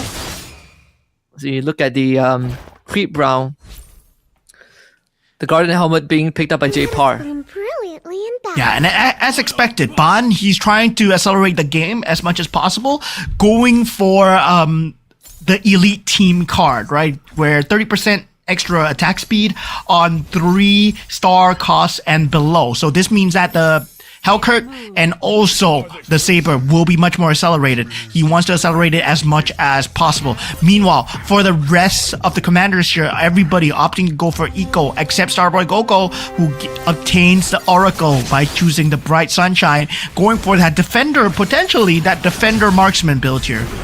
Yep, a very good chance to do that. Even, I believe for Rage, this Yuzong is given the Winter Crown as well. So again, this is gonna take quite a while because even for the 2-star Mia on J-Par's side, doesn't really have the right item to work with, so it's gonna be slow burn. But this time it will be Rage that wins that round. So J-Par is gonna take his I think just 10 damage. Yeah, Rage just filling in that Kishin synergy at the last moment just to get that itemization in. So far, going for that Yuzong as well. So a lot of these players, right, actually going for the Yuzong now. Dazer will be the first to get that 5 costs, and Mozzie as well. But Mozzie has way more synergy with that Badang already available. So 6 Bruiser, Badang already available and online on the board. Mozzie will be secure that win streak all the way till the auction round. Pretty much in a very comfortable spot. 6 bruisers, 2 scavengers, and a Badang with the Guardian Helm and the Thunderbelt. His punches, they do count as on hit, so he's able to proc the Thunderbelt with that and use that extra HP damage. Monty in a very, very good spot right now to kind of get the snowball going through that mid game. Yeah, I mean, at that point, right, he's gonna have a lot of gold to deal with. I'm not gonna be too surprised if he goes for that mirror device, and then once he gets that cloning device going, he can get a 2-star Badang and start to just ramp up that mid game as well. So this puts Ban in a very weird situation where he has a very strong board, but at the same time, your opponent is way accelerated into that late game with an even stronger board. Yeah, I think for Ban, he's also looking to try and he doesn't have the cumulative recruitment, right, and he's running low on eco as well. So the tempo is gonna slow down here, and he might struggle to get, his continue that win streak. Now I guess Dazer, who is 2 levels ahead of him. But more importantly, Ban isn't gonna be rolling until after the auction because he needs to save that gold. Yeah, he still has that Neo Beast chest as well. Like now, finally at that 300 mark, might be choosing to just open it after the auction house. So yeah, that auction round might be that time where a lot of things might change for a lot of these players here. And yeah, a lot of them, I mean, still at that safe threshold HP. Now currently Ban and Mozzie on a win streak. Yep. Let's see which one are they going to go for here. Ooh. Okay, so Dazer wins the bid for the Magic Crystal, but Mochi also wants it, right? So cashes in 12 gold for that. Dazer, he was thinking about it. Kicks Ban off the Winter Crown. Yeah, now the Holy Crystal not being contested by anyone so far. Pain will be taking it. Mozzie actually takes the Haas Claws, bullies everyone off it, right? He knows what exactly he's going for. He's going for the Haas Claws build with the Bruiser as well, so he wants that ability to just sustain in that later stages of the game. Now, this might be a good thing for the itemization, but at the same time, he needs to get the star synergy. He needs to make sure that the stars level is up, especially on the Badang and also on the Yuzong. Yeah. And at least for the side of the Alice for Ban, it's working out pretty well. Again, his economy isn't looking the best, so instead of that Gushen, he's putting that Alice buff onto the Joy instead. So he's looking for a very mid-game centric draft. Maybe just enough to edge into the top 4, but the primary focus is still going to be on the Saber and Hellcurt, as J-Par gonna win that round with the classic Poison Heartbound build. Yeah, Mochi has been sitting on 72 gold actually. Now going for that reroll roll down as well. Now Pain OU finally goes for that roll down as well. Secures that 2-star Yuzong into a 2-star Kagura. And he does go for another Yuzong as well. Does not have the 6 Exorcist. Well, eventually finds the Ruby to put into the pool as well. This puts him at so close to a 3-star Exorcist build for Pain OU. Now huge turn. Huge pivot coming out from our Burmese representative here. Is it enough for him to hold on? Yep, sitting at only 12 health as well. Needs to be able to get through this round though. Should be able to do so. The Phantom of the Yuzong is doing some good work, but the Aurora AoE starting to become a problem. They need to burst the Aurora down, but there's the Winter Crown too. And it's doing just enough at the very end for Pain OU to survive into the Creed round. Yeah, that Holy Crystal coming in super clutch on the Kagura as well. And that was the least contested item, and Pain OU essentially got it for free. So Pain now, at this point, well, it's all about the final Go-Go card. Can he secure a shield or also maybe a Flowing Rivers for himself just to secure some HP? No, he does not get the Healing Fountain. Instead, he has to go for Purest Power. So yeah, maybe that wasn't an option available. Meanwhile, feels like Mozzie going way ahead with that economy game. Does get that Glittering Jewels. Moshi getting lucky as well, getting the Healing Fountain, so she would be able to start topping himself back up slowly but surely. As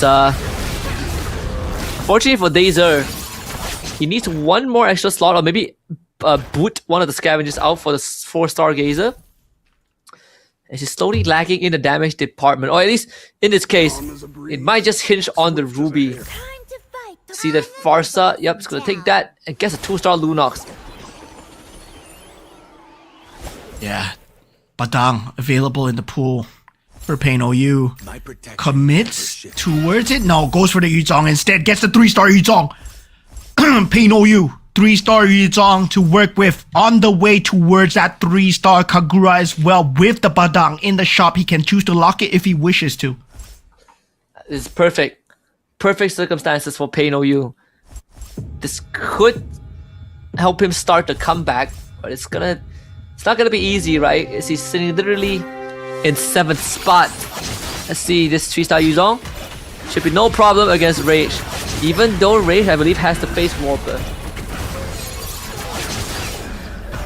Yeah, so at this point, gonna be very tough for a lot of players to deal with, especially Pain OU getting that 6 Exorcist synergy. Now Dazer falling extremely low, Rage as well. This is the part where a lot of these builds are actually pulling through. Mozzie so far has a great run with that 6 Bruiser. I'm very curious to see whether he is able to take down that 3-star Yuzong that is out on the field so far. Any place is yeah, he himself was able to get 2-star Yuzong, but I don't think there's enough Yuzong in the pool for 2 3-star Yuzong, unfortunately for him. So we had to set up for the 2-star. Slightly late to the party here. Yeah, there's only 14 for it costs. Dazer with this 2-star Farsa, 2-star Lunox, 4-star Gazer. They should also help him hold out just a little bit longer. Have a drink with me?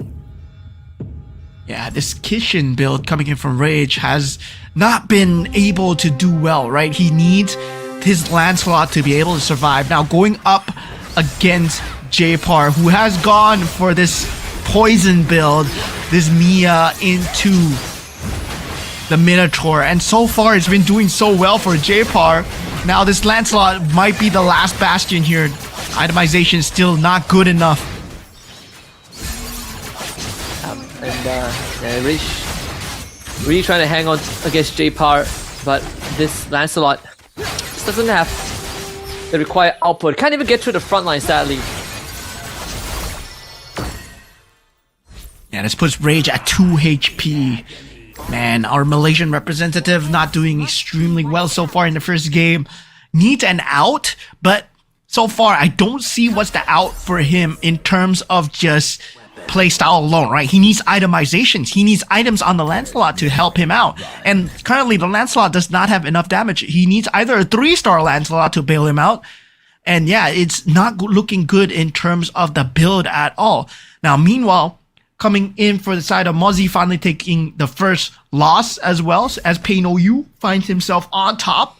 And yeah, his 3-star Yuzong into that 3-star Kagura looking extremely good so far. Yep. And this should be just enough for him to come back. I believe we saw almost the exact same thing from a Trong Tran earlier on. And as you see Rage, if he can hold out here, might be doable, right? Again, hinges on the Lancelot, who does have the Defender Crystal, but it's lacking in damage despite having 6 Kitchen and 3-Phase Warper. So Carry able to supplement that from the back line, they should do it. Yeah, this Tigreal does not have enough damage, right? So Rage will be able to hold on against Starboy Go-Go for now. Every member still alive going into the carousel round. As Rage will be the first to pick here. And the Batang is in the pool.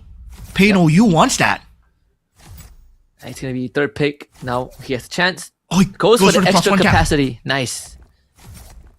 He knows. He's confident. He's confident. The 3-star Yuzong, he doesn't need the 2-star Badang as of the moment, so he goes for the +1 cap, opens up the Exorcist, opens up even more Bruiser builds coming in, potentially. And the fact that he's level 9, right, means that now he has 10 heroes that he can put on the board. Which is more than enough. 3-star Kagura there. Yeah, 3-star Kagura in the shop. Yep, gotta hold on. He can just hold on. He can just hold on to it, yeah. Technically, he can sell the Granger and just get it, right? Yep, there it is. Yeah.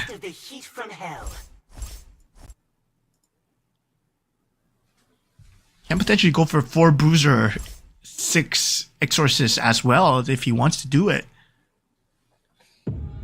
He still keeps the Scavenger synergy, surprisingly, right? I mean, Pain OU, he's just that far ahead. 2 3 stars on the forecast. Now Rage on the final legs here, going up against Dazer, and Dazer has a crazy build as well. So yeah, whether or not this Kishin Mystic Meow, I don't think it's enough, man. No, the Lunox and Aurora, they're left untouched, and not to mention, right, we talk about this Ruby, who he 2-star is just holding the front line back. It really comes down to this Lancelot. Like where he dashes, he needs to dash in the right direction. Able to find a Lunox in the back line, and now only possible Winter Crown. And able to take out the Phantom, and these are down to just 1. Yeah, if he does not find the dash onto Lunox, that would have ended terribly. And yeah, that was total RNG coming out from the side of Rage just to hold on for now. This brings him to another 2-star Lunox. This puts Starboy Go-Go out of the match here, as he is going to be that bottom 8 in that first round. But of course, anything can happen, right? Game 1 to game 5. Still, you don't want a bad start, especially if you're going up against the top few, the very best of the best here, as we reach the top 16 semifinals of MRS here. Yeah. Pretty unfortunate opening, but I believe there is a comeback chance, right? If there's anything we saw from game 1 is that it's definitely not the end of the road just yet. Good attempt though overall, and now it's gonna be a tight lobby. Oh, the Badang almost erased the Aurora, but did just enough to do so. As Mochi, can he survive this? The Blast of Feather Airstrike, the Gusion, Playtrona as well. 2-star Link doing majority of the work, and yep, just enough for the knockout. There goes Dazer. Yeah. Sadly, Dazer will be taken out from side of Mochi as well. Dauntless, Stargazer, not finding the Dauntless Marksman combination that everybody wants. But yeah, forced to go for the Stargazer combination. That's what the game leaned him towards so far. Now this puts him at the bottom 2 as we head on into our top 6 into the orange buff round. And yeah, currently I would say Pain OU still at a great position, but Evo's Mochi as well, right? Whether or not he finds that 3-star on that Ling. Yeah. If he gets it, then it would be a second 3-star 5 cost. The first one we saw was a Claude. Now we might see a second one, the Ling, as the ultimate game ender here. Death, I shall be reborn. Potentially there, but currently, I mean, he's still building towards that Gushin, denying away the Badang as much as possible, does keep the Badang for himself. Meanwhile, for Rage, feels like he's been holding on by a sliver. Now his out, he needs the Lunox to be 3-star, right? He needs the Lunox to be 3-star. That was the potential out coming in from the previous game. It's either the Lunox or the carry that needs to be 3-star, but cannot find it. Does not have the economy for it. You know, hold off for 3 more rounds to even reach the carousel. He does have a Bane that he can gamble for the 2-star, but it's gonna be tough with no economy to work with. It's gonna be up against Mochi. And Mochi already has a 2-star Bane, and yeah, that's gonna wipe out entire front line. So it really comes down to this Lancelot to do work again. The carry as a supplementary in the back line, actually take care of the Gusha before he goes down, and frees up space for the Lancelot, but this Badang, if he pops that Winter Crown too early, which he does, and that's gonna be GG's. Yeah, once again, another victim to Mochi as well. As Mosey and Rage does go down. And surprisingly, right, for Mosey, I was expecting him in a higher position because he did get a very good start, getting that Yuzong extremely early. But at the same time, it was denied away from Pain Ao as he is able to take that 3-star Yuzong for himself. And now, currently sitting at 11 spots. 3-star Kagura, 3-star Yuzong. This Burmese Gan is going at it. He's going ham. 6 Exorcists, 3 Scavengers. He can replace the Scavengers with Bruisers whenever he wishes. Yep, and because he's level 10 with an extra cap, he's 11 slots, and again, rolling for 5 costs, right? So much room for him to work with. The Bane damage is not enough to do against a 3-star. That's an easy win for Pain here. Could be the second win, honestly, for Veil today. Fat 19 damage onto Mochi. Even J-Par on the other end having to deal with this 3-star Saber, but his Mia is the one that prevails. So we are down to our final 3. Yeah, so far, this Toxin build has been working out. This Poison build coming out from J-Par with the Heart Bond and also the Mia combination. Generally, it works out very early, right? When players are going for that late game and then you're just playing for the mid game as much as possible. Now, the Kishin build coming in slowly for the side of Pain Ao as, yeah, he is currently at 3 Scavengers still. Will be able to go for that Ruby, extra Ruby in that front line just for an extra CC coming in against possibly J-Par or Mochi. Yeah, after we're guaranteed the next carousel round 2. Let's see if J-Par's poison build is enough. I mean, the Mia doesn't really have the damage items. It's more like a Sea Halberd and the plate armor from the 12-step device. But man, 3-star Yuzong and 3-star Kagura should be more than enough. But J-Par's mirror not able to overcome Pain OU. It's even Mochi is able to take him out, so it'll be down to our top 2. And remember, Mochi does have the healing fountain, so it's gonna take Pain OU 2 rounds to take him out. 2 rounds back to back. Yeah, this time Pain Ao Looks like it is his game to win so far. He gets the Exorcist synergy as well. So, oh man, this can be an ultimate synergy coming out from Pei Now. There's a potential angle for ultimate synergy as well. See, can he pull it off? Pain out.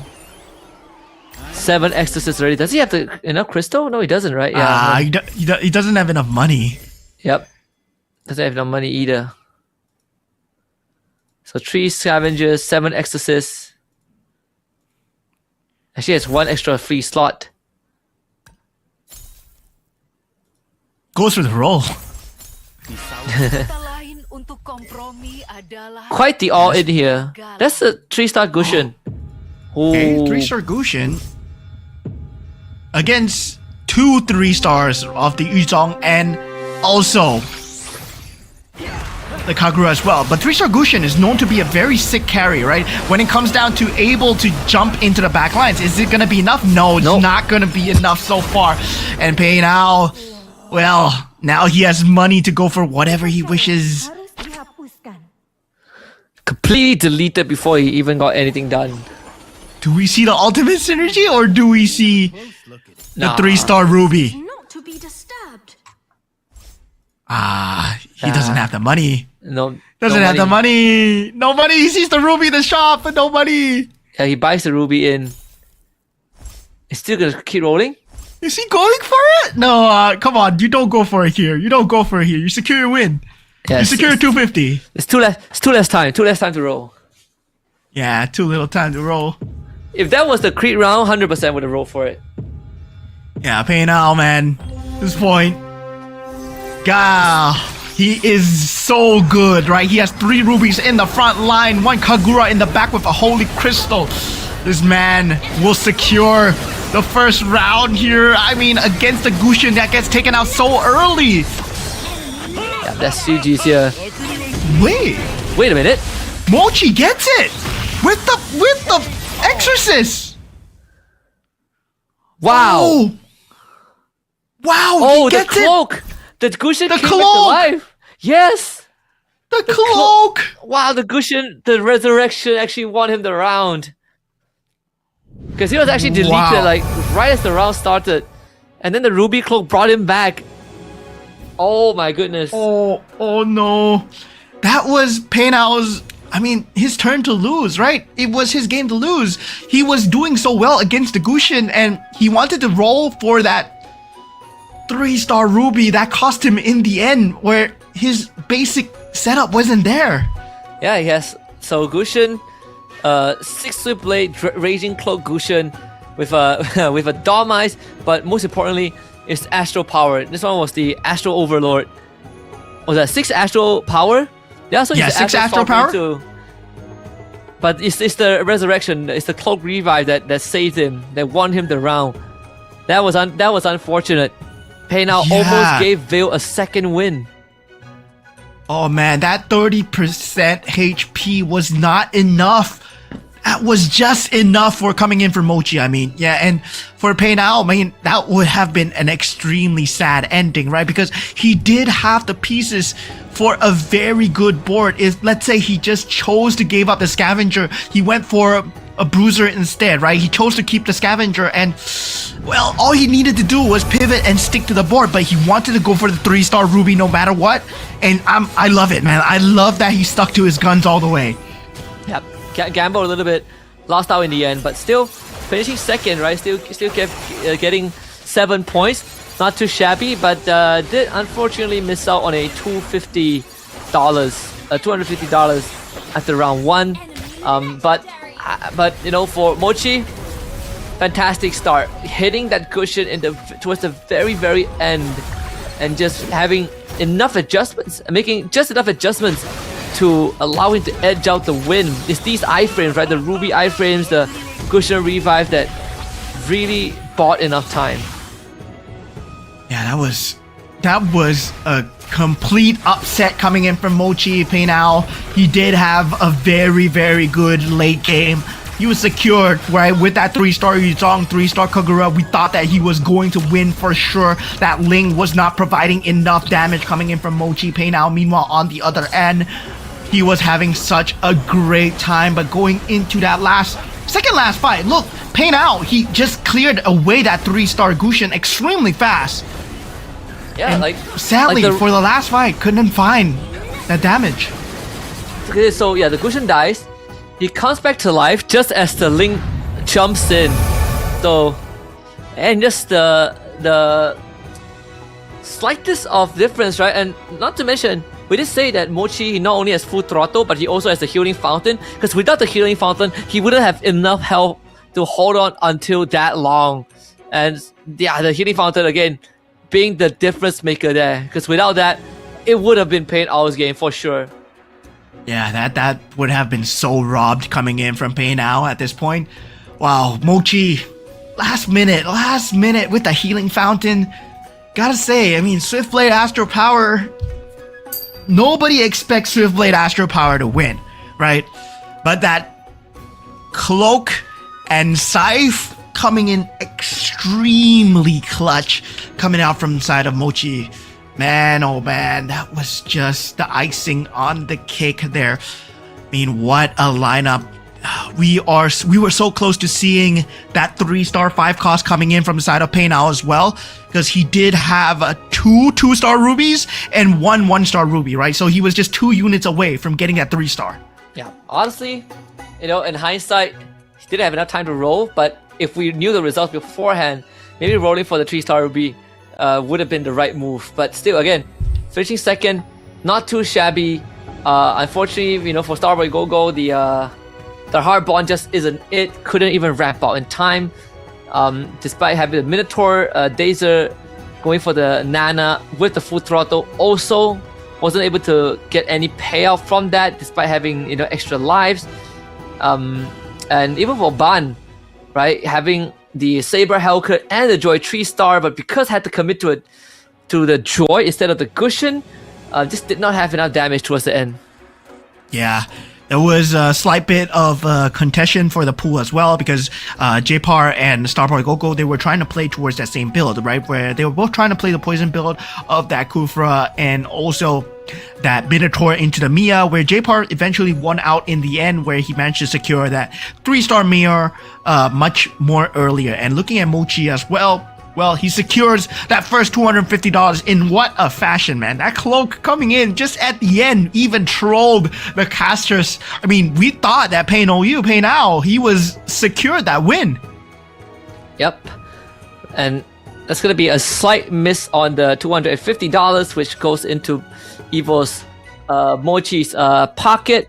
But 4 more rounds to go. So we've seen, it's possible to win more than just one. Trongtran proved it to us so far, still looking as the most solid player out of all the contestants we have, but that's just from Group A, right? Let's see if there's anyone that could rival that performance in Group B, because the first game is a lot about those late game pivots, and we saw that from Pain Out with the Veil, playing with very less health. We saw that for Mochi as well, surviving with the healing fountain, and it turned into a first place showdown. Yeah, that was man, what a game game 1 indeed. Already, if game 1 is gonna end like this, we're looking forward to what these players have in store for us in game 2 as we take a look at the player cams. J-Par, Rage as well, not doing too well in that first game as well. So yeah, Indonesian win coming out for game 1. A bit sad for Team Myanmar at this point, but Starboy Go-Go, only representative of Team Cambodia, needs to show up in the remaining games as well. And of course, our winners, our ex-champions teammate here, AOT, Ban here, does secure that top 4 spot. Let's see what he has in store. And finally, our second seeded Pain Out. Man, he must have been feeling so robbed. Yep, it really came down to a fraction of a second, right? The difference made by the Ruby. Dazer still in high spirits despite an unfortunate game 1 loss, and let's see how this draft is going to pan out, right? Because Mochi finished first, he's going to pick last, and we are going to go in reverse in terms of the pick order. So Starboy gets to go first, gets to Freya. Yeah.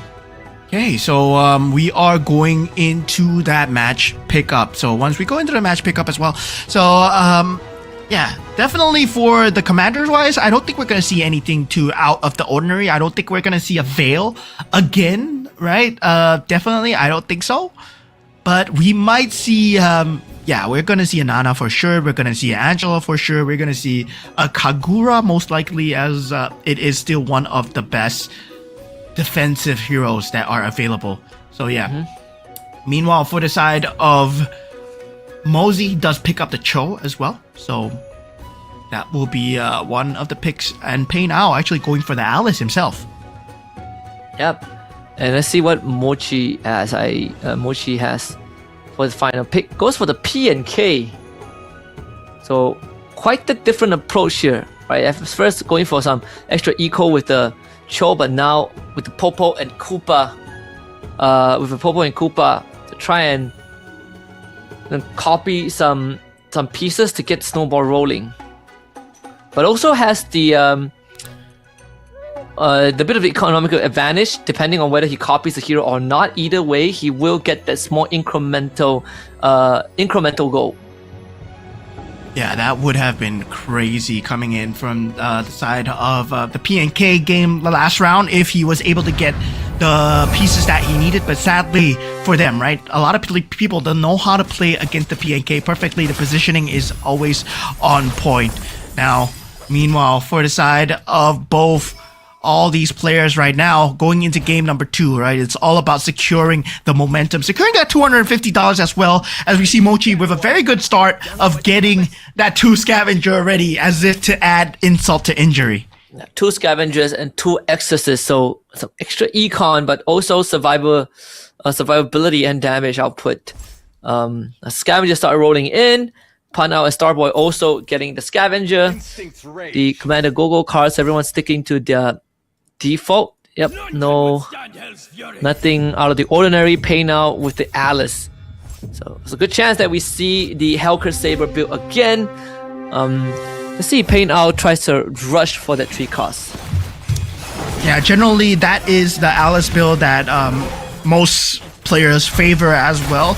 I mean, at this point, there is no Shadow Cell available, so that Astral Power will be the way to go, according with the Swift Blade as well. Now, meanwhile, for the side of the economy, right, more players are going to start to pick up the Scavenger. If they see Neobees, they're going to pick up the Neobees as well, while keeping their economy up, while keeping their interest up at the same time.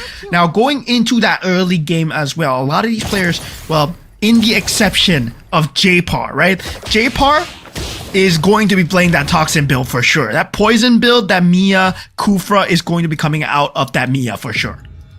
Yeah, 100%. So you get to establish that early. That should give you a good win streak going on. Let's have the 2-star Brody for now. For Mozzie, fortunately, he doesn't have a good front line to work with. So up against the Angela, it should be an easy win for Dazer here. But Mozzie is the Cho, so he's gonna get some extra money regardless and get that max interest with that 20 gold. Yeah, max interest indeed. Well, so far, right? It's all about trading your HP, and as of right now, I would feel that a lot of them are at an HP level that they're comfortable with. They are able to just play with the interest as much as they please. It's now going for that third, either Neobeast chest, or is going for that third scavenger. So going into that first round, it feels like Pei Now, well, still unable to find that 3 cost as expected. You're still level 5. And yeah, unable to find it so far. Hopefully he gets it in the next round. Yep, slightly delayed for now.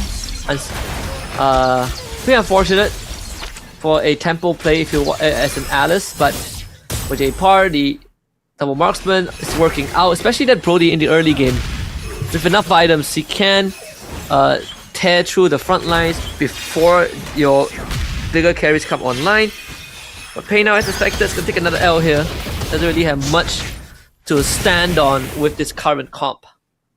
Yeah, so we start to see things slow down just slightly, a little bit, right, from all these players as they're unable to find the casts, unable to find the pieces that they wish. But that is an Irithel on the board. So yeah, if, let's say, anyone wants to go for it early, well, they might be baited, right? This might be the biggest bait here. A lot of them choosing to go for the item, contrary to the previous game where a lot of players were going for that 4-cost piece, right? Only one of them opting, Dazer, opting to go for that 4-cost piece. Meanwhile, the rest of them all going for itemizations.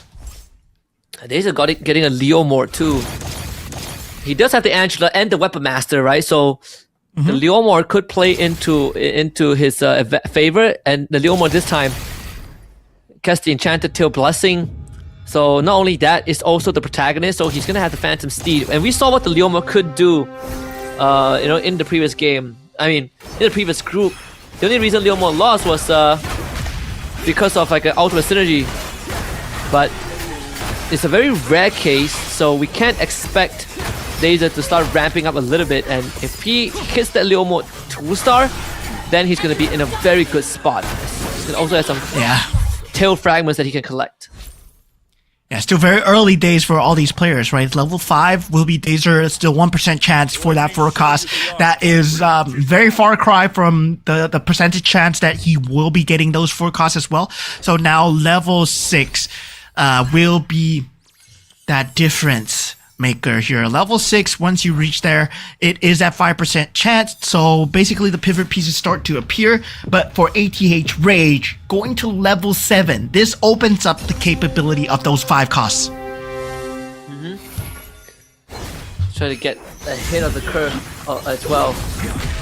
See how much work Dazer's Leomord can do. It should be good with the cleave damage and the big burst. Not to mention having the Angela to constantly heal him up periodically alongside the Minotaur.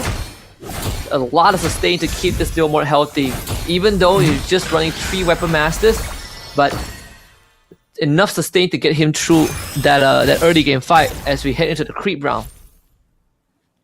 Yeah, so far so good coming in from all these players here, but Paynao not having a good time here. Finds himself at 57 HP, finally commits onto that Saber, able to find it so far, but sitting at 42 gold, right? He will have a lot of economy to work with, does eventually get the Hellcurt as well. So yeah, we'll be committing the card on both the Hellcurt and the Saber. We'll be getting that 2-star Saber as well. Now the Gogo cards are coming into play. This is a potential for J-Par. Oh my god, J-Par actually just going for a complete 360 here. I mean, he went into the Granger and also the Marksman combination, so he's not going for the poison build.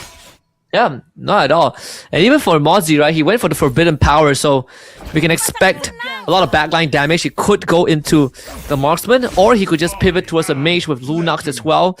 Both benefit from having big burst damage, but the fact that Dazer went for the airdrop command, I think he was able to hit a Minotaur and a Franco, which is perfect for the front line, and at the same time also contributes to the Weapon Master. So a bit of luck going into that one, but again, provides enough resources and room for him to continue ramp up that Enchanted Tails by collecting the fragments through winning rounds. Yeah, so far so good coming in from the side of Mr. Leomord here, but now taking a look at Starboy Gogo, who is piloting the Freya, right? He does have the capability to go for that Bruiser, and he already gets that Yuzong extremely early, so he will have that going. But as we said, once you get a good early game, somewhat, they always mess up in the late game somehow, where even we see players like Trong, they fall behind. Players like Q-Snake, they fall behind as well. Yep. That's the first loss for Dazer also, as a Mozzie with 7 synergies activated alongside the Mystic Mail. Does have the... what was it again? Yeah, the Forbidden Power, right, that we talked about. So having the Mystic Mail adds on to that big power spike. Rage, on the other hand, still has the 4 Newbies. I mean, the chest still at 181 so far, and a lot of them seem to be playing for economy here, so he does have ample space, but sadly for him, he's going up against Dazer, who is on that Leomord tear through so far, right? And Dazer is very secured in that early game because he did get that Leomord extremely early, especially with the Enchanted Tails already at that 9 stack. So he has an 18% damage increase. Whether or not he wants to commit to it, that's another thing. If he finds a better piece, generally if you get a Kishin piece that you want to go for in that later game, sometimes you do want to commit into that pivot as well. But looking at Ban as well, Ban has critical decisions to make. Does he go for the Exorcist? I mean, for now, I believe he is going to stay on the Scavenger and keep ramping up the Exorcist. Yeah. There's also a window where if Dazer gets lucky and he finds like Weapon Master Crystal or even just a Kishin Crystal, right? He could put it onto the Leomord, especially the Kishin Crystal, so that the Leomord gets an extra Kishin item, then he can pivot, then he can run 6 Weapon Master and maybe 4 Kishin, and to completely, ignore the Heart Bond by removing the Kufra and committing into more Kishin heroes. But again, for now, his best bet is finding the 2-star Leomord he still has not gotten. So he will lose out the round to Starboy as J-Pa, who gets smothered by Mochi with the I believe the Mystic Meow. Yeah, now we go into the auction round, and if you didn't know what Ban was doing, oh my god, Ban is just being a complete roadblock towards Pay Now at the moment, right? Because meanwhile, Pay Now wants to go for the Saber and Hellcurt as much as possible. Meanwhile, Ban is like, oh yeah, this Saber fulfills my Exorcist lineup, so I'm gonna keep all the Sabers in my pool. So he has, I believe, 7 Sabers currently in his pool right now. So Pay Now is unable to level up his Saber. So he's completely blocking out Pay Now's gameplay. Yeah, both of them wanted to go for the same build, and man, he's 1 Saber away from 3-star. Ban even rolls. He has 5 gold and he rolls because he just wants the Saber. Yeah, he gets it. And he got it. He gets it. And that completely locks Pay Now away. There's like 2 more Sabers in the pool, but he will not hit that 4-star unless Ban gets knocked out, and I don't see that happening anytime soon. And as expected, Dazer did go for the Magic Crystal. And yes, he finds the Ember Law instead of the Kishin. Slightly unlucky because the Kishin would have been perfect.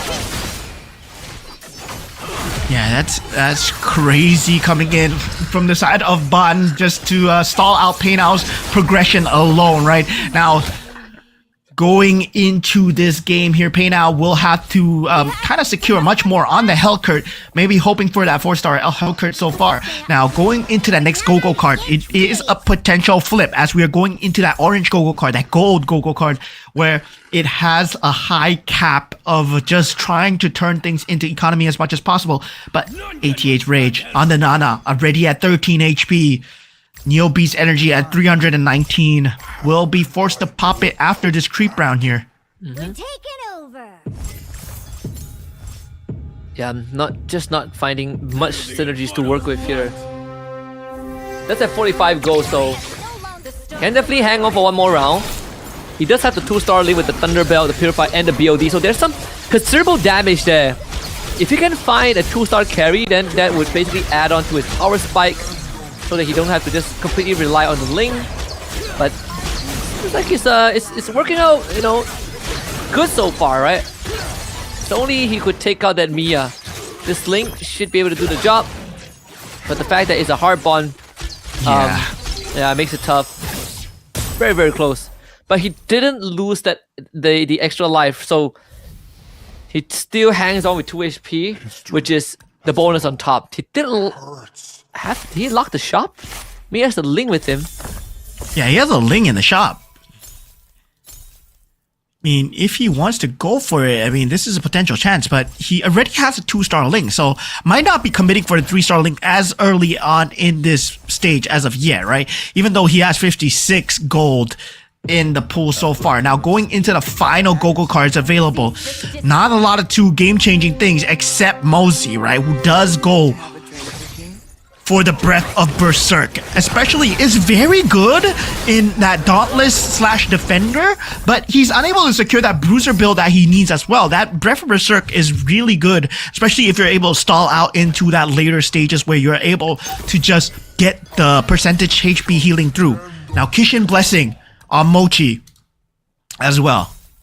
And Rage actually went for the 4 Dragon Caller and the Fortify, so he gets those big tank items which he cannot transfer onto the Charizla, which he just 2-starred. Dazer with Thickened Blood, which is great for the Leomord, but again, Leomord needs to be 2-star, and he hasn't found the 2-star yet. But he's pivoting over to the Ember Lord because that's the crystal that he got. So now we're looking for the 6 Weapon Master, which means that Dazer needs to level up first. But down 2-star for Rage. Yeah, Rage might have fine and out, but he needs that 6 Bruiser as fast as possible. And yeah, so far, Starboy will be going into Bond's build here. Bond so far has that 3-star Saber that everyone needs to be worried about. So far able to deal so much damage because he did go for that Exorcist Crystal as well. So he has a 6 Exorcist Synergy. His Phantoms are dealing insane amounts of damage. And Rage hangs on just by a sliver here. Yep. Gets another lifeline. He's 1 away from 6 Dragon Callers, and that actually would make a lot of difference too.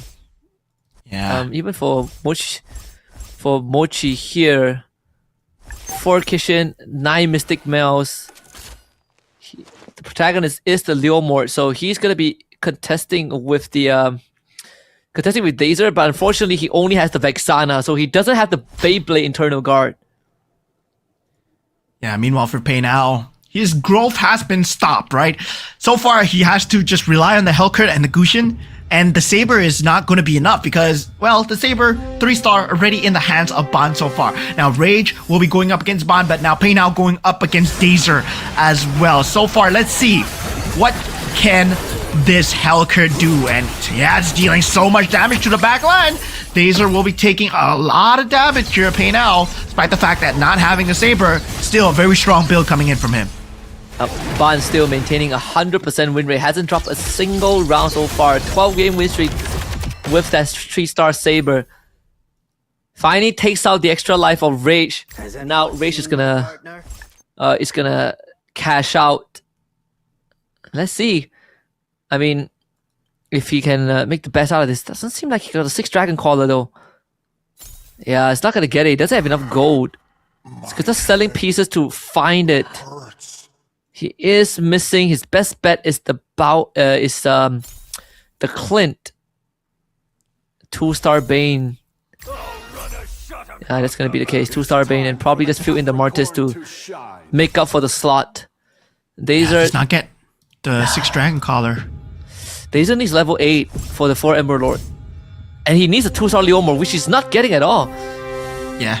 Dazer's growth has been capped since the Leomord, right? That's why not a lot of people like to go for that for cost piece, because it locks you into that build, and once you don't get it in the shop, suddenly just looks extremely bad. Now Rage with the Ling trying to hold on here. The Phantom's going to be a problem as he goes against Pei Now. Does get the better of him. Pei Now takes 13 damage. J-Par takes 20 as well. Now falling in death of being eliminated here, it will be J-Par, Pei Now, and Rage. They will have to win their next team fight, but after this next carousel, Rage will be first to go. Yeah. And maybe for Dazer, he's going to go for the capacity. Oh, gets stolen away. That is unlucky. So that could be his way back in. So goes for the Haskell instead. Probably would just give it over to the Leomord here. Mochi with the Stargazer. Rage with the Astral Power. Man, there was that Astral Power piece that could have gone the way of Pei Now, and that would have been super good, but that was a great deny coming in. That Astral Power piece could have just turned things around for Pei Now at that point. Now, meanwhile, for ATH Rage, it's going to be tough, right? Dazer still not getting that 4 Ember Lords. Unfortunately, Rage just couldn't hit a 6 Dragon Caller. Couldn't find the right piece. And yeah, same as Dazer. Just a 3-star Fredrin. now commits everything onto the Fredrin. So the Leomore is no longer the main character. He's gonna rely on this Fredrin to get him through first until he can secure that Leomore for himself. This Fredrin do enough. It's a Fredrin against the world. Weapon Yeah, it's Master Fredrin against the world. looking good. Looking really good, in fact. Monster kill. Yeah, the Angela Q. Godlike. Nice. That's another life or rage removed. Yeah, so far, Rage now at 1 HP. Yep. Puts Both him of in his extra death's lives are door. gone. Tough straights here. Meanwhile, Dazer and Rage, so far, right? 1 off, 1 away. Now, taking a look at Mosey, he does have a 2-star alpha that he's working with. Also, a 2-star Irita and also that Mystic Meow combination that he's going for. Meanwhile, for the side of Rage, as we look on, he has that 2-star Bane that you mentioned as well, but unable to go for that Dragon Collar, instead goes for that 4-4 for Dragon Collar into 4 Swiftblade. Hopefully he does not go up against Bond here, goes up against Mosey. Let's see. This Bane, is it enough though? Almost removes the back. Does proc the hard bond off the Mia, but he needs the finisher. The Ling is gonna be the one that does the job. The Bane gets the second deadliest catch off. Now has to deal with the Ruby, the Terisla. Penny doesn't go off. And this is gonna be tough into the Alpha. The force swing damage is too much. That's a very scary Alpha as Rage once again finds itself in that bottom 4. Not doing too hot so far. Now, different look in that top 4 position here, right? Wait a minute. Man, Dazer still stuck at level 7. Yeah, he's gonna go to level 8 after this creep round. He will have to do it. And then he hits 6 Weapon Master with the Alucard. But the entire game, no Leomore at all because it's just a 10% chance. Probably spend a lot of time rolling for it. That's why rolling for the pieces and gambling it out, despite having a lot of health to work with. So might have made some mistakes on the economy there. Yeah, but yeah, I would say right that Leomord early would have been so scary bait for him. I think if you're him, you just roll. All the Leomords are in the pool. No one is a Leomord except for him, so it's a good chance he finds it. I'm not sure if he can survive that round. 3-star Yuzong on Starboy Go. So this is it. This is it coming in, right? 3-star Yuzong, 6 bruisers. Hopefully he gets that 6 exorcist, does not have that space. Meanwhile, going up against Bond. Bond finally takes the first bout of damage already.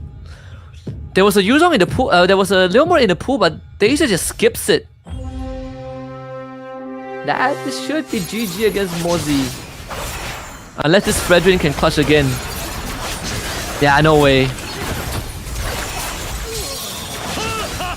Yeah, that's GG against Mosey, right? Dazer securing that top 5 position. Now we're left with our top 4 as Bond. Well, his build was totally countering towards Pei Now. He's starting to feel it now. He's unable to just secure that late game, but for him, it's much more about holding on, trying to find a pivot as much as possible before that carousel round. Meanwhile, Mosey, he's really threatening the top ladder at this spot. Right now, with that 2-star Alpha into that 2-star Ruby, he's in the potential of getting that 2-star Irithel into the 3-star as well. Not only that, he also has the Oracle, right? So his front line is incredibly strong with Hybrid Lifesteal, and his back line are empowered by the Forbidden Power. So Wait a minute. 10% max HP, but so much damage from the carry. Mochi just hits the 3-star Lunox and the 3-star Vexana. So, yes, currently, Starboy is at 3-star Yuzong as well. If they go up against each other, this could mean death for each other as well. Bond has played this so well, he's secured top 3 at this point. Oh, yes, Starboy versus Mochi! Oh. And, yeah. And he has the 21 stacks in Enchanted Tail Fragment, so there's so much damage on the Vexana. It should be enough. Starboy down to 2. Yeah, Starboy. Well, Starboy, at this point, He needs to go for that 6 exorcist, right? He cannot find it so far. Currently only on 4 exorcists. And still on scavengers, but economy not enough. Goes for the roll down. Mosey as well. He knows that it's not enough to win against a 3-star Lunox. Starboy does find the 2-star Ruby. But I don't think it's enough at this point. I feel like you have to abandon the Claw and put the Ling in, right? The Claw doesn't really have much value here. Like the Claw and just the Claw. There's a Badang sitting in the shop, but it's not needed here. Can he make it to the carousel though? He's gonna be up against Mozzie next. And Mozzie's a tough opponent as well. 2-star Irithel in the back, but he does have the 3-star Yuzong with the help of the Exorcist. So the carry? He's able to power through the carry, yes. But the Leslie, oh no! It's gonna be just enough. The Phantom will be spawning as well. Okay, does get the hit on the Leslie. Starboy holds on for now. Makes it to carousel. Just enough. The Yuzong. And this also comes at a time where there is the forbidden power, right? So Mosey's backline have lesser HP, and that's why they went down slightly faster. But the trade-off was the absurd amount of damage. If not for the Winter Crown that de-aggroed the carry, this Yuzong would have 100% died, and it would have been over for Starboy. Yeah, that would have been the end for Starboy as well. And I'm surprised, right? That bot is still alive so late into this game with that 3-star Saber. I mean, he shouldn't. This is a case of I shouldn't be alive. I shouldn't be here. You know, Bot is just smurfing on these guys at this point, right? He shouldn't be here because right now you're dealing with a 3-star Lunox, 3-star Vexana. You don't have the build to go up against the big boys here. Ban just hoping to get into that top 3. Wait, there's this it's Mosey against Mochi. This could be Mochi's second win, right? This could put him at 16 points and $500 US. I think if he gets past Mochi, it's almost a guaranteed win unless Starboy comes up with something crazy. No one goes down yet, so we're still top 4.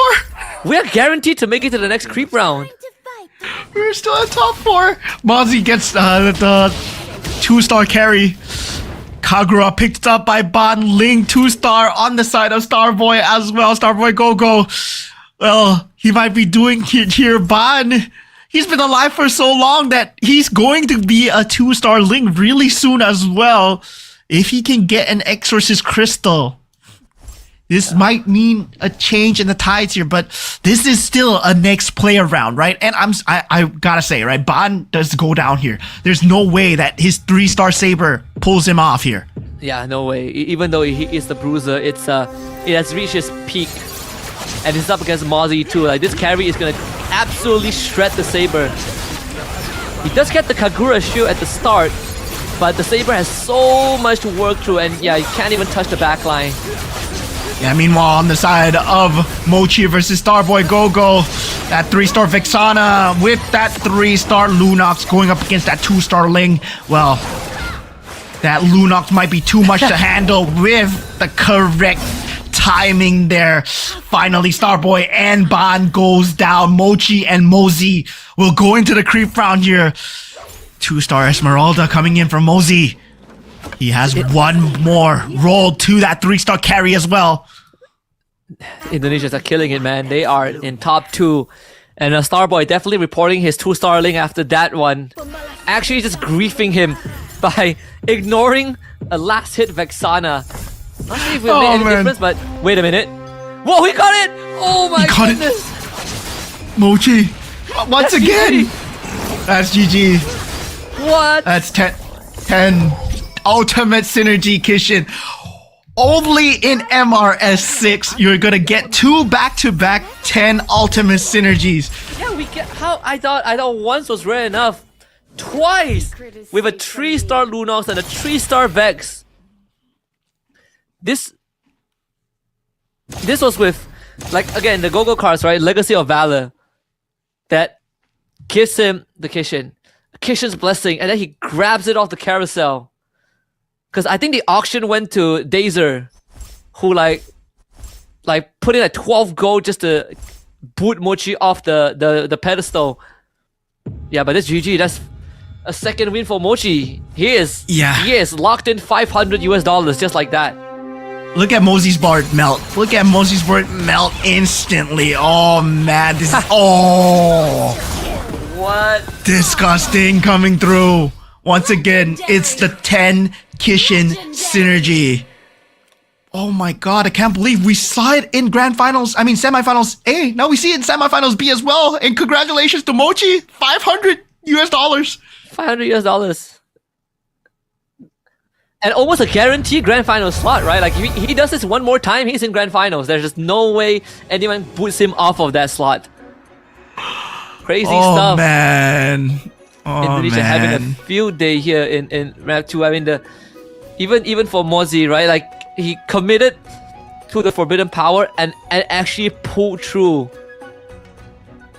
Oh, this is like seeing two Exodias back to back, man. I mean, what is this? What is this?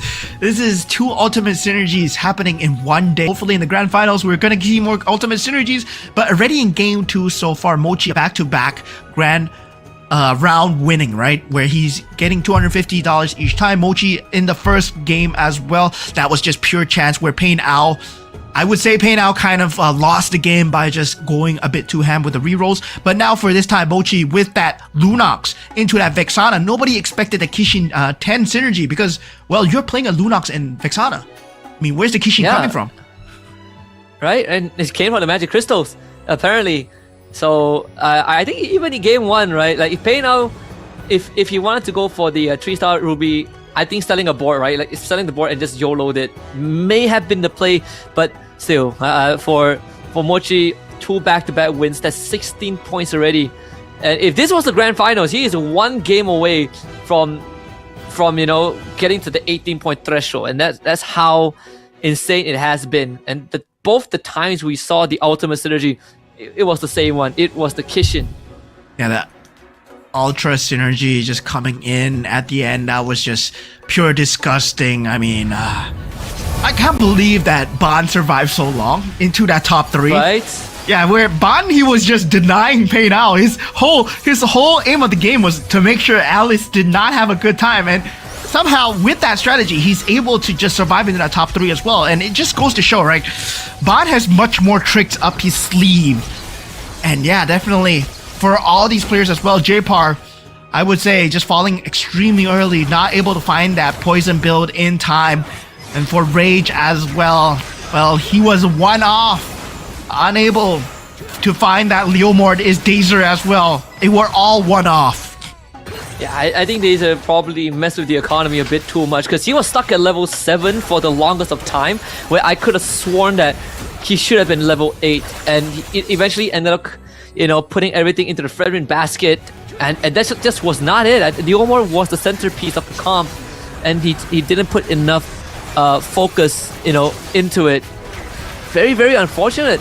But I feel like maybe for Ban, this second game is not about winning and getting the 8 points. It's about making the life of Pain Ao impossible, which was exactly what he did. But yeah, this Ultra Kishin is the second time that we've seen it today, man. Oh man, when you see the sword coming through from that Kishin synergy, man, that's just pure bliss right there, right? On the battlefield, just boom. It was like, oh man, that hit feels so good. And that 10 Kishin synergy, well, you're playing a Lunox and a Vexana. Where is the Kishin synergy coming from? Well, Mochi, it's like, well, let me cook, let me get all the crystals in the world. Yeah, he's been holding onto that for so long. I mean, we have so many, like synergies that are available that you can go 10, but Kishin, I think, has sort of like the most value, right? Just because of how the synergy actually works. Dude, man is Dragon Ball Z, dude. He is getting all the Dragon Balls and he got all the Kishin crystals. That 10 Kishin synergy coming in at that Lord round, man, it was magic to watch. Last 5 seconds, he gets the blessing on the carry and then he secures it, right? Wow, that's just disgusting because there was no way if he did not get the blessing, if he did not get the correct blessing on carry, if it went on the marksman instead, it would have been a total round loss for him. But Mochi was like, no, I'm going to gamble as well. And yeah, we can see all of these top players. This is a PNK win, by the way. Yep, a PNK win. So the second PNK being picked up and the first win for it. So, sort of like the Veil in hindsight. But yeah, right now, Mochi clearly the top contender. 2 back-to-back round wins, and both in a very dramatic fashion, to say the least. Yeah.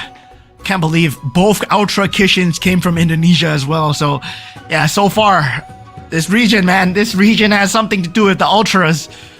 Man, oh man, oh man. I hope they're prepared for tomorrow, because once we're going into the grand finals, we're going to see a lot more Ultra attempts. We're going to see a lot more 3-star attempts as well. And sadly, right, in the bottom will be Pain Ao, who does get eliminated first, totally gets shut down by Ban, who went for that Saber build. J-Par, second last, Rage as well. Dazar also in that bottom slot. Now looking at the standings here, the bottom 4 in danger of elimination as of game 2 so far is Pain Ao, Starboy Go-Go, 88 Rage, and Dazer. But things can still change. The only one that's secure is Mochi. I mean, if we want to talk about someone getting robbed, like literally getting robbed, it's 100% Pain Ao, as he didn't get to play the game at all. But Laser, again, I think feel like making some mistakes in the economy side that costed him his chances. Because that Leo mode, that felt like it was at least a top 4 finish, but he just couldn't get it online because it was the protagonist. He had every ingredient available for him. Let's check in on the match winner prize. If you guys have missed out, every round that the player wins, he gets $250, and unfortunately, there's only been one winner, and that's Mochi, who won both round 1 and 2. So $500. Let's see if he can get that third. Yeah, I mean, Mochi's farming at this point, right? If he can get... Okay, we got 2 back-to-back already for the Ultra Synergies. Now, back-to-back winning for $500. Hopefully, if he can win it all the way, I want to see him rack it up. $1,250, the max possible sum, right? Mochi, he has to lock in here if, let's say, he wants to get the full sum of money on top of whatever he's probably going to win as well. But luck and strategies involved in MCGG, and of course, a lot of the plain luck was there for a lot of these players as well. Yeah, and again, overall, it's just good openers, honestly, from the Indonesians, right? I mean, we've already seen what they're capable of, like Insomnia, for example, in game 1, in Group A, warmed up late, but really closed it off with a bang. And right now, you have Mochi, who is just absolutely tearing it up in Group B. Yeah, I mean, I had no idea that he was going for the Kishin Synergy as well. He was going for the crystals as well. It's like, are you sure you can get the 10 Synergy here? Are you sure? Like, because you're playing a Vexana, you're playing a Lunox, right? There is no way that you are going to get it unless you get one more crystal. And he gets it in time from that Go-Go card. Man, oh man, we were completely blindsided. Right, now we are in that Mochi zone where he's in that $500. It was... I mean, completely. I think, for the side of Mochi, he was just, how do I put it? I think it just completely blindsided everyone, like you said, right? Like, no one really noticed that he was going for the Kishin, and I think even when they did, it was just a bit too late, right? There's just very little that you can do to prevent it than to take him out as fast as possible. Yeah, now it's going to be like... Does anyone still go for the Alice here? Because, I mean, Ban has shown that, yeah, if you do go for the Alice, if you do go for the poison build, I am going to block you as much as possible, right? And J-Par and Pain Ao, they've been the contests of those blocks where the Mia and the Kufra, they were just going to be just taken away. And now also, at the same time, the Saber and that Hellcurt was being contested for, and Pain Ao did not have a good game at all on the Alice. And yeah, definitely, once that Saber that potential is taken away, suddenly you just don't have a good time. But now we go into the drafting phase for game number 3. What kind of commanders will we see this time? And again, Mochi goes last, as he did win the second map again. Freya opened it for Pain Ao. And now Cho for J Par. Let's see if there's gonna be any picks that we haven't seen just yet.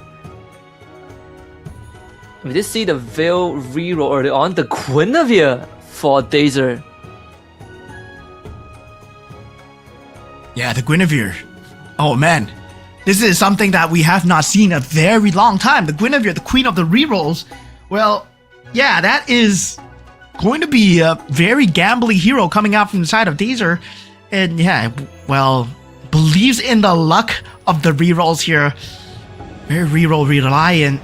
Well, meanwhile, Mozi going for that Ruby and the Kagura eventually coming out for Mochi as well. So Kagura, once again, Mochi pulling out another pick as well. Now AOT Ban going for the Nana here. So I want to see what he has in store so far. Yeah, let's see. So far, Nana has been having mixed results in both our groupings, right? Either you pull off like the sickest comeback of all time, like what Insomnia did, or you basically get locked out, like what happened early on, I believe, to Rage. So, up in the game number 3 right now, had the halfway point. No scavenger opening. Well, actually, there is one scavenger. I think Starboy was able to find it. Yeah, so far in terms of points itself, everybody neck and neck. The lowest being Dazer at 6 points, but that can change instantly, right? We're still at that midway point. Yeah, I think for the side of some of the bottom runners, I think right now, like for Rage, I think there has to be some changes, right, to the approach. I think the early game tempo has sort of been the name of the game so far today, as he goes to the Alucard power instead on top of the Layla commander. So he's really looking to cash in on some extra rewards with the altar. Yeah, Pei now has a Yuzong already. Yikes. So yeah, double Bruiser, double Kishin, Yuzong already going for that synergy of that Freya, of course. Like it is a Freya after all. You're going to be expecting him to get the synergy effect with the Contract of Faith this early, but this is very early for Yuzong. Yeah. Not only that, Pei now actually also went for the Nana commander card, so he also gets an extra life, just in case, on top of the Freya. Man, this is a crazy start. A lot of the players are taking things into their own hands here, right? There's no more cheese builds. Everyone is going for the throats here. And definitely, I mean, Mochi at this point, right? He hints that he's going towards the heart bond, but instantly, once he shows it, he just pivots out of it. And thus forces Rage to just kind of like think like, oh, is he going for this? Do I want to deny the points? He does go for the Sylvana, he does go for the Angela and the Fanny as well, just to deny away the pieces from that poison build. But meanwhile, yeah, they're starting to play mind games here. Yeah. And as expected, Pei now is going to start to be winning. I mean, Golden Staff and the Retribution on the Yuzong. That should get him through with the 4 bruises, empowered by the Freya as well. Shouldn't be much of a problem there. I believe he's still, it's going to be in a good spot. If he hits that Exorcist at level 5, then this should set him up until stage 2. And the fact that it's a Freya with a Nana means that he has a free get out of jail pass if things go wrong. Yeah, but I would say, right, for Pei now, he has a lot of synergy to work with. He's not going for economy at all. He's going for 4 bruisers into T2 exorcists extremely early. The only one is scavengers and also Neobeast. The also Neobeast as well, right, is going to be a J-Par and Ban. So Ban playing with Neobeast and scavengers, J-Par playing with Neobeast as well, and a lot of them actually going for early synergies. As you can see, Rage going for the synergies as well, but be falling to Pain Ao's 4 bruisers here. So 4 bruisers, not easy to deal with. If you can take a look on the right side as well, I believe you can see all the synergies coming through from every single player. right now, gold-wise, going into that carousel, right? Ban will be the first to go. Definitely that Yuzong up for grabs as well. So this is a potential take coming in from side of Pay Now if he wishes to go for it. If nobody wants to go for it, he might potentially just jump at it, get that 2-star out of the way. Lunox will be picked up. Mochi denies away that Yuzong. So Pay Now forced to go for that Demon Hunter sword here. Yep. And you see, even the 2 stars are starting to come out as well for Ban, working with the 3 scavengers. So random Neobeast blessing activated, and he doesn't want that. So finds Enchanted Tails instead, and immediately swaps it to the Bruiser. So there's 5 Bruiser right now for Pay Now. On good track for the 6th. If he wants, I believe he already has the pieces for the 6th one. Oh no, he does not. He's looking for a Gato Kaja. So he can definitely wait this out as the Yuzong will carry him through. Yeah, looking at that next moments as well, right? Mochi secures that 4 Bruiser, Pay Now secures that 4 Bruiser, so now each person with a Yuzong on each side, currently extremely early in that game where it's still that 1% chance for the Yuzong to come through. But looking at Pay Now, I'm looking at a Yuzong that's in his shop already on that despite having that 1% chance. So yeah, he has that Yuzong already, despite the fact that he didn't get it. Look, he has a second Yuzong already. He's so close to getting a 2-star. Yep. And there you go. We get the 6 bruisers in. And yep, and he gets the Yuzong. As a 2-star Yuzong out. 6 bruisers, 2-star Yuzong, everything in place. Him and Mochi are going for almost the exact same approach, but yep, obviously Pay Now is a step ahead. And he could lock Mochi out and force him to pivot. Yeah, Pay Now looking like he is going to have a great start as he puts Ban in 54 HP here. Oh my god, Mochi and Ao, they are just accelerating the game extremely hard. J-Par now at 63 HP going into the next Go-Go card round. It is a purple Go-Go card round, so that means there's not a lot of HP options available when we go for that Go-Go card, right? We have that availability of that also... No, only in the blue and the gold, there is much HP and shields. Meanwhile, for purple, it's much more of whether you want to boost the game with items or you want to boost the game with economy. And a lot of them going for the trust fund here. Glittering jewels from the side of Rage. Yep. And so Dazer is have the Guinevere, tries to go for like 3 heroes, but unfortunately, it's not guaranteed, right? It's 24% after all the refresh. The Go-Go card will give him an extra 13 rounds to do so, but he's also running Neobeast and Scavenger, so he's really going full econ, which is going to put him in a precarious position if he's not able to hit his pieces. Unlike Ban, who does have a way out with the Nana, 2 ways out, in fact. Yeah, he does get a free Sylvana and Minotaur in the shop. Yeah, he is still trying to roll for as much as he can. In terms of the economy, the Neobeast is there, but 84 at 57 HP. It's not a good ratio, right? It's not a good ratio. Technically, you want to have possibly maybe 200 to 50 HP. So, yeah, that's not going to be a good ratio going in for that Neobeast power at all. Meanwhile, for Pay Now and Mochi is going to be, well, they're just going to have a good time with this Bruiser build at the start. Yeah, Mochi's going to rip through Starboy, and nothing much the Starboy can do, unfortunately. Even with the Kishin and the True Star Fredrin, it's just not enough. Like the Angela, not able to get them through because they don't really have enough damage, and everything with Kagura, who does have the shield on the Yuzong. So this pain train is going to continue for quite a while as Ban gets brought down to 39 after losing the Pay Now. Yeah, currently Ban at 39, level 7 already, but a lot of them are just pulling towards the economy, right? Going for that 5 cost into trying to save them the game, but they will have that same percentage chance.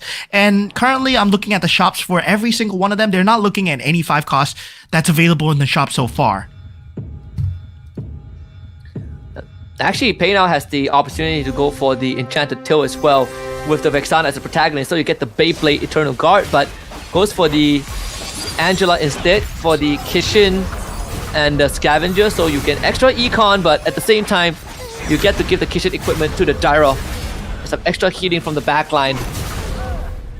And the Evo's Mochi doing the exact same thing, but instead of going for 6 bruises, he is at 3 exorcists and 2 defenders. So there is an angle for him to go 4 exorcists to empower this Yuzong.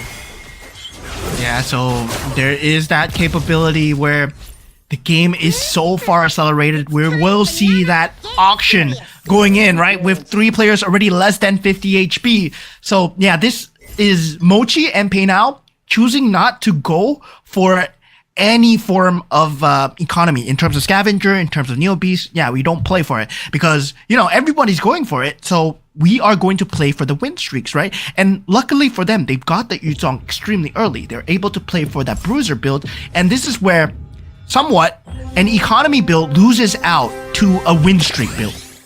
Yep. Especially when the win streak build is really fast forwarding the pace of the game too fast.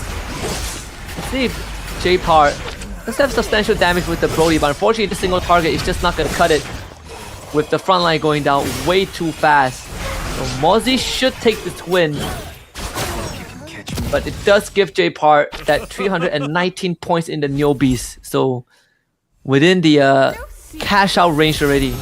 Yeah, going into the auction round here, looking at the gold available and looking at the items available, there is that enhanced Berserker's Fury, but at the same time, a lot of them want to go for that Mirror's Device, especially for Peinao and Mochi, right? So Mozzie takes it as well. Peinao will be taking the random 5 gold hero. If he gets a batang off this. Wow. And Mochi actually got the crystal again. Is it another round where we see the kitchen? No way, right? No way. He hasn't selected his Go-Go card yet, his second Go-Go card yet. And he has 4 kitchens. He has 4 kitchens already. Okay. There is a chance. No, he doesn't get it. His crystals are Astral Power, Dauntless, and Weapon Master. So he doesn't get the Kishin crystal. Thank goodness. Luckily for us, our sanity, we won't be seeing another Ultra Synergy in this game. Meanwhile, for Peinao, he does get the 5 cost, which is a Lancelot, right? Now he's thinking of whether he wants to sell it or whether he wants to play towards that Kishin build as well. He does have the Angela already, so can potentially just swap out and rotate out into the Lancelot late game as well. Yeah. Dazer does have the Mystic Mail and the Stargazer, so everything is in the Kishin Lunox. He does have the Phobos disrupting the backline, but this Lunox needs a bit more damage. Yeah, unfortunately he's not able to cut it. It's slightly lacking in the numbers here.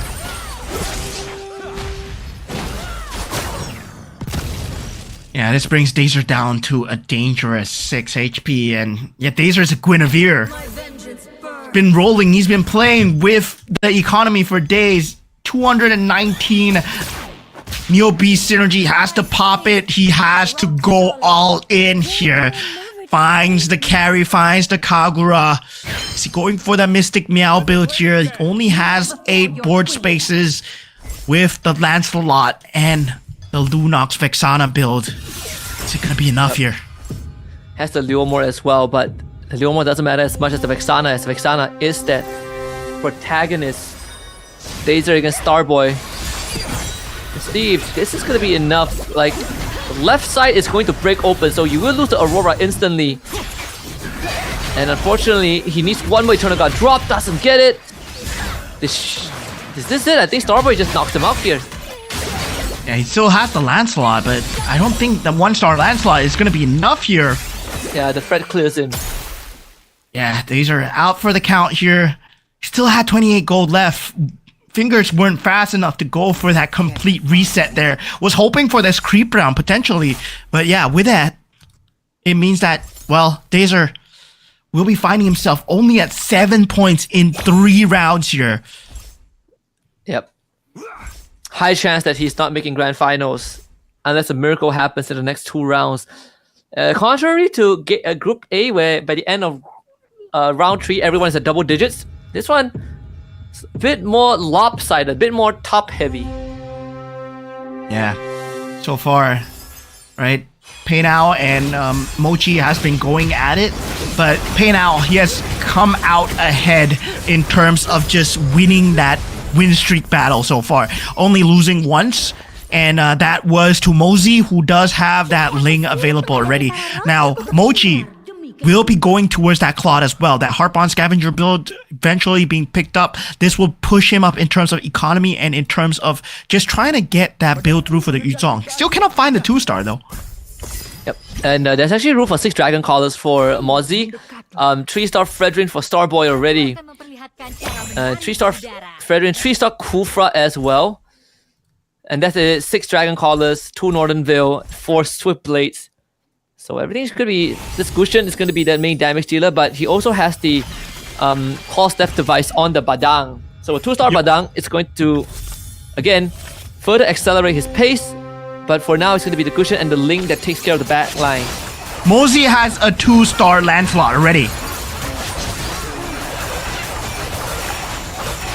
Is that Mosey? No, it's Mochi. Mochi has a 2-star Lancelot already. So yeah, Mochi going with the pivot. He sells away the Yuzong. I was thinking, what is he doing? Then afterwards, he gets that 2-star Lancelot. Now, Ban, last sliver of HP here, right? Last chance for Vietnam. Holy cow. The hard bond carry actually pulled through. Coming in clutch there for Ban.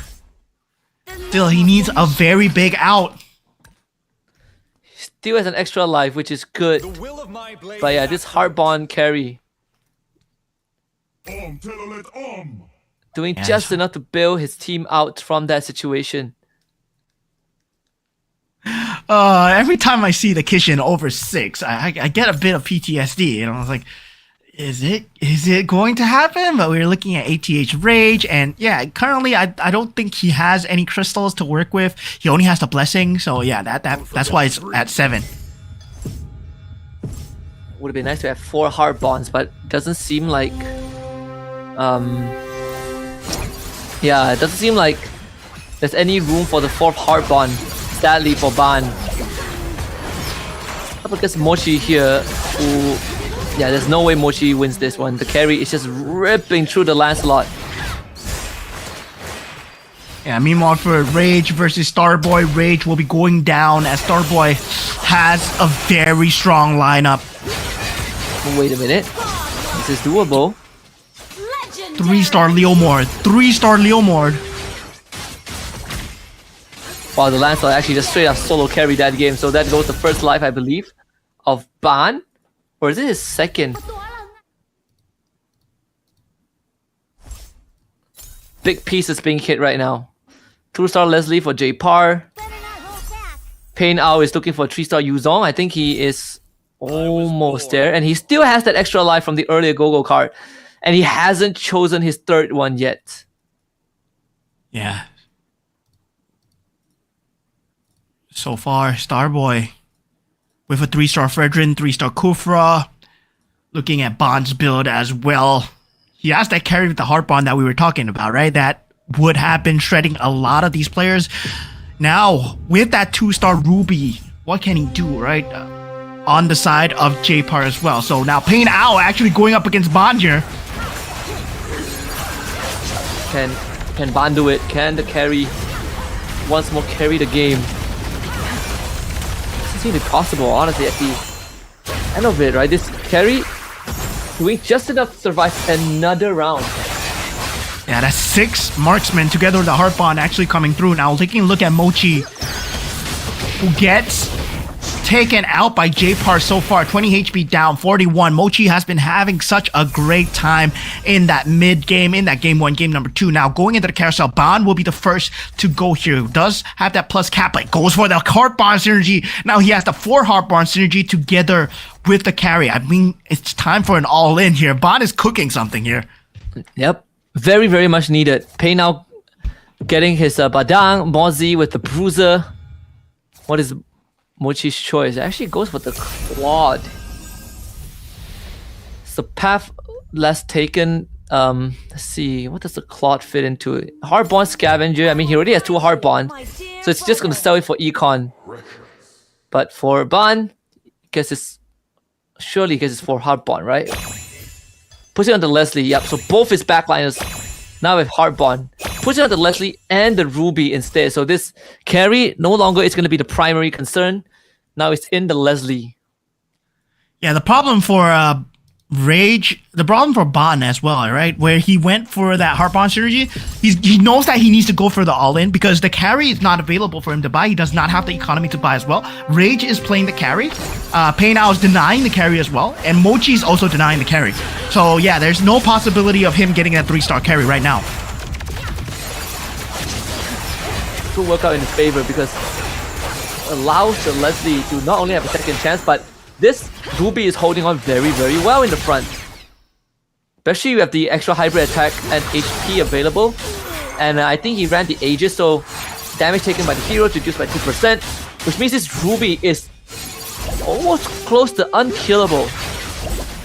Yeah, meanwhile Mochi, with the Lancelot, able to survive and takes out the HP of Starboy Go-Go. Still, we have 7 players left in the battlefield. Dazer being extremely early out for the count here.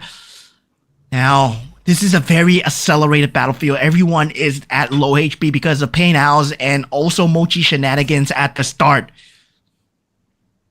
Now we go into the late game where the Bruiser is unable to carry into that later stages, right? Unless you get a 3-star Yuzong, unless you get a 3-star Exorcist build, there is not the possibility of that going to happen. Meanwhile, these 3-star hero libraries, they're going to start to add up. Whether or not you get the 2-star 5 golds, like the Ruby, like the Leslie that Bon has right now. Yeah. Such a strong spot from Pei Now. This 6 Bruiser, 3 Scavengers, he's still holding on to the economy because he has that rock shield that he finally cashed in, and again the extra life from the Nana Gogo card, so he can afford to do this a bit longer. But you can see that his power spike is running out as the shield gets popped. Mochi also starting to struggle a little bit. The Lancelot not able to hold up against J-Par, and Mochi also down to critical health. Yes, Lancelot doing crazy amount of work coming out for Mochi so far. Now going into that potentially last creep round here, right? We're definitely going to see the Lord here because 7 players are still up. I mean, unless we start to see players go down in the next 3 fights before the next carousel, which is most likely going to happen. Pei Now, Rage, and Bon are extremely low. Meanwhile, for Pei Now, though, he does have that secondary life that we talked about with the Nana Gogo card. But meanwhile, on the side of Mosey and J-Par, they're not too safe either. They're 35 and 25 respectively, and they're top 2. Yeah. And most importantly right now is that between Bon and J-Par, whoever goes down, it's going to free up all of the hero pool for the other, right? Because they are both going for almost the exact same build. So the only way to hit more of those pieces is for the other to get taken out. Obviously, J-Par has slightly more health to work with, but Mozzie is hitting some big pieces here. Pei Now with his 3-star Yuzong. Yeah, 3-star Yuzong. Just in time here, right? And Bon is totally denied for going for that Heart Bond combo as well because, I mean, at this point, it's more towards that Leslie, more towards that, hopefully he has... Wait a minute. He sold away his Leslie and Ruby. Yeah. No, he still has it. Yeah, he still has it. Just no 3-star, I think. Yeah. No more 3-star. I mean, Carrie is out of the pool. Leslie is also almost emptied out, so no 3-star for both of them. Again, it's between him and J-Par. But until then, this Leslie and Ruby is gonna carry him through. Like Starboy Go, no chance with this 3-star Fred and Kufra. Oh, Pei Now takes 16 damage. That's gonna be the last hurrah here, his last HP. Starboy Go finds himself at 1 HP. Oh my god, and a sliver of health going up against AOT Bon here. And yeah, just this last fight here, Rage wins it out against J-Par. Still 7 players in the pool. Mosey actually recovering HP. This is great news, at least for one of them, right? For either J-Par or Ban. I mean, Rage has the shield, but it's not enough. It's just 5 shield plus the 7 health. Nope, not gonna cut it. Mosey's in extremely good spot. Now the 6 Dragon Caller. First, this is not the first time we see 6 Dragon Caller, but this is the best 6 Dragon Caller we've seen today. The extra 30% damage boost, and not only that, you deal 60% max HP damage 3 times with a Bane that is gonna wipe half the field at the start of the round. With a glowing wand, it's just the fight is already half over before you even begun. Yeah, it's gonna be a very scary build coming in from the side of Mosey. But there's that possibility, right? We see the possibility coming in from the side of Bond so far. Pain Owl being the first to get taken out here, and J-Par will follow suit as well as Rage. Nice. So now we bring ourselves into that top 4 as 3 members instantly in one seating get taken out. And yeah, it will be Pain Owl, J-Par followed by Rage respectively. So this opens up once again the Kishin board. Once again, that Exorcist board for Mosey as well. If, let's say, they're wanting to go for that extreme synergy build, well, suddenly if they have the money to do it, they can do it. Yep, Ban is still holding on to the economy. I assume he still has 1 extra life left from the Wilderness Blessing. So, if that's the case, then he can hold out for this because no one else is going for the same pieces as him. Maybe for Mochi. But there's a very good chance to hit the 3-star on the carry right now. There's like, what, 7 more pieces in the pool, so enough for 1 3-star carry. Yeah, that's just enough. There's 1 2-star Mochi as well, so he's going up against his natural enemy so far. Wants to take him out, but the Lancelot proving to be a bit too much in the backline so far. Can this Lancelot with this Kagura shield hold out in the backline? Is still holding on with all the Kishin items with the Weapon Master. Man, oh man, what a beefy boy. This Lancelot, man. Mochi able to take out Ban. Ban on his last legs, truly on his last legs. Starboy at 1 HP. It's gonna be another Lancelot, but there's also a +1 cap. Another hard-bond strategy up there. Mozzie would take that away. And Ban gets the Weapon Master. Yeah, Mozzie picks up a Heart Bond synergy here. Is he going for Ultra Heart Bond? Does he have it? No, right? Is he going for Ultra Heart Bond? Is there a possibility? No, he does not. Heart Bond the Badang, but that's pretty much it, right? There's no Heart Bond synergy available for him. So Weapon Master on the carry. Is Ban not gonna roll for the 3-star? Seems like he's not gonna do it. I don't think he has enough gold even if he does. Yeah, it's not enough gold to roll for the carry, so with Jeff said to hope that he wins the next round, but he did already face up against Mochi, so he's not gonna face Mochi again. Can he take on Mozzie instead? Yeah, Mozzie just picks up that Heartbond Magic Crystal, so definitely hoping to make use of it right now as we go with that Cloak and Dagger coming in from the side of Bond so far, right? His Leslie still alive, Carrie still alive in the back line, but this Ling proving to be a huge problem to deal with. Ultimate Snipe up from Leslie, does find the hit, and Mozzie takes 19 damage, eventually gets taken out. Bond with that second chance, he finds himself in the top 3 position, but Mochi so far with the Kagura Lancelot has been tearing through this backline. This Franco is not going to stand for long. God damn. You see what I'm seeing here, Mo? It feels like we're looking at an extra $250 for Mochi again. Yeah. Mochi. Holy cow. Ban has to be the one to stop it. Ban has to be stopped. The grand finals, he's going to win this. Like, he has a good chance of just winning the finals. Thank God we're not there yet. Can we... I think you roll, right? Ban has to roll it down. Get the carry. Get the 3-star carry. You can't win this. You don't have any more health, no? Does he have 1 extra life? No, he lost both of them, right? Yeah, he lost both of them. Just roll, buddy. Just roll. Wait, does he still have 1 extra life? He's playing like he has 1 extra life. Right? Either we lost count or he lost count, but I felt like he does not have it anymore. All right, let's just watch this final potential match unfold here. Mochi on the cusp of 750 so far with that 2-star Lancelot with the Kagura shield just doing so much. The Kagura umbrella has been doing so much, right? But it all boils down to the RNG of who Leslie snipes. So far, so good, Looking good. coming in for Bond. Yes, Bond holding on, but that Lancelot rears its ugly head. That Oh. snipe finding its way through in the back good. line. The heart Bond. Bond holds on, takes out Mochi. Bond wins the 250. What? Yo, That was Bond. great. The weapon master carry actually paid off. But not just that, they cleared all of the pieces just in time for the ultimate snipe to come on and instantly target the Lancelot. I cannot believe it. Another 1 HP comeback. Bro, what was that? Bond with the Heart Bond, Leslie, Heart Bond, Ruby as well.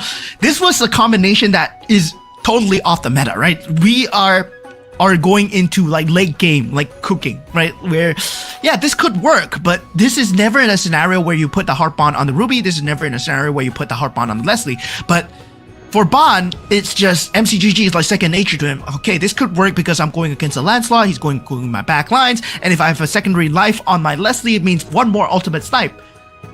And yeah, it secured him the game. Yeah, but denied the 750 for Mochi, but still Mochi second place finish, right? Another solid round for him. Really the strongest contender that we have seen today. Him and Trong Tram, that is the only two like solid strong contender. But Mochi is on fire, man. Yeah, Bond still cooking, man. Oh my god. Oh my god, on the Nana I was expecting great things, but at the same time, right, Mochi, he looked extremely scary with the 6 Kishin build, especially with the Kagura Umbrella on the Lancelot as well. We did see an early game centric build, especially for Mochi and also Pain Ao as well. They were trying to accelerate the game as fast as possible, but sadly for them, well, they did accelerate the game, but everybody held on, in the exception of Dazer, who did get knocked out extremely early. Everyone else, they managed to hold down, they managed to find the pivot pieces. Yeah, they are again just not able to find the right sort of the right openers, right? Just fell behind way too fast. He went for the Guinevere, went for full eco, 3 scavengers, 4 newbies, but then there's no way back from that once you start falling behind, which is quite the shame. And for whereas this is probably the closest lobby that we've seen, right? Like we had like 7 players until the late game, and it took quite a long time for some of them to start getting knocked out. And even then, when we're down to our top 6, top 5, everyone was living by like what, 1 single digit HP.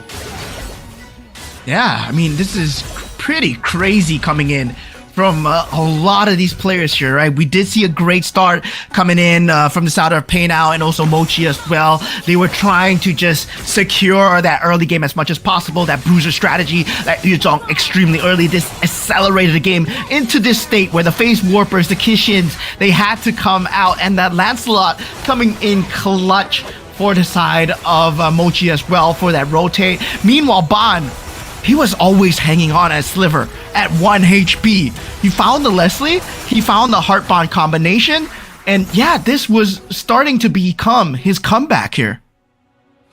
Yep, and yeah, really came down to be quite close, because even for Starboy, right, like he had some pretty good moments, like the 6 Weapon Master was working out, like Bozzy as well. Definitely a slightly weird one to take the Heart Bond Magic Crystal towards the very end. I felt like that didn't contribute much to him, and of course getting destroyed by Bond's Leslie towards the end as well, but still able to come in quite close. Even for Mochi, staring down another extra 250, but finally stopped by that Leslie towards the very end. Yeah, man. Oh my god. Bond. What a winner lineup here as we go into this.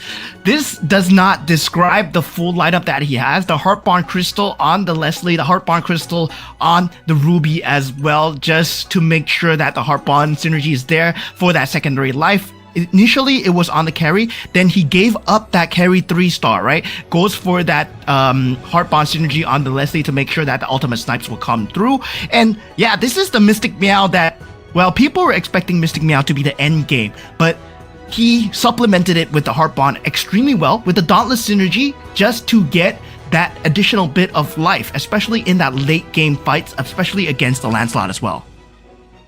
Yeah. overall thing for Ban definitely had something going out for him, right? Even the $4 did help him out. But another thing that's worth pointing out is the go-go card that he went for, right? The third go-go card, which increases the damage you deal for every single tile between your hero and the enemy hero, and that's why the Leslie hurts so much. The Leslie and the carry hurt so much because he was able to just keep the distance, have the Ruby draw attention, and have both the Leslie and the carry just blow up the targets before they got close. And that's why the Lancelot was the only big problem, because the Lancelot can just dash in. Yeah, the go-go cards as well, right?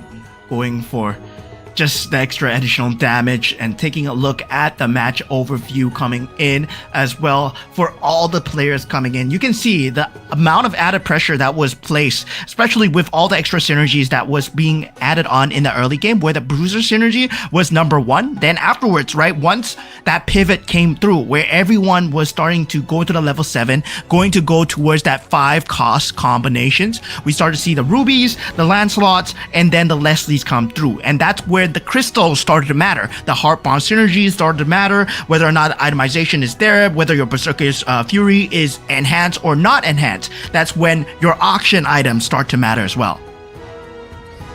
Yep, and we see some big contests, especially for those magic crystal, right? We saw the emphasis from Mochi, who is always gunning for the magic crystal whenever he has a chance, and that's why we saw him got the weapon master that he eventually put on the Lancelot that carried him for majority of the game. Yeah, definitely. I mean, this is going to be extremely crazy in terms of the standings as well, because this puts Mochi once again at the top tier, right? Because he did get 2 wins in a row and that's 7 points, but this puts Ban a lot closer to that top 4 position as well so far. And now Mosey in that top 3, Starboy Gogo at that top 4. And meanwhile, for a bottom 4, it's sadly Dazer, Pain Owl, Rage, and J-Par as well.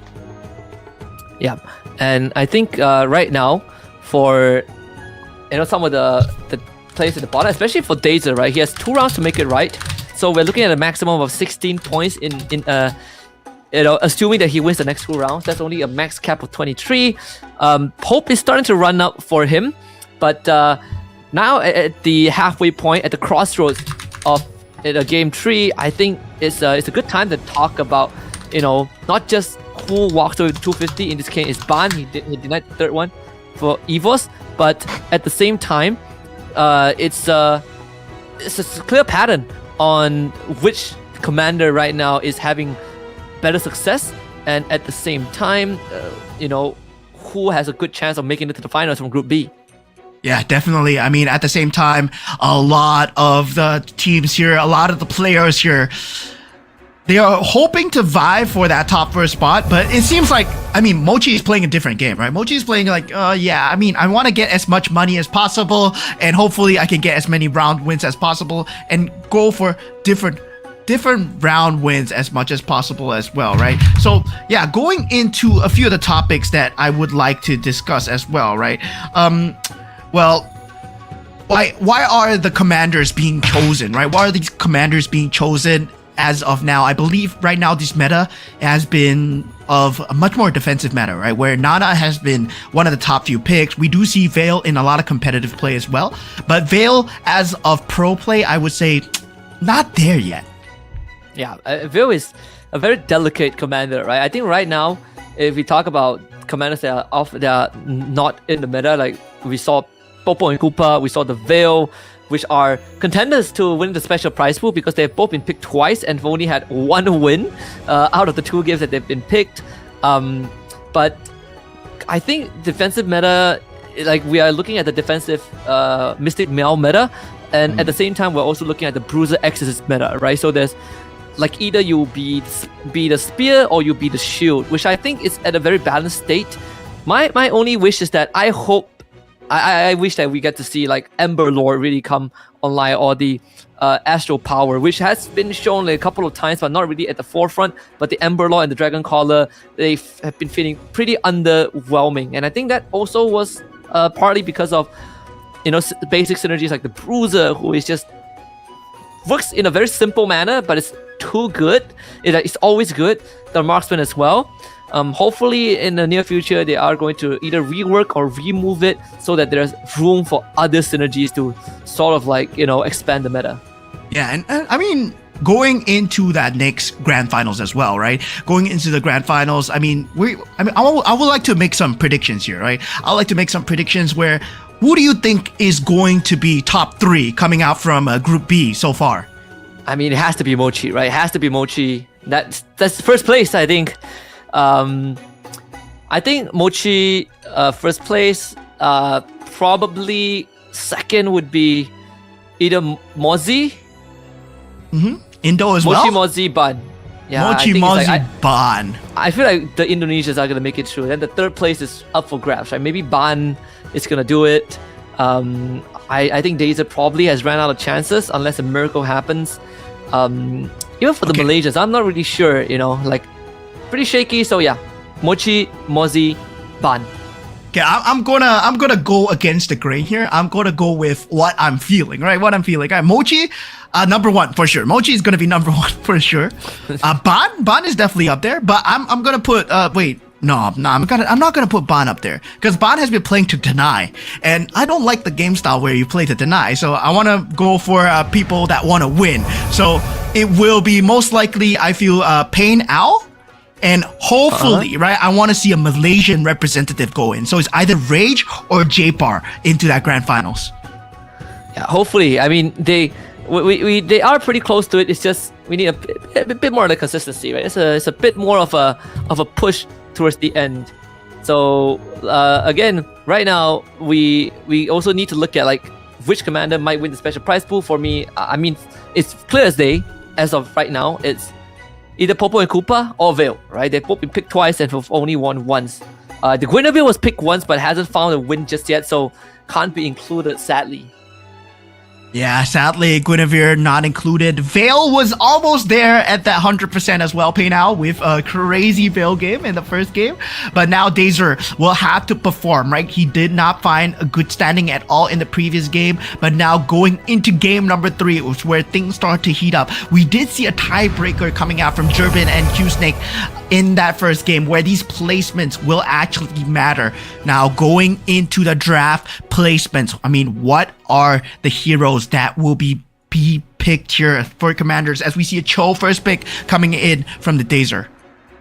Yeah, and right off the bat, it's just going to be the Cho, the Nana being picked up by Pain Ao, Freya for J-Par, Rage going for the Ruby. So both the Malaysians looking to accelerate the game, to play a faster tempo in the early game.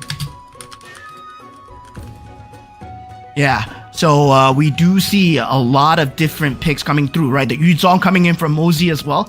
So yeah, as we said, Yuzong is one of the heroes that is accelerating Go-Go cards available. So there is that chance where the Go-Go card is good, where the Go-Go card is bad. And now we do see the Wan pick coming out from the side of Mochi as well. So this is going to be a very different pick coming through, right? Where players are going to be more towards, less economy, more fighting, more gambling chances. Yeah, and even the Yuzong for Mozi is again the first Yuzong appearance. The 1-1 for Mochi. That one's gonna be fun. Yeah, so I don't think I've seen 1-1 for a very, very long time. Yeah, and reminder for all the commanders out there, right? You can only pick it once. So once you pick that commander, you can't pick it again. So that's why we don't see a repeat picks from all these commander picks here for all these players. So yeah, especially if you pick the Minotaur already, you can't pick the Minotaur again. So now going into the game, as we already have the early synergies coming in for all these players, J-Par with that early bruiser synergy that he wants to go for. Yeah, and I think overall it's just, for at least for the side of Mochi, if you can make 1-1 work, which has been quite the classic, quite the, I would say, staple snowballing commander, then he's gonna be one to watch out for, right? Because most of our players have been going for more of a meta picks, but then every now and then we see some anomalies, and this is one of it. Yeah, definitely. Now we do see the Go-Go cards picks coming through from every single one of them. There's nothing too out of the ordinary. They are picking their own Commander Go-Go cards. In the exception of Yu Zhong, we will have a separate Go-Go card where he is picking up the Angela's power. I'm not too sure what kind of enhancement did he get. Did he get the gold? Did he get item? I'm not too sure. But for now, we do know that he's going with the Angela Go-Go card.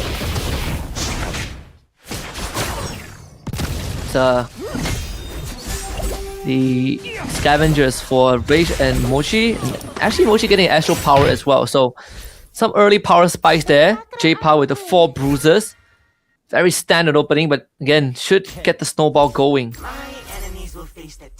Yeah, definitely. At this point, it's more about securing that bruiser build, coming in as the Freya, right? As a Freya, you want to get that synergy as much as possible. Already that 4 synergy coming out. Unable to secure that Yuzong early on for the side of J-Par, but you can see from J-Par, he wants to go for a faster paced game this time.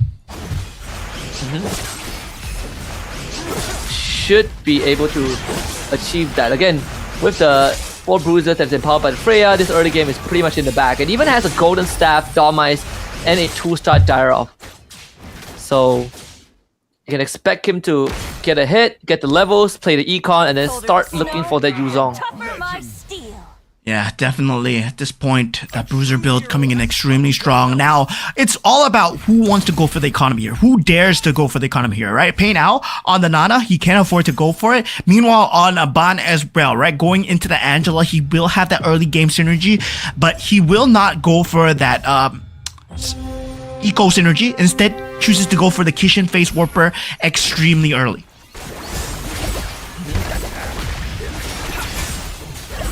That should be Ban winning this. The Face Warper will give him the extra regen, but on top of that, he is running the Angela, right? Again, with the Dairoff.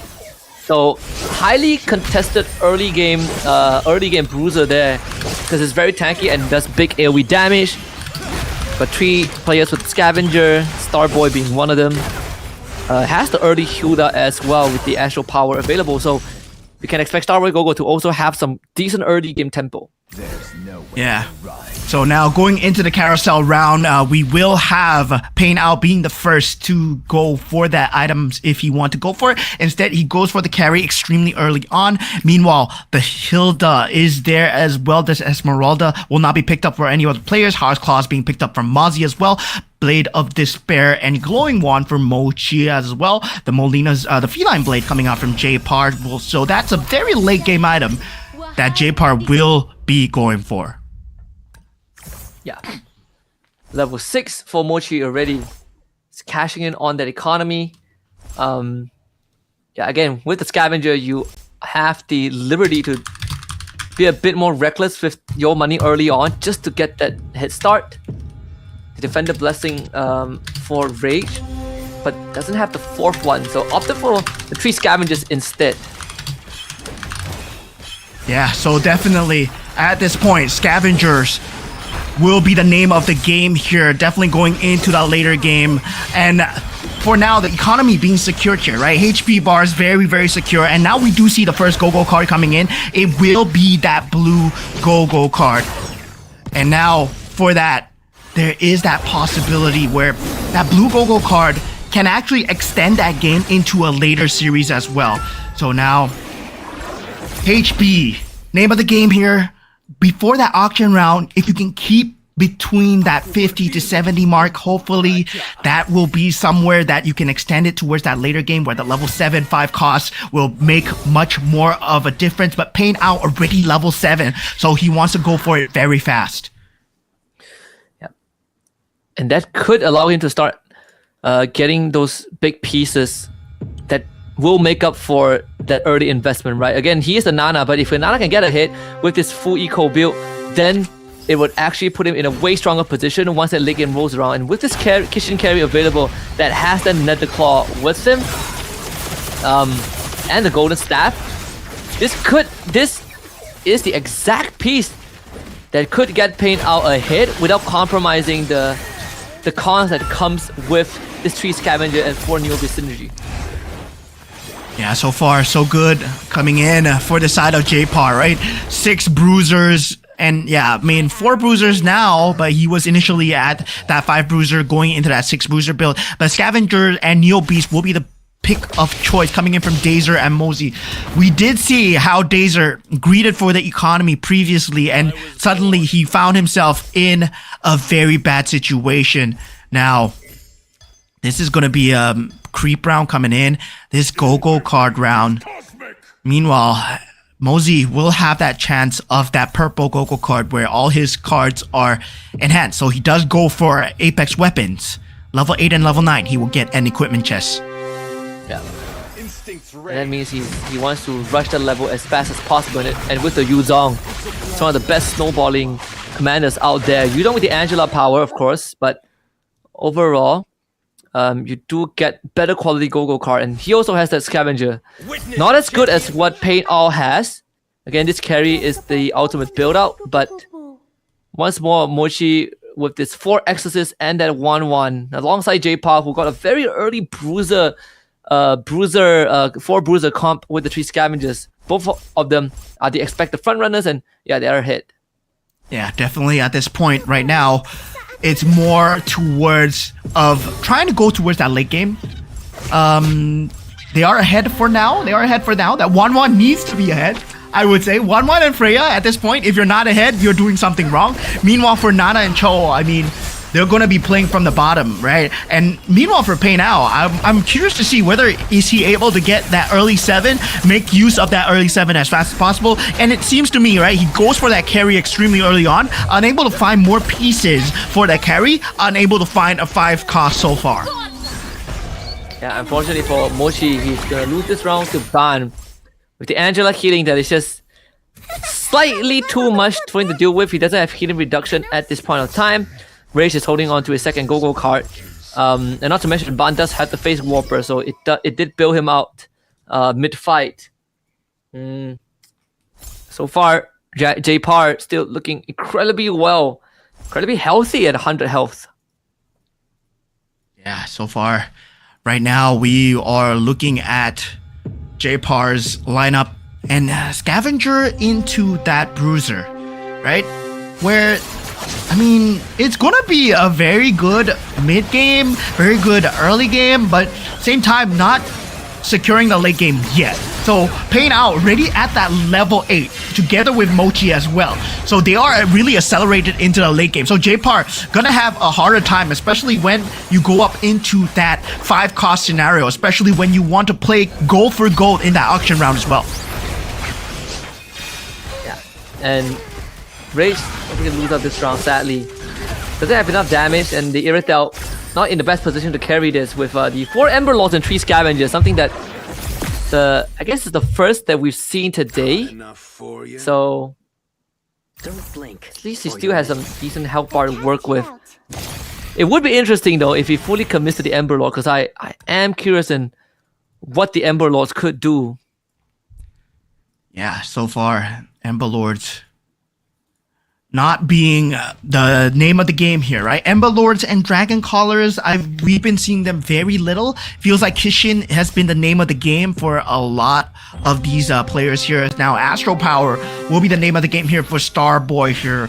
As Starboy Go-Go, still, like, wanting to go for that Hellkurt, not able to find that Saber combination, especially since he wants to go for the Scavenger. He doesn't need a Saber as of yet, still going for that economy build into that later game as well, getting that interest in, and now getting that win streak gold as well. So that gold will go a long way, especially when you want to roll down, when you want to play for that auction, when you want to play for the mirror device.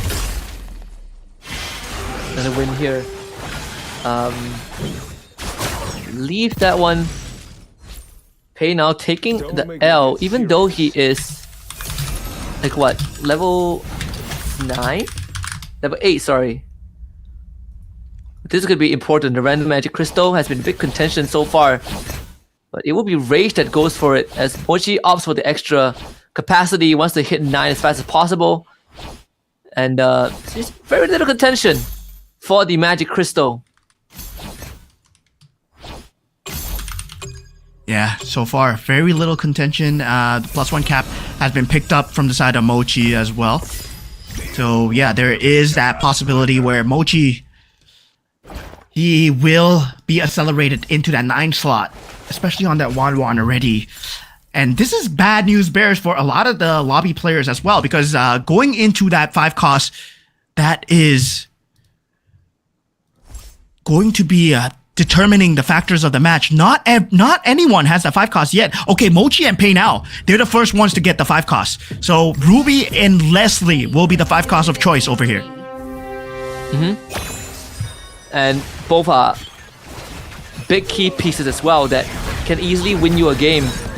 You see that Ruby already has the proper items to work with, the Ancient Totem and the Dawn Mice. That's gonna help Pain Owl's carry by some space, but we'll need a bit more time as both Carry and Ruby are still at 1 star. Laser, on the other hand, is finally winning some rounds with the 5 hard bond. He's gonna be looking for the 6 hard bond, which will come in the form of the Claude.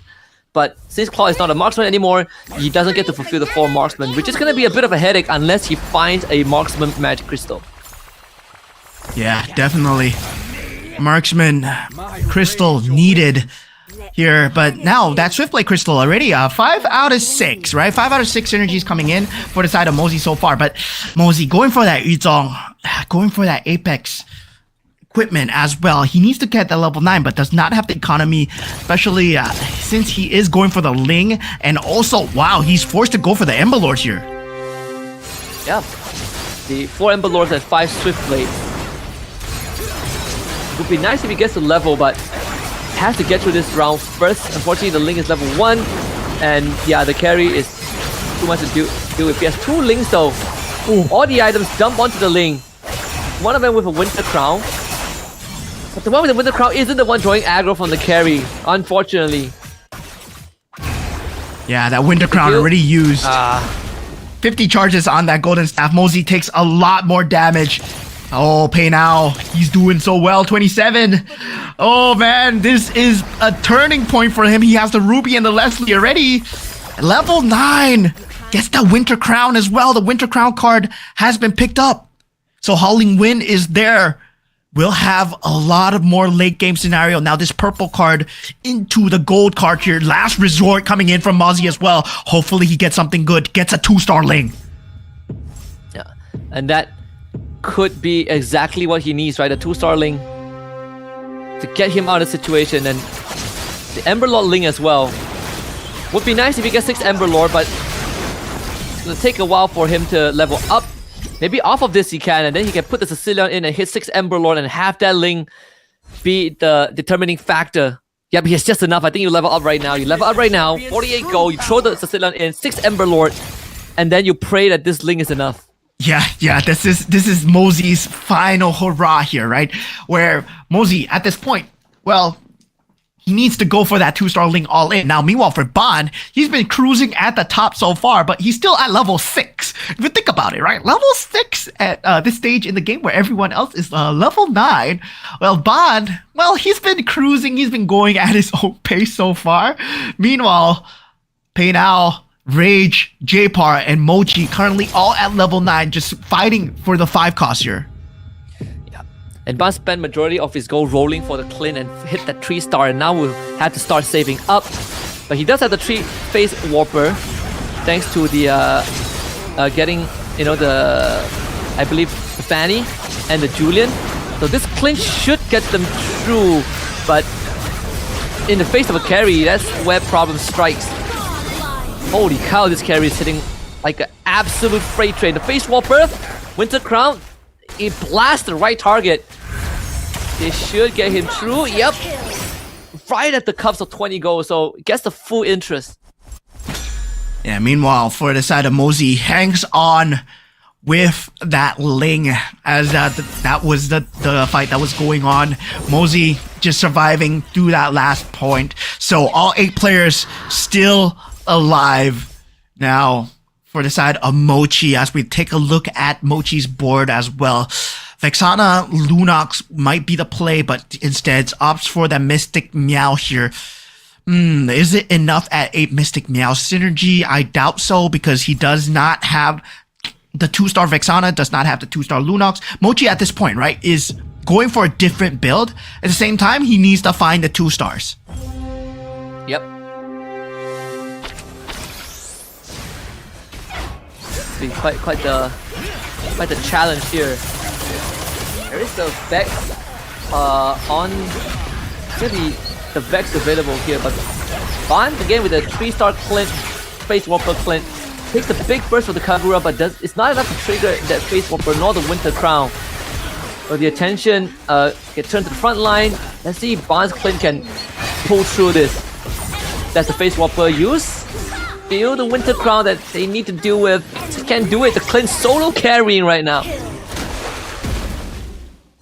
Yeah, meanwhile, Pei Now takes the damage onto Dazer as well. So, yeah, Dazer, Mosey, and Pei Now falling into that bottom spot where they are in danger here. But Pei Now, he did have a great kind of economy. He is on a Nana after all, will have that secondary life available. So yeah, there is that possibility of a comeback. Now AOT Bond might be sitting all the way at the top and Starboy Gogo as well, but they are level 7 and 6 respectively. So they don't have the access to the 5 cost as much as the players. It's pretty crazy, like the lower level players are the ones that are at the top.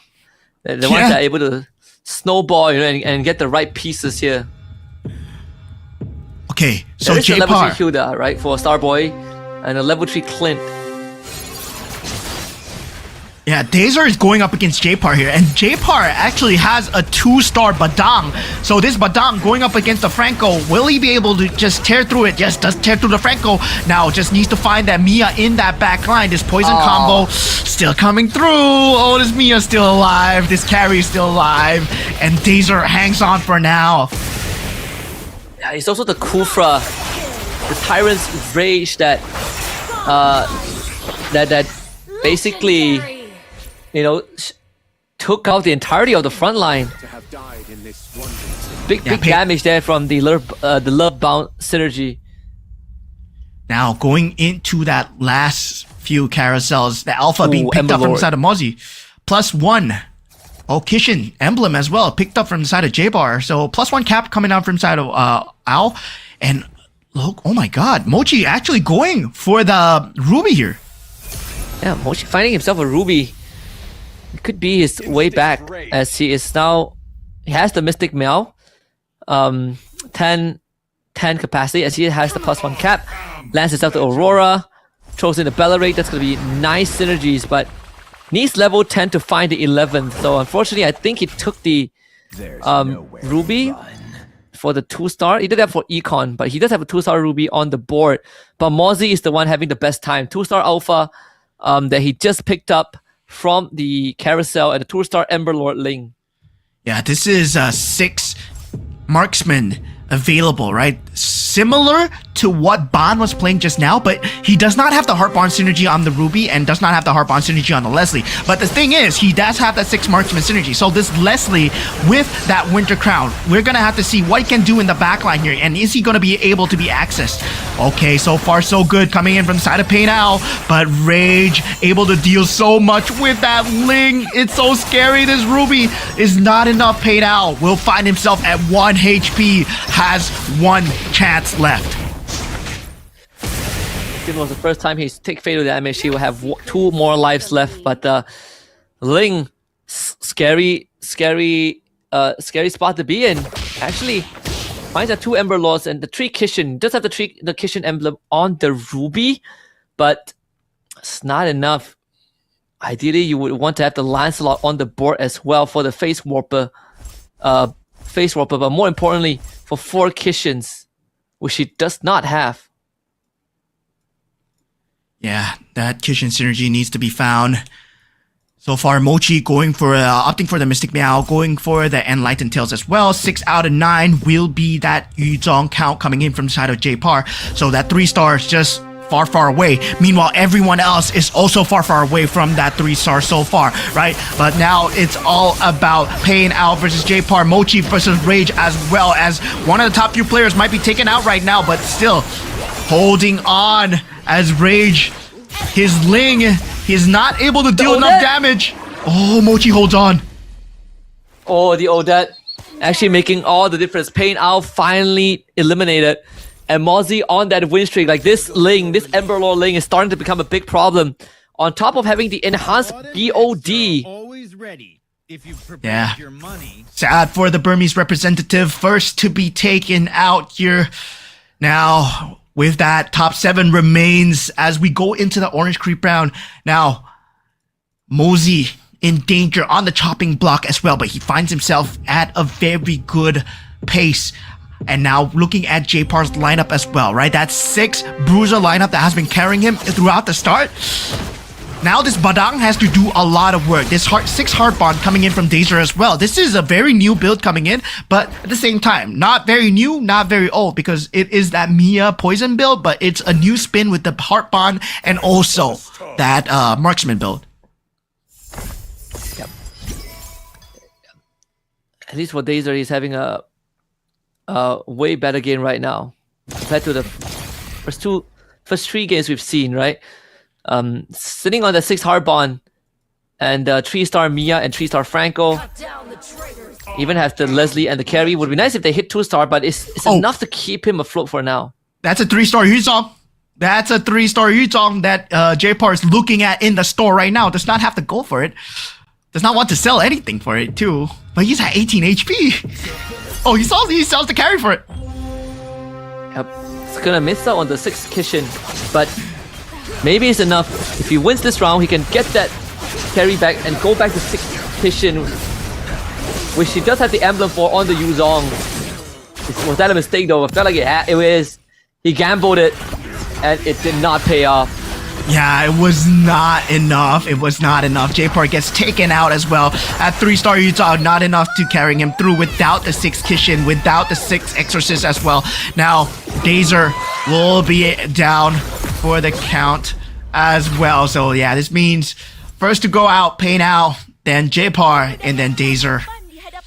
All 3 of them still looking at the bottom of the barrel as we head on closer into game 3.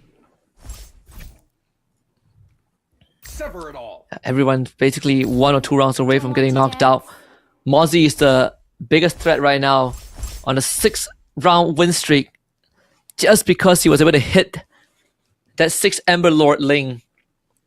I mean, this 6 Astral Power 3-star Hilda is also quite the menace, but unfortunately doesn't have like much ways to recover health aside from this Kagura keeping her alive. Maybe the Astral Sovereign buff. So it's gonna be close against Rage. The Hell could just delete the backline. Yeah, so far that Hellcurt doing such a great job, but the Badang has been holding on, right? Together with the 3-star Hilda, able to get that HP just in time here as Starboy will be taken out, but looking at the side of Mozzie going up against Mochi as well, Mozzie will be hanging on towards that mirror. Now Starboy, Go will be that top 5 slot. Now as we go into the top 4 here, 1 more round before we head on into the carousel. So we will be guaranteed that carousel here. Yep, and Mochi again, another top 4 finish for him. Not really sure if he can take down Mozzie, as he doesn't really have the right piece to do so. Not against the Ember Lord Ling. Doesn't have enough gold to roll down, nor go for the level up. So this is probably the max cap for him. He does have the... I don't think he has the protagonist. I assume is Leomor, because I don't see the animation on the Vexana. So no Beyblade Eternal Guard. Yeah, so far, Ban has been doing extremely well. Man, oh man, he was playing for the blocks. He has a lot of gameplay in his chest here. Now, he's going up against Mozzie though. Currently, on the Yuzong, he's found his pace, I would say, on the Ling so far. That Ling currently still on that tear through in that back line, but that Clint doing so good for him. Still has that Winter Crown available, but that Ling is too hard to deal with. Ban eventually getting taken out here as we see Mochi as well being taken out. Getting removed by Rage. So the Malaysian finally in top 2. Opponent spot, a chance for $250 in the bank, but he also has 6 Dragon Caller strategy. Now he's gonna go for the 7th. Probably free up 1 space for himself Does Or not have maybe enough to go 10. for 10. No, it doesn't. That doesn't have enough for 10. But this could free up a space on the board, which does allow me to go for 3 Northern Veil. Northern Veil will be up, and meanwhile the Ember Lord strategies putting the Ember Lord on that Ling as well, right? Ember Lord Ling, we were talking about this before. Now this has become an capability coming out from the side of Mozzie, where the Ling will have that Swift Blade, that Ember Lord as well, that piercing capability as long as the HP is there as well. So together with the Gushin, it's gonna deal a lot of damage, and now we go into the final showdown here. Whoever loses this is going to be out. One of the quicker rounds we've had in Group B. When it comes down to how much damage this Ling and Gushin can do before Ray starts getting out of control, starts ramping up, especially with the Dragon Caller, Irithel, the big difference maker is the Ling on Ling action. But yeah, Mozzie's Ling slightly stronger with the Ember Lord. I mean, Mozzie's Ling just had better AI, right? Where the Tempest of Blades landed onto the other Ling. Meanwhile, the other Tempest of Blades was wasted as the Ling was, just jumping away. Now, meanwhile, for Rage and Mozzie, they will have one more shot to just go for their final boards here. Not enough economy to go for the rolls. Mozzie trying to roll it down, unable to find any form of improvements. Masha, Gushin, not going to be very key here. Yeah, does not find the 2-star Badang that he needs. This should be GG's here. I mean, again, Mozzie winning this means that it has just been an Indonesian affair in Group B. Well, not fully, but almost, right? Like 3 out of 4 games, with Ban being the exception, winning out Game 3 with 1 HP. Let's see Mozzie's Ling, this Ember Lord. Too much of a headache against the Ember Lord against Dragon Caller Ling. It feels like, wait a minute, it might be doable. Whoa, what a dodge there. Yeah. Oh, Winter Crown. Oh! Got him. When it comes down to Ling versus Ling, it's always the timing, right? It sees who has the better AI. And yeah, luckily for Rage, at this point, he had the better AI and he will be walking away with $250 as he gets the round win here against the opponent Ling. Oh my god, Ember Lord versus Dragon Caller, man. Yeah. But the more important thing for Rage right now is that it puts him in the spot where he can qualify for Grand Finals, right? That pushes him up to 18 points. It doesn't guarantee anything for him just yet. He's not confirmed for the Grand Finals, but as long as he gets a good round, maybe top 4 in the last round, there's a good chance he makes it to the Grand Final. So something to take note of, on top of the fact that he just walked away with $250. Yep, and we are going into that Game 4 really soon, where Game 4, I mean, it is starting to make sense, right? Who's going to go to the top 4, who is definitely going to go in as Mochi. Of course, he has secured that top 2 positions for that first 3 rounds. Then, of course, once again, in that game number 3, he has done an extremely good job. Meanwhile, I would say everyone else is still in contention, and the exception of maybe Dazer and also maybe the few at the bottom as well. But there's still a chance because there's 2 more games. If they get top 1 for 2 more games, who knows, right? Who knows? Yeah. So again, this lobby is slightly tighter, maybe for the exception of Dazer, who unfortunately was not able to keep up with everyone else. But the rest of the lobby has been making it pretty tight. Like we're seeing the Dragon Callers may use the Ember Lord as well. 2 of the synergies that has been less popular overall, but the Group B players were able to bring out the best of them. Yeah, definitely. I would like to see much more of these combinations coming through, especially when we saw Ban, right? When we saw Ban in the previous round, where he was able to pull off the Heartbarn synergy together with the Mystic Meow, the Marksman. That's something that has been rarely used as well. So yeah, it's barely scratching the surface of what's available here in MCGG with the crystals, with whatever that's available, that Niobe synergy together with the Assassin's Jumping, together with also the Ling available right now, together with Ember Lord and Dragon Caller. Well, we saw what we saw in Game 3. Yeah, and again, just a very good approach. Game 3 was one of the faster games we've had. I know we didn't really make it to the Lord round, and everyone was losing a ton of health, but a lot of it was also dictated by just the early tempo, right? The Exorcist, the Bruisers. But we saw that last resort coming out from Mozzie, which he went for the go-go card. gave himself the link and was able to get enough gold to level up and get the 6 Ember Lord, and that really made the difference in his late game that got him to top 2. Yeah, looking at the highlights right now of that previous game, you can see, right, ready at round IV2, where everybody was at a low HP, only Ban at that 75 HP, because he played for so much economy, less towards that aggressive leveling. He was at level 6 all the way till that later stage of the game, where everyone else was at level 9.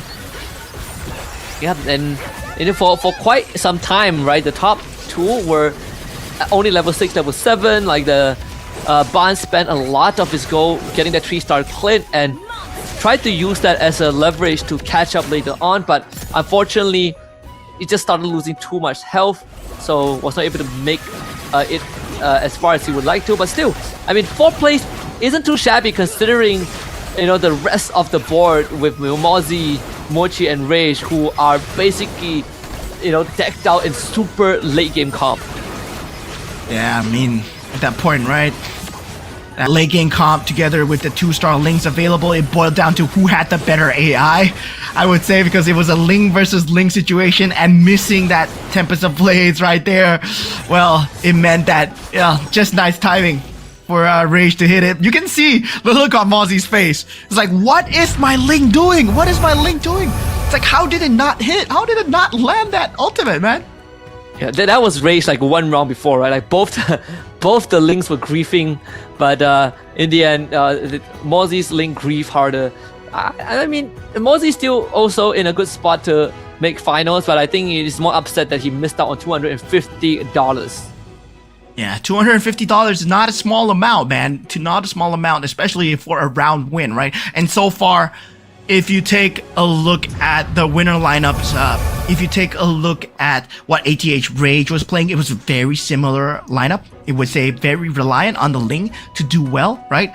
He held on with that shield card in that mid-round, mid-go-go card as well.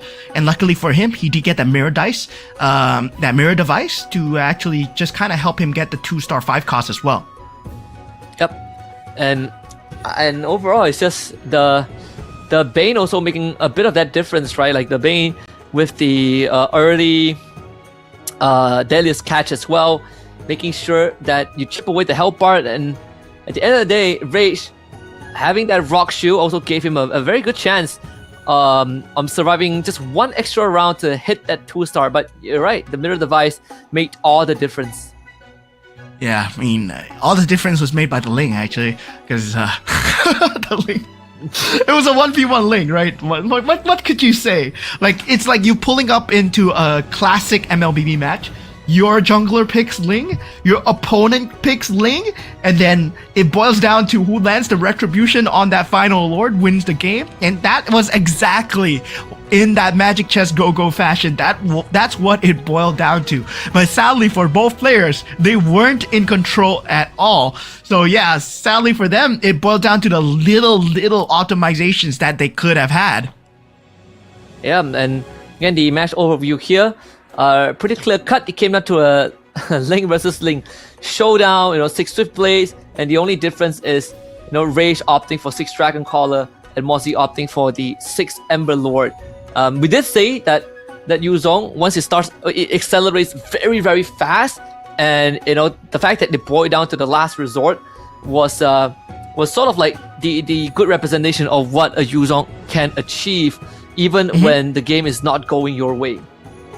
Yeah, I mean, when the game isn't going your way, right? The Go-Go cards, it is leveled up in that last resort, and also that chess available at level 8 and level 9.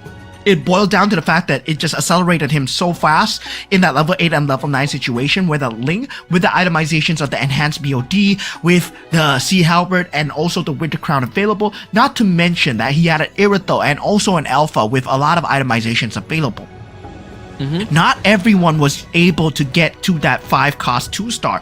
And even when they were able to get to the 5 cost 2-star, well, you can see, right, that they weren't able to just deal damage at all. Now, looking at the top 4 standings, well, Mochi, I would say, secured Grand Finals. Ban, Mozzie, and Rage so far in the top 4 standings.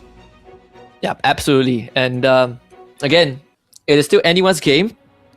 Aside from Mochi, who has basically secured grand finals, everyone can still be kicked out. So just like game one, we have some big front runners, but for everyone else, there's a fair shot for them to make it through to the next stage. Yeah, I would say, right, Dazer and Pain O, I mean, have no more chance, right? Even if they get 8 points each, they aren't in the contention of Rage's point level, because Rage did win that previous round as well, and Pain Ao so far has yet to win a round as well. So for match winners, right, you can see Rage, round 4, got that $250, Bond $250, and Evo's Mochi, man, sitting good with 500. Evo's Mochi is eating good for sure. $500. And even in the rounds that he didn't win, he still finished top 2, right? I still finished top 2, top 3. So at the end of the day, he is, one of the big contenders that everyone else should watch out for. But for Ban and Rage, they at least have gotten something going for them. Yeah, so far, Evo's Mochi, Ban, Rage, top few contenders going so far, but Mosey, right? Mosey pulling in extremely close, and J-Par and Starboy Go-Go, they will have to pull off the upset here. Pain Ao and Dazer, they might be out, but then technically they can still play spoiler here, especially because they're not out of this yet. They will be trying to play for as much as they can here, right? $250, even though you don't qualify, that's a lot of added money. Insanely a lot. And again, even if you don't make it to grand finals, you are at least guaranteed $250. So winning the rounds would add on to that, even just by a little bit. But now we are going to be approaching our final round, and this is going to determine who makes it to the grand finals and joins the top 4 from Group A. Yeah, I mean, definitely. I'm curious to see who's going to be our final winner throughout the end as well. I mean, is there going to be an upset? Because there is a point difference right now, right? Right now, Evo's Mochi might be sitting at top, but Ban, if he does get that number 1, he will be sitting at the top, provided Mochi does not get top 2. Yeah, absolutely. And for Rage, he just needs to get a solid finisher to this round, and he will also have a good chance of making it to the grand finals, or at least we will have a Malaysia representation there, because this entire Group B has been all about the Indonesians, who are basically just out-tempoing everyone. Mochi did slow down a little bit, but not by too much, right? He still is able to maintain a top 4 finish the whole way, which in of itself is very impressive. Yeah, definitely. For both players, for both all these teams, all these players coming in, sitting at the comfort of their own homes, well, competing in some prime MCGG. They're the cream of the crop of the region, right? The top 16 competing against each other so far. Hopefully, we get to see them in the grand finals tomorrow, but even if we don't, we'll get to see them once again, right, in MCGG here, as, this game, well, it's gone such a long way from the first time I've ever seen MCGG. Well, right now, it just looks so amazing. Yeah, back then, the more bare bone meta where everything is just, if you go for Bruiser Northernville, you're just going to win every single game. Right now, Bruiser still sort of wins most of the games, but there's definitely a lot more diversity in how the game is played, which in of itself is a big step up. But PNK now brought out by J-Par for the 3rd time today. The Amon for Pain Ao. Okay, that's the first pick of the first Amon pick. Yeah, once again, if he can go for the prize pool, right? He can go for 3,200 prize pool. If he wins this, well, Amon, well, yeah, technically commander that not a lot of people play as well. So now we do see the Minotaur coming in, the Mia coming in, the Nana, PNK. Once again, I believe that's a Guinevere coming out from the side of Mochi. Yep. So second Guinevere pick. So wow, that's quite the interesting one, right? Coming out with the I'm most interested in the Amon, and Minotaur, absent for the past few games, finally brought back out again in the final game of the Group B. Yeah, very interesting pick coming out from the side of Payne Owl, especially going into the final game here, game number 5. This is for all the cookie points here. IoT Bond looking for an upset, and Evo's Mochi currently sitting at the top of the leaderboard. Mosey following close by with ATH Rage. Starboy Gogo and also J-Par, they can find themselves in the grand finals tomorrow, but only top 4 will make it. And unluckily for Dazer and Payne Owl, they are out of contention here. Yep. So it's down to the fight of the top 6, and a good time to talk about the max cap, right? J-Par caps out at 21 points, so even though he has a chance to make top 4, it has to come down to a lot of factors, right? Some of the front runners, like Starboy Gogo or Rage, losing out early on to open up the window. If not, then his chances of making it through is also pretty low, even if he ends up winning the whole thing. So the true fight is actually between the top 5, and one of them is going to get knocked out of top 4 after this. Yeah. It's crazy, right? Now, it's more about that top 3, top 4 position more than anything. Top 1, top 2, I would say pretty much secure in terms of going into that slot. But now, going into that game number 5, there's not going to be any more cards being held. Fanny going for Guinevere's power. Guinevere going for Guinevere's power as well. So there will be 2 double rerolls available. And meanwhile, Mia going for Karina's power. So that Twin Blades is available for Dazer here. Wow, Dazer is really tossing things up. Yep. And for Payne Owl, it's very clear what he wants to achieve with the Amon, right? Full economy. So all those 2 stars, they are going to have a lot more value because it contributes to his gold, to his bank. And it's one of those Hail Mary, right? It either makes or breaks you. But for the PNK, it should be a comfortable cruise, comfortable cruise for J-Par, as you are going to gain econ no matter what. Yeah, now going into that economy, where early game, yeah, you're not gonna see too much economy, but the scavenger builds still not coming through. Only J-Par with the soul scavenger. Meanwhile, the Neo Beast coming through from the side of Rage, Starboy Gogo, and also Mochi as well. This will be the economy picks of their choice here. HP bar wise, well, it's all rock paper scissors, right? Whether or not you'd have that slight advantage, you don't know who you're going up against. Meanwhile, if you know that you're going up against a strong opponent, well, sometimes you can get the win, especially if you are somewhat like Fanny, who does have that extra slot available, but it's always rock, paper, scissors every single time. Plenty of 2 stars coming online for Payne Owl. Again, he is running the armor, so these 2 stars are going to give me extra goals, but the best way to do it is to get the 2 stars that you really want, so you can make use of the extra gold that is given to you instead of getting it and then re-rolling it. Yeah.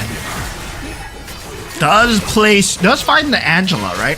So might be something that he wants to go for, the Angela Scavenger Kishin combo into that later stages of the game. So he might be just rolling it down for the Angela, and now he's secured that and he wants to go for that, but I don't see the vision so far. Meanwhile, for Bon, he's doing extremely well on the Minotaur, but as expected. Now, going into that carousel round, Mochi will be the first to move. That Lunox there, it's looking juicy as well, especially if you want to go for the Kishin build, but that Haas Claws will be the choice coming in for Payne Owl. J-Par going for the book there. Dazer, the Golden Staff. Berserker's Fury on Starboy Gogo, and looks like Bon choosing the Magic Glaive instead of any units. Okay, so no one going for the Lunox, one of the harder ones to build around. Understandable. Yeah, I'm surprised, Ban and right? Rage, yeah, quite surprised. But compared to like Leomor or Vex or Yuzong, it's definitely hard to build into. Trip the full face warper for Ban, and Rage having the Scavenger actually just pulled off the Scavenger into Swiftblade, Astral Power, and Marksman, both still at 100% health. Yeah, Ban already choosing to enhance the Dom Ice and also the Anti-Cuirass, right, on the Minotaur. So this means that he has a secured front line. He could go for, the build where He's building the Heart Bond, the Defender into the Face Warpers if he wants, but right now it's 3 Face Warpers and 2 Heart Bond coming in from Bond. Now, Mochi taking a lot of damage here on the Guinevere. And we have seen Guinevere's, right, just not doing too well. But he's, once again, going for Neo Beast Scavenger, similar to J-Par, right? Full economy build. Yep. Full econ, and yeah, last time we saw it didn't really work out well because it ended up being way too defensive, and there wasn't really a way to bail yourself out of the situation. So let's see if it's gonna be any different this time, right? Like, especially for Mochi, who has secured final, so technically this round doesn't matter as much, but there is still $250 on the line.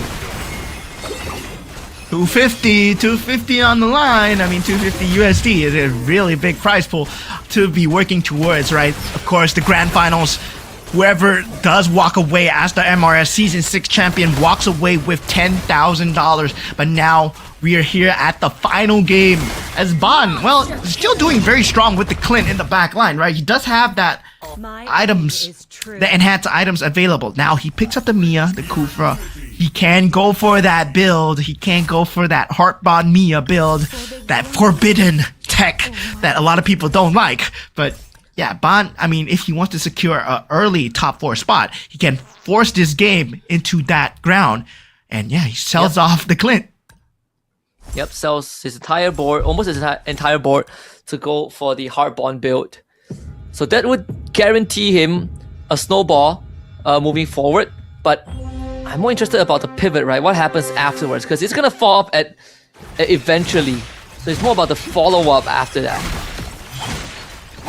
And whether or not he does have a follow-up, whether or not he is just going for the Hail Mary here, we'll have to see as we take a look at Mochi's board. He needs to find a way to stabilize here. Mochi's still going at full economy. Neo Beast Scavenger, right? So this is, there's no direction so far. Currently, he does pick up the Dragon Collar. He picks up the Saber as well. Feels like a Dragon Collar rotate, maybe, especially with the Defender synergy available. He will have the Gushin on that board as well. So that Gushin Ling might be a potential rotate that he might go forwards, but still needs to go to that level 8, find out what's that 5 cost first before he thinks about even buying those units.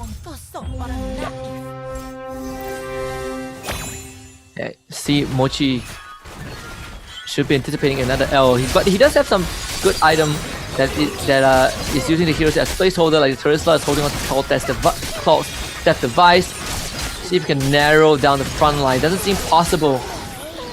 That's going to be another big chunk of damage coming his way. Down to 42. Yeah, and the thing is, right, Dazer is also playing that same Mia build. So, yeah, there is a lot of people that are playing the Mia build. So, Bond, Dazer, and I believe there's one more that's playing the Mia build as well. So, yeah, there is going to be a contest. Rage is also playing the Mia in the back line. But he's only playing it for now because he does have the Scavenger. He does have the Kishin swap away if he wants to go for it. Yeah, that's going to be a pivot angle. We see 2 Ember Lords for Ban, but it's between Dazer and Ban right now. So they're going to be contesting quite ferociously for the Mia. But for Mozzie, Pain Out, J-Par, I think Starboy and Mochi, all of them have, I think, 3 Scavengers, 2 Scavengers synergy. So this could be a setup for more of an ultra late game match. Everyone is just working on their economy first. Yeah, everyone just wanting to secure that economy in that early game. Meanwhile, for Bond and Dazer, they're playing a different game, right? For them, they want to secure that mid to late game where they're secure that top 4 spot, but it's on who gets that 3-star Mia first, who gets that 3-star Minotaur Tigreal into Kufra frontline first as well. So yeah, there's something that in the air right now. Mochi ready, falling into that 26 HP mark. He is a Guinevere. We'll have to start to roll it down as we take a look at his board. Right now, we'll be going for that Stargazer Farsa. Still choosing to lean towards that Neo Beast. Does not open the chest yet. Knows that there's the auction round. After the auction round, maybe. Yeah, I'm starting to run out a bit of time right now. Unfortunately, he's not even at 300 yet, so that is going to sting a little bit. only has 2 more rounds left in him. This one is most likely going to be a loss. Unfortunately, the Lunox just doesn't have the right item except for the glowing one. But yeah, that's just not enough. Mochi down to his last legs now. Yeah, finds himself at 15 HP. Not a good look coming in from the side of Mochi. Our top contender so far, right? Now, we'll have that crystals available, but now going into the auction round. Well. Random magic crystal, mirror device. What do you want to go for here? J-Park goes for the +1 cap, Bond goes for the mirror device, and it's very heavily contested by all players. Plus 12 will be that gold cap. And meanwhile for Pei now, jumping in for that mirror device as well. Yep. Mozzie will get the crystal. There's the winter crown that Starboy and J-Park are fighting over. It seems like J-Park, yeah, he's gonna give up on that. Especially for Mochi, right? Luckily he got the extra cap because he definitely does not want to use much of his gold to contest for these items. Raish boosts Ban off the Thunderbelt in the last second. Well, Ban is thinking about it, right? Do I want to go for the glaive? Do I want to go for the... Yeah, he gives the glaive. He gets the glaive, gives the Thunderbelt over the rage. So yeah, now at this last point, a lot of people thinking about it, right? Mochi and Mozzie, right? They both went for the Guinevere card, but Mochi is at 15 HP right now. On his last legs. See, Mochi, yeah, he has cashed out. There it is. And he hasn't selected his second Go-Go card just yet, so that could be a rock shoe there to buy one more round for him. But he has completely pivoted off the 4 Neobees, and now he's working with 4 Kishins. And it's gonna be the Lunox and the carry that's gonna try and get him through this. Yeah, meanwhile, we're looking at Starboy's lineup here. Starboy does have a pretty decent lineup going into that last fight as well. Starboy, Neobeast, well, he does have the Exorcist available. So Mochi might be in a bit of trouble here, but that carry though, that carry just providing enough damage here, right? Luckily for Starboy, he's still in that Neobeast zone where he wants to go for that 300 energy. Yeah, I just saw the Badang, the hard bond Badang too. If it's a 2-star, then a 2-star with 4 hard bond, then that would have been a big problem. But that's 4 hard bond out, I believe, for Mochi. J-Power resetting his board, might be gearing into the Stargazer mage. There it is. 4 mages, 2 Stargazers.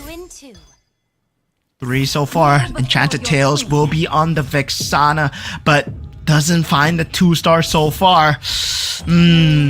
This is gonna be a rocky one, especially if he goes up against someone strong like... luckily for him, he's still Rage, who's still trying to find that Kishin combo. God, the Swan Song absolutely destroys the front line. So J-Pass stays up.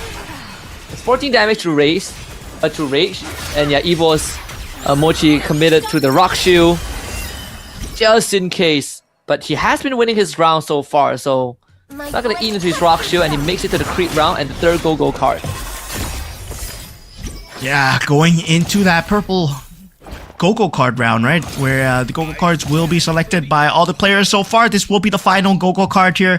We do have Deja picking up Manic Slam, will be picking up that Leslie as well. So yeah, we'll have that marksman combination. Meanwhile for AOT Bond, does he choose to stick with the Mia here? He does go for attack and defend, which does want to up the tempo, but he does not have the lineup to up the tempo. I feel like he might have to go for the Leslie eventually. But he's at level 6, right? So yeah, he's gonna start eating into his health bar very, very quickly. Yeah, Bond's at a very weird situation. I was born a rebel. He's very reliant on his items, but at the same time, he does not get the 3-star Mia, does not get a 3-star frontliner at all, only at 2 heart bond so far. Meanwhile, Mochi has that heart bond on the Badang, pulls up the 2-star carry as well. So this is the possibility where, yeah, with the rock solid, right, with the shields that they got, they're going to start coming back. Yep. Wow. 6 hard bond. I believe, yeah, 6 hard bond with the Lancelot as the hard bond as well. Now he's then 6 hard bond, 6 Kishin. And then Mochi has found himself in a good spot again. Another good recovery play by this guy. Yeah, 60% hybrid attack. Mochi, once again, very clutch play coming out at the end.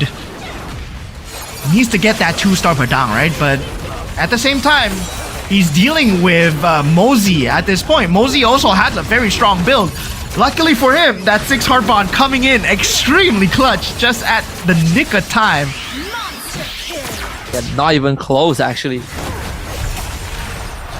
Yeah, that was a 4 or 5 heart bond, then yeah, would have been bad. But luckily for Mochi, it's a 6 heart bond, right? Yep. Another like game where we see Mochi bringing it back. I mean, what his worst placing was what 4th, 5th. Yeah, great rotation into that heart bond, right? And once again, it's a very unique build coming out from him. Heart bond into that Batang as well. So he does have that Claude at the 2-star level. And I mean, Lancelot with the heart bond as well, I mean. So initially, it was the Batang. Then he sold off the Batang, went for the 2-star Lancelot. So now, it's going to be looking as a Kishin heart bond 6-6. That could actually be enough for him to get into top 4 at least. Yeah, that is. That's a 6-6 with 2-star 5 costs. Yep. And it's gonna be able to keep on investing into rolling the 5 cost, right? I mean, now he's at level 9, but with the position he's in right now, he can just hold on to his economy, maybe look for level 10 and start rolling down for the 5 cost. He is in no rush right now because his carries are going to be the 5 cost, especially the Lancelot. The carry can't be considered an afterthought. He already has a 2-star Claude, so might as well start going for the 5 cost pieces. Yeah, at this point, 5 costs will be the name of the game here. J-Par also at the danger, at the threat of death. Mystic Meow will be his only savior here. We know that he goes for the Lunox. He went for the Lunox initially, but now he changes out into the Vexana, and he does get that 2-star Ruby as well. So it's all up to the Claude's Death device to see what he is able to get out of the Claude's Death device, right? And it's a randomized roll every single time. It's not the enhanced one, so sometimes it is the enhanced one, so it could give you slightly better items. Yeah. I don't think the Vexana is the protagonist, which is the unfortunate part, so you don't really get the Beyblade, but still, the knockout of the Internal Guard as an extra body is good enough. And again, the Swan Song absolutely decimates the front lines. But the Ling is quite a problem here. It's a Ruby though. Ling. Yeah, it's an Exorcist Ling. That taunt, not enough. This would mean J-Par out for the count here. Sadly for J-Par as well, right? This means that this ends his run here at the MRS Season 6 because he won't be making it into the Grand Finals no matter what. He will be ending it on 14 points. Great show by him, but sad to see him go. Not able to make it to the top 8 here. Now, Paynow does go for the Alpha. Bond with the +1 cap. Starboy go with the +1 cap as well. We go for the last carousel, potentially. Yep, there's Dazer. What is it going to go for? I mean, there is the Stargazer and the Stargazer and the what's it called again? I can't remember the name of the device. The Spellblade Talisman, yes. Oh, okay. So he did go for the Talisman. I thought he would... Stargazer, both are decent choices overall. What? And he's... So there's 2 6 hard bond players, but obviously Mochi's one is a lot stronger because Dazer is only level 7. Bond's still stuck at level 6. Oh my god. Struggling to accelerate the game. Yeah, I think he's hit his cap. Yeah, Paynow just sold off his entire Bard. He knows that he's not going to make it, right? He knows that he's not going to make it to the Grand Finals. His only hope would have to be going for that 3-star Alpha. Does not get it in the end as well. So rolls it down, finds himself at 0 gold. Only a 2-star Alpha. Gets out of the game here. What a show. J-Par and Pei now end the streak here at 14 points. So not going to make it into the top 8 as well. Yep. Go out in a blaze of glory. Yeah, it was a good attempt. It was a Hail Mary attempt. So that means that 3 of our players are almost guaranteed to not go through. So now the attention is going to be a Starboy Gogo, right? How far can he go? If Starboy Gogo can survive until the end, and he is a Nana, then he might be able to knock someone out, right? Like, points, it's a cap out at 25, so it's Rage and Mozzie's tournament lives on the line. And he has 6 Dragon Callers already. Yes, gonna be tough. 6 Dragon Callers.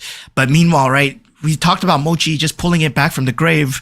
6 Harpon, 6 Kishin as well. He has a great economy. He's at full interest. Meanwhile, Starboy, 0 gold to work with so far. His last hurrah, Dazer just pulls off that 3-star Kufra at the last second as well. Now, we talked about Dazer and also Ban going for the same build, but Ban now no longer in contention. Ban being that bottom is not what I was expecting to see. Yeah, pretty hard. I mean, again, he capped himself out at level 6 with the Mia, with the poison build, so no limitation, but Dazer also take a big beating there from Mochi. I don't know how they are going to get through this Kishin Harbon Lancelot. It is disgustingly strong. Yeah, this actually puts Starboy Goku in contention here. So if Starboy Goku gets a perfect lineup, right? If he gets a win through, if he gets 7 points, he takes out ATH Rage with the points alone. Mozzie is the one in danger, right? Like, even if he overtakes Rage, Rage is still going to be placed 4th, but Mozzie will get knocked out from top 4. No, Mozzie will get points no matter what. Oh yeah, right. Yeah, he will knock out Rage instead. You're right. Yeah, he'll knock out Rage instead. So Mozzie still has points to gain. So Starboy Gogo puts Rage in danger. If he gets 6 points, well, that all boils down to just Rage getting that round win ahead of Starboy Gogo. I mean, Starboy Gogo needs to go out now, right? Then he will end with 5 points, then Rage will finish 4th. Yeah, But if if he gets Starboy 6 Gogo ends 2nd, Rage does not qualify into top 4. Yep, so it's either 5 or 6, then we'll force the tiebreaker. Then the tiebreaker is going to be very close between these two. Burung kecil yang lewat.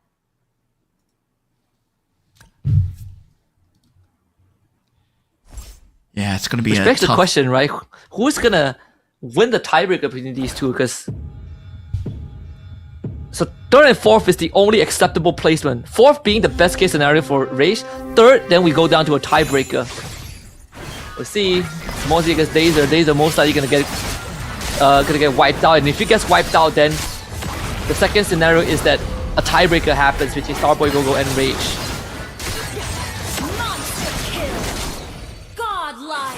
Yeah, even in a tiebreaker scenario though, unless Starboy Gogo wins this one over here, Rage with that round win, well, he's secured that top 4 spot, but Starboy Gogo needs a 2nd place finish and above. Yep. So Needs the Dazer gets second knocked place. out. Ooh, Starboy Gogo. Starboy Gogo. Does he still have the extra life? That is the important question here, because I think Mochi is almost guaranteed 1st. Oh, he's guaranteed top 2 at least. 3-star Lunox, I think that's the first. That is the first for him. Ooh, Mochi, 3-star Lunox. 3-star Esmer, yep, that's the first. Oh. No way he doesn't make 1st now. Man, Mochi once again farming the $250. He doesn't even need to get 1st. He's just farming the money at this point. Yep. $750 before the grand finals, before the actual main prize pool from the tournament gets paid. He took a 10th of the pool already. He's like, yo, where's my prize money at? Now, Mozzie will be going up against Starboy Gogo here in the other poll, but then we are taking a look at Mochi's 3 stars in action against a 2-star Ling, and yeah, this Ling, no chance. Yep. Wait, and that means he takes out Mozzie. The Starboy Gogo is 2nd? Starboy Gogo 2nd. Starboy Gogo 2nd. Oh my god, Mozzie's mirror actually beat Starboy Gogo, but not enough to take him out. And that's gonna seal the fate of Rage. Yeah, as Rage he misses out by 1 point. Rage is no longer in top 4. There goes your Malaysian representative, Husky. That's unlucky. We got slaughtered in the semifinals. Yo, GG's. I'm happy to say at least Morpheus made it for the side of Myanmar. Meanwhile, Paid Owl, I mean, good game to you, but yeah, we're gonna have one Burmese representative, one Cambodian representative, and a lot of Indonesian representatives, man. Once again, hopefully. Did they feel like half the lobby again, like goal 1? There's at least 3 of them, right? 3 or 4, I can't remember, but yeah. A lot of Indonesians in the grand finals. And yeah, this is just for show. This is guaranteed win for Mochi. Yeah, Mochi has that 3-star available. Starboy, I don't think there's a capability that he can fight this at all, right? 2-star Ling, not enough against 3-star Lunox, 3-star Esmeralda as well. So definitely a good showing coming out from Mochi so far. Once again, getting that $250 unless Starboy Gogo has something to say about it after this carousel, because he still has HP. Yeah, we've seen it happen from the Nana. Wait a minute, is that 6 Dragon Caller? Well, he already has 6 Dragon Caller, right? But it frees up a 10. slot on his board. No way. The play's to go for 10. No way. He doesn't have enough, does he? That's the only way. Nah. He doesn't have enough. Yeah, But he he doesn't frees have up enough. someone on the board. Who is he gonna free up? The Lo Yi? But that's a Northern Veil. I suppose you can. Or you take out the Joy instead. He is selling 3-star Terizla. Is that enough though? 3-star Terizla. Dragon Caller 3-star Terizla.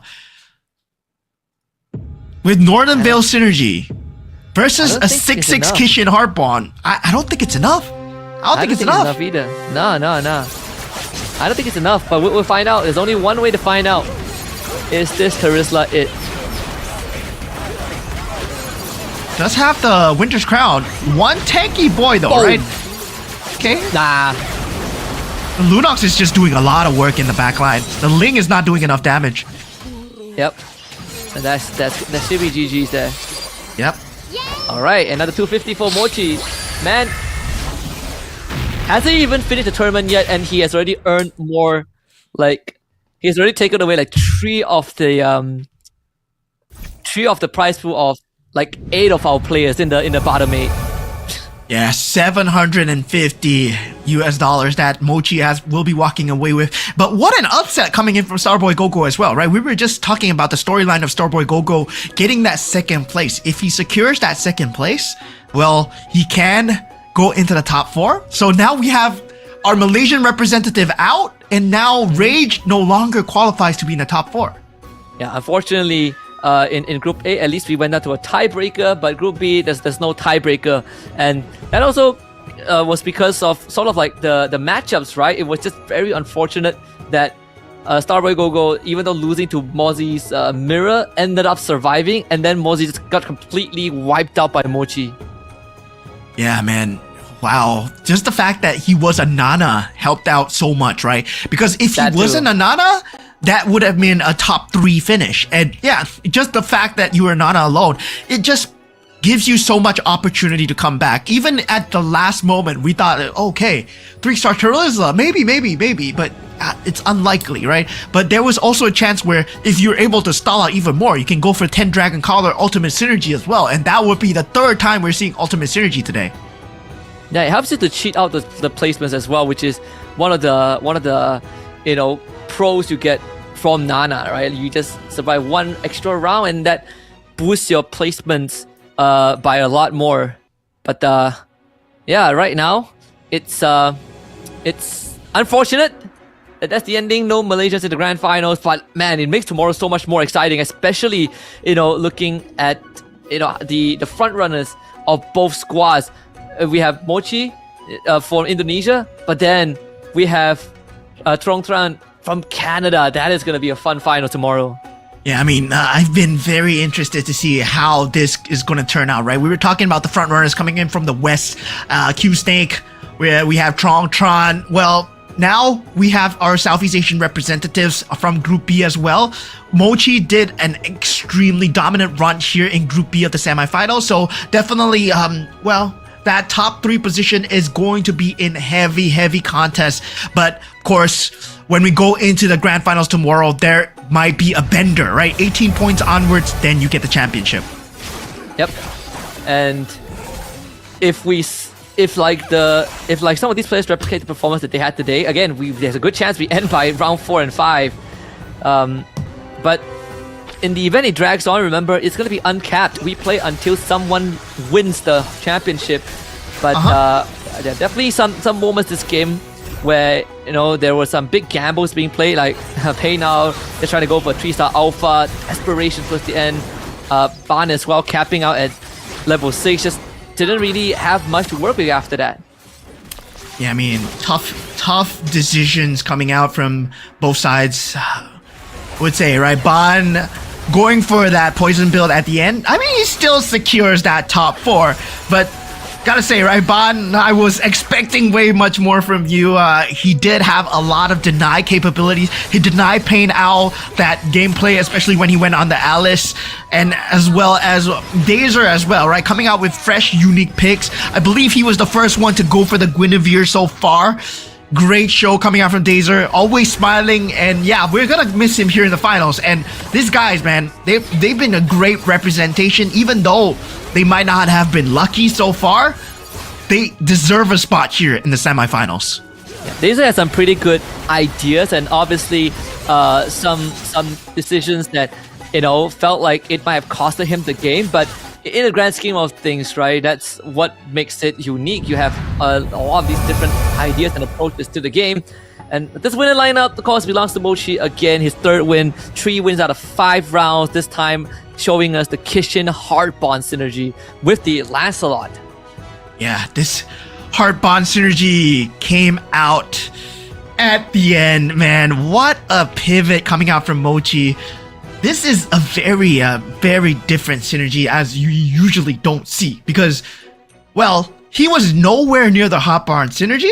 Meanwhile, he decided, okay, I get the Heart Bond Crystal, and then we start to make a lineup around it. And that was a very late game decision making because he did have a lot of money on the Guinevere.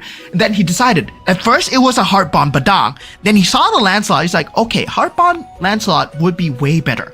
And then he started building Kishin around it. And well, since he had the money to do so, he had the HP to do so from the Rock Solid card, it all came into action. This was not like a pure luck, I'm gonna do this, I'm gonna do that. No, this was purely intentional. Ever since he went for the crystal, he had an idea that he's going to end on 6-6 with a Heart Bond and Kishin synergy. And not only that, he also, played on the Lancelot as sort of the main damage dealer. And once he got comfortable and realized that no one could take him down, he started rolling for the fall cost, right? That's how he ended up with the 3-star Lunox and the 3-star Esmeralda, and that was more than enough for him to pivot for that Lunox to get the Heart Bond Crystal and become the main carry and eventually win the game. Yeah, that was just a crazy storyline coming in from Mochi as well. Now I gotta say, Starboy Go hanging on with the Nana. Man, oh man, putting ATH Rage out of contention. This is what a crazy game coming in. Meanwhile, sadly for the PNK did not get a good show, right? Despite the fact that, well, did get that 2-star Ruby going in, but did not get any of the synergies coming in. The Mystic Meow, the Dauntless synergy couldn't come through in time. And with the recent nerfs to the Dauntless as well, right? The Defender synergy coming out on top. And that's why we see people going more towards that Dragon Collar, going more towards that Exorcist and Kishin. And no longer Dauntless Marksman is at the top few. And at least in Group B, they show us a bit more of that extra variety in the sense that, we get to see more of the Dragon Callers come through, more of the Hard Bonds come through. On top of what we've already seen, which are the Kishin and the Swiftblade. Obviously, the supporting cast, supporting synergy has always been that Northern Veil. As long as you get that Bane that acts as a nuke in the start of the round, but the Mystic Males have also, shown some degrees of success, but it's more sort of like, up in the air. Yeah. I would say, right, out of Group A and Group B was the harder group to kind of come out on top because of the fact that, a lot of these players are there. Mochi and Mosey completely playing for the top. AOT Bond playing for the deny as well. Starboy Gogo coming in clutch at the top 4. These are your top 4 going into the grand finals. And sadly, for the players down at the bottom 4, you guys had a great show here. The Malaysian representatives, Rage and J-Par. We have Dazer all the way from Mena, but also carrying the Indonesian flag, and Peng Ao coming in all the way from Myanmar. Well, you guys had a great show, but sadly, not good enough. Yeah, not good enough in such a competitive pool, but I'm pretty sure we are going to see them down the road. And, with the ever-changing, roster of competitors every season, you bet that we are going to see new faces in the next season. But for Evo's Mochi, he has 36 points out of a possible 40. That's an A+ in my eyes. And rightfully so, he walks away with $750 just from the semifinals alone. This guy, man, is proving why he is the top of the top here.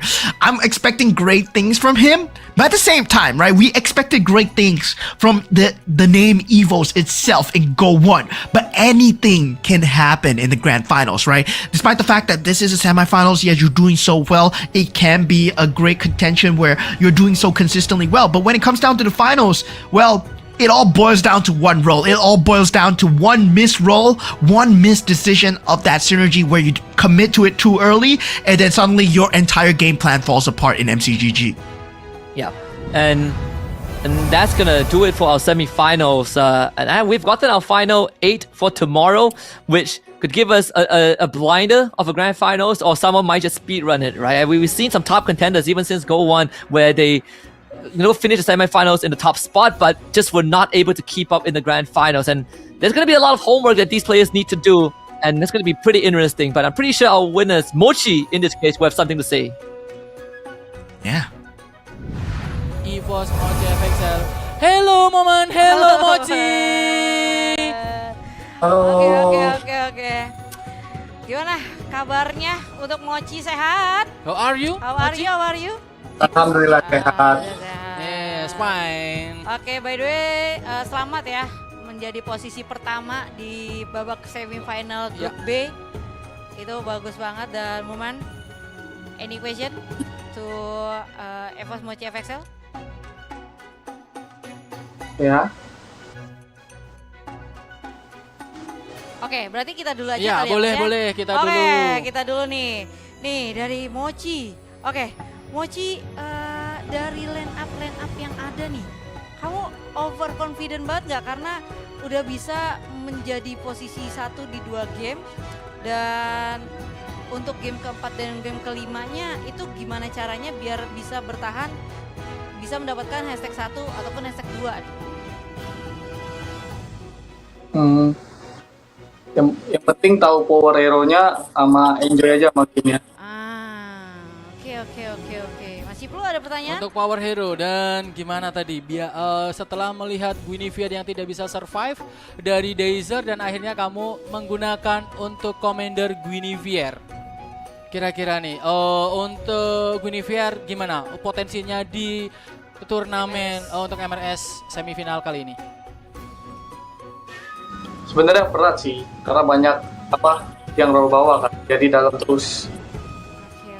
Itu enjoy gara-gara Rock Solid doang di tengah. Nah, iya kan? Oke. Mentalnya ke burst gara-gara Rock Solid ya kan?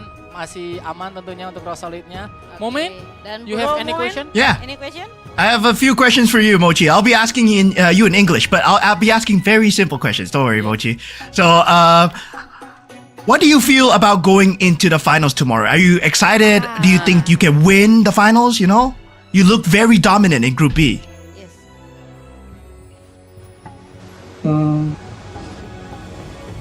Yang pasti pede lah buat juara. Very confident for winner grand final tomorrow. Ya, oke. Dan Okay, mungkin ada one more satu- question. One more Iya, question. satu Yes, lagi, yes. itu dia dari One more question. One more question. Who do you think will be your biggest contender tomorrow? Unless other than you, who do you think is your rival tomorrow? Like a number one opponent? Ya, siapa yang pengen banget kamu lawan untuk di grand final final. besok? dari semifinal A mungkin. Nggak ada sih sebenarnya. Aku anggap semua musuh sama aja. Semua sama. Kayak Oke, semuanya sama ya tentunya. Oke, sudah tentunya. Ya, sudah. Enough, Momen? Or more Yeah, question? thank you Okay, for your thank answers. You, Momen, thank you juga Mochi. Thank you. Kita ketemu Congratulations. Thank you. ke grand final. Terima kasih banyak untuk Momen dan juga Mochi. Tentunya selamat untuk Mochi. Tidak ada yang Yo, that was a very confident response coming in from Mochi, man. Going into the grand finals tomorrow, he is extremely confident. Well, he is very well prepared. He thinks that there is, well, nothing pretty much standing in his way. Of course, man is walking away with $750 in his pocket already. Well, I hope he walks away with 10,000 more. He shows us some more, off meta picks. He might walk away with another 3.2k, right? Like there's a lot of money on the line, and not to mention, I'm not sure if the round win 250 applies for finals as well. But imagine if he does, right? There's a lot more cash prize that he can walk away. Again, crazy stuff from Mochi, but even then, even in all the dominance he showed today, he still treats everyone on the as equals, and that just shows that there's a lot more to be desired. But it's the right mentality where he's always on guard on what could happen, because even though he only finished top 4 today with 3 out of 5 wins, he's still humble towards the grand finals tomorrow. Yeah, today we've had a lot of great Magic Chess Go-Go here at MCGG, and hopefully you guys have enjoyed the games that have been going on here today. We have a total of 3 Ultimate Synergies happening here. I mean, 2 Ultimate Synergies? Was it 3 Ultimate Synergies? Yeah, 2 Ultimate Synergies happening here, right? One in Group A for that Kishin number 10, that 10 synergy going on twice in an entire day, and this has never been in the history of the entirety of MCGG. That 10 is not a number that is supposed to be hit, but luckily you guys were here to see it. Hopefully you guys have enjoyed it as well. Do remember to follow us on our social media pages. Do remember to follow MCGG as well, and do remember to tune in tomorrow for the grand finals, as I believe our time here has come to an end. And of course, once again, we are casters, Moman and Husky. Husky, do you have any final words left to say? Hey, just tune in for the grand finals, man. It's gonna be fun. I want at least 8 games. Let's do it. Let's go. All right, see you guys tomorrow. Same time, same place.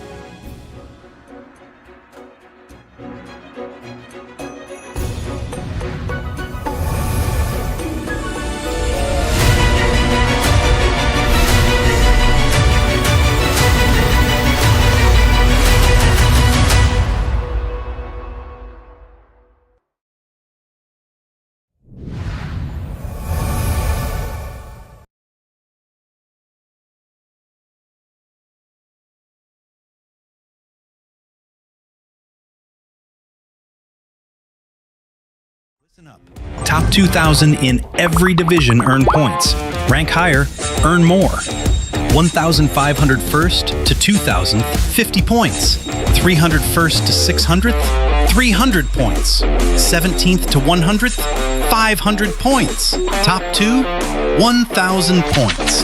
No match is ever wasted. Every point counts. Climb to the top and advance to the global stage. 16 spots worldwide across 9 divisions. Points by rank. 7th to 8th, 1,000 points. 5th to 6th, 1,500 points. 3rd to 4th, 2,000 points. Runner-up, 2,500 points. Champion, 3,000 points. Additionally, the global stage prize pool has been fully upgraded.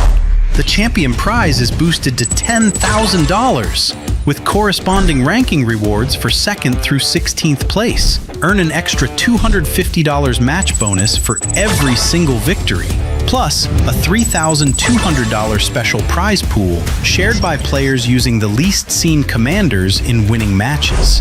4 full seasons in 2026, Season 5 through Season 8. Points are calculated independently per season and accumulated for the year end. Every point you earn leads to the year-end finals. Tap the leaderboards icon in the top right corner of the main screen and check your points in the Go Series points menu. Don't wait! The battle is fully underway.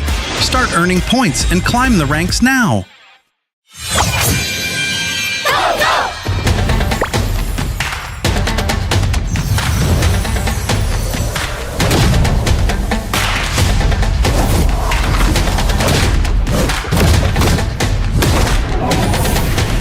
Justice in hand, resolve in heart. Let the mind be like water.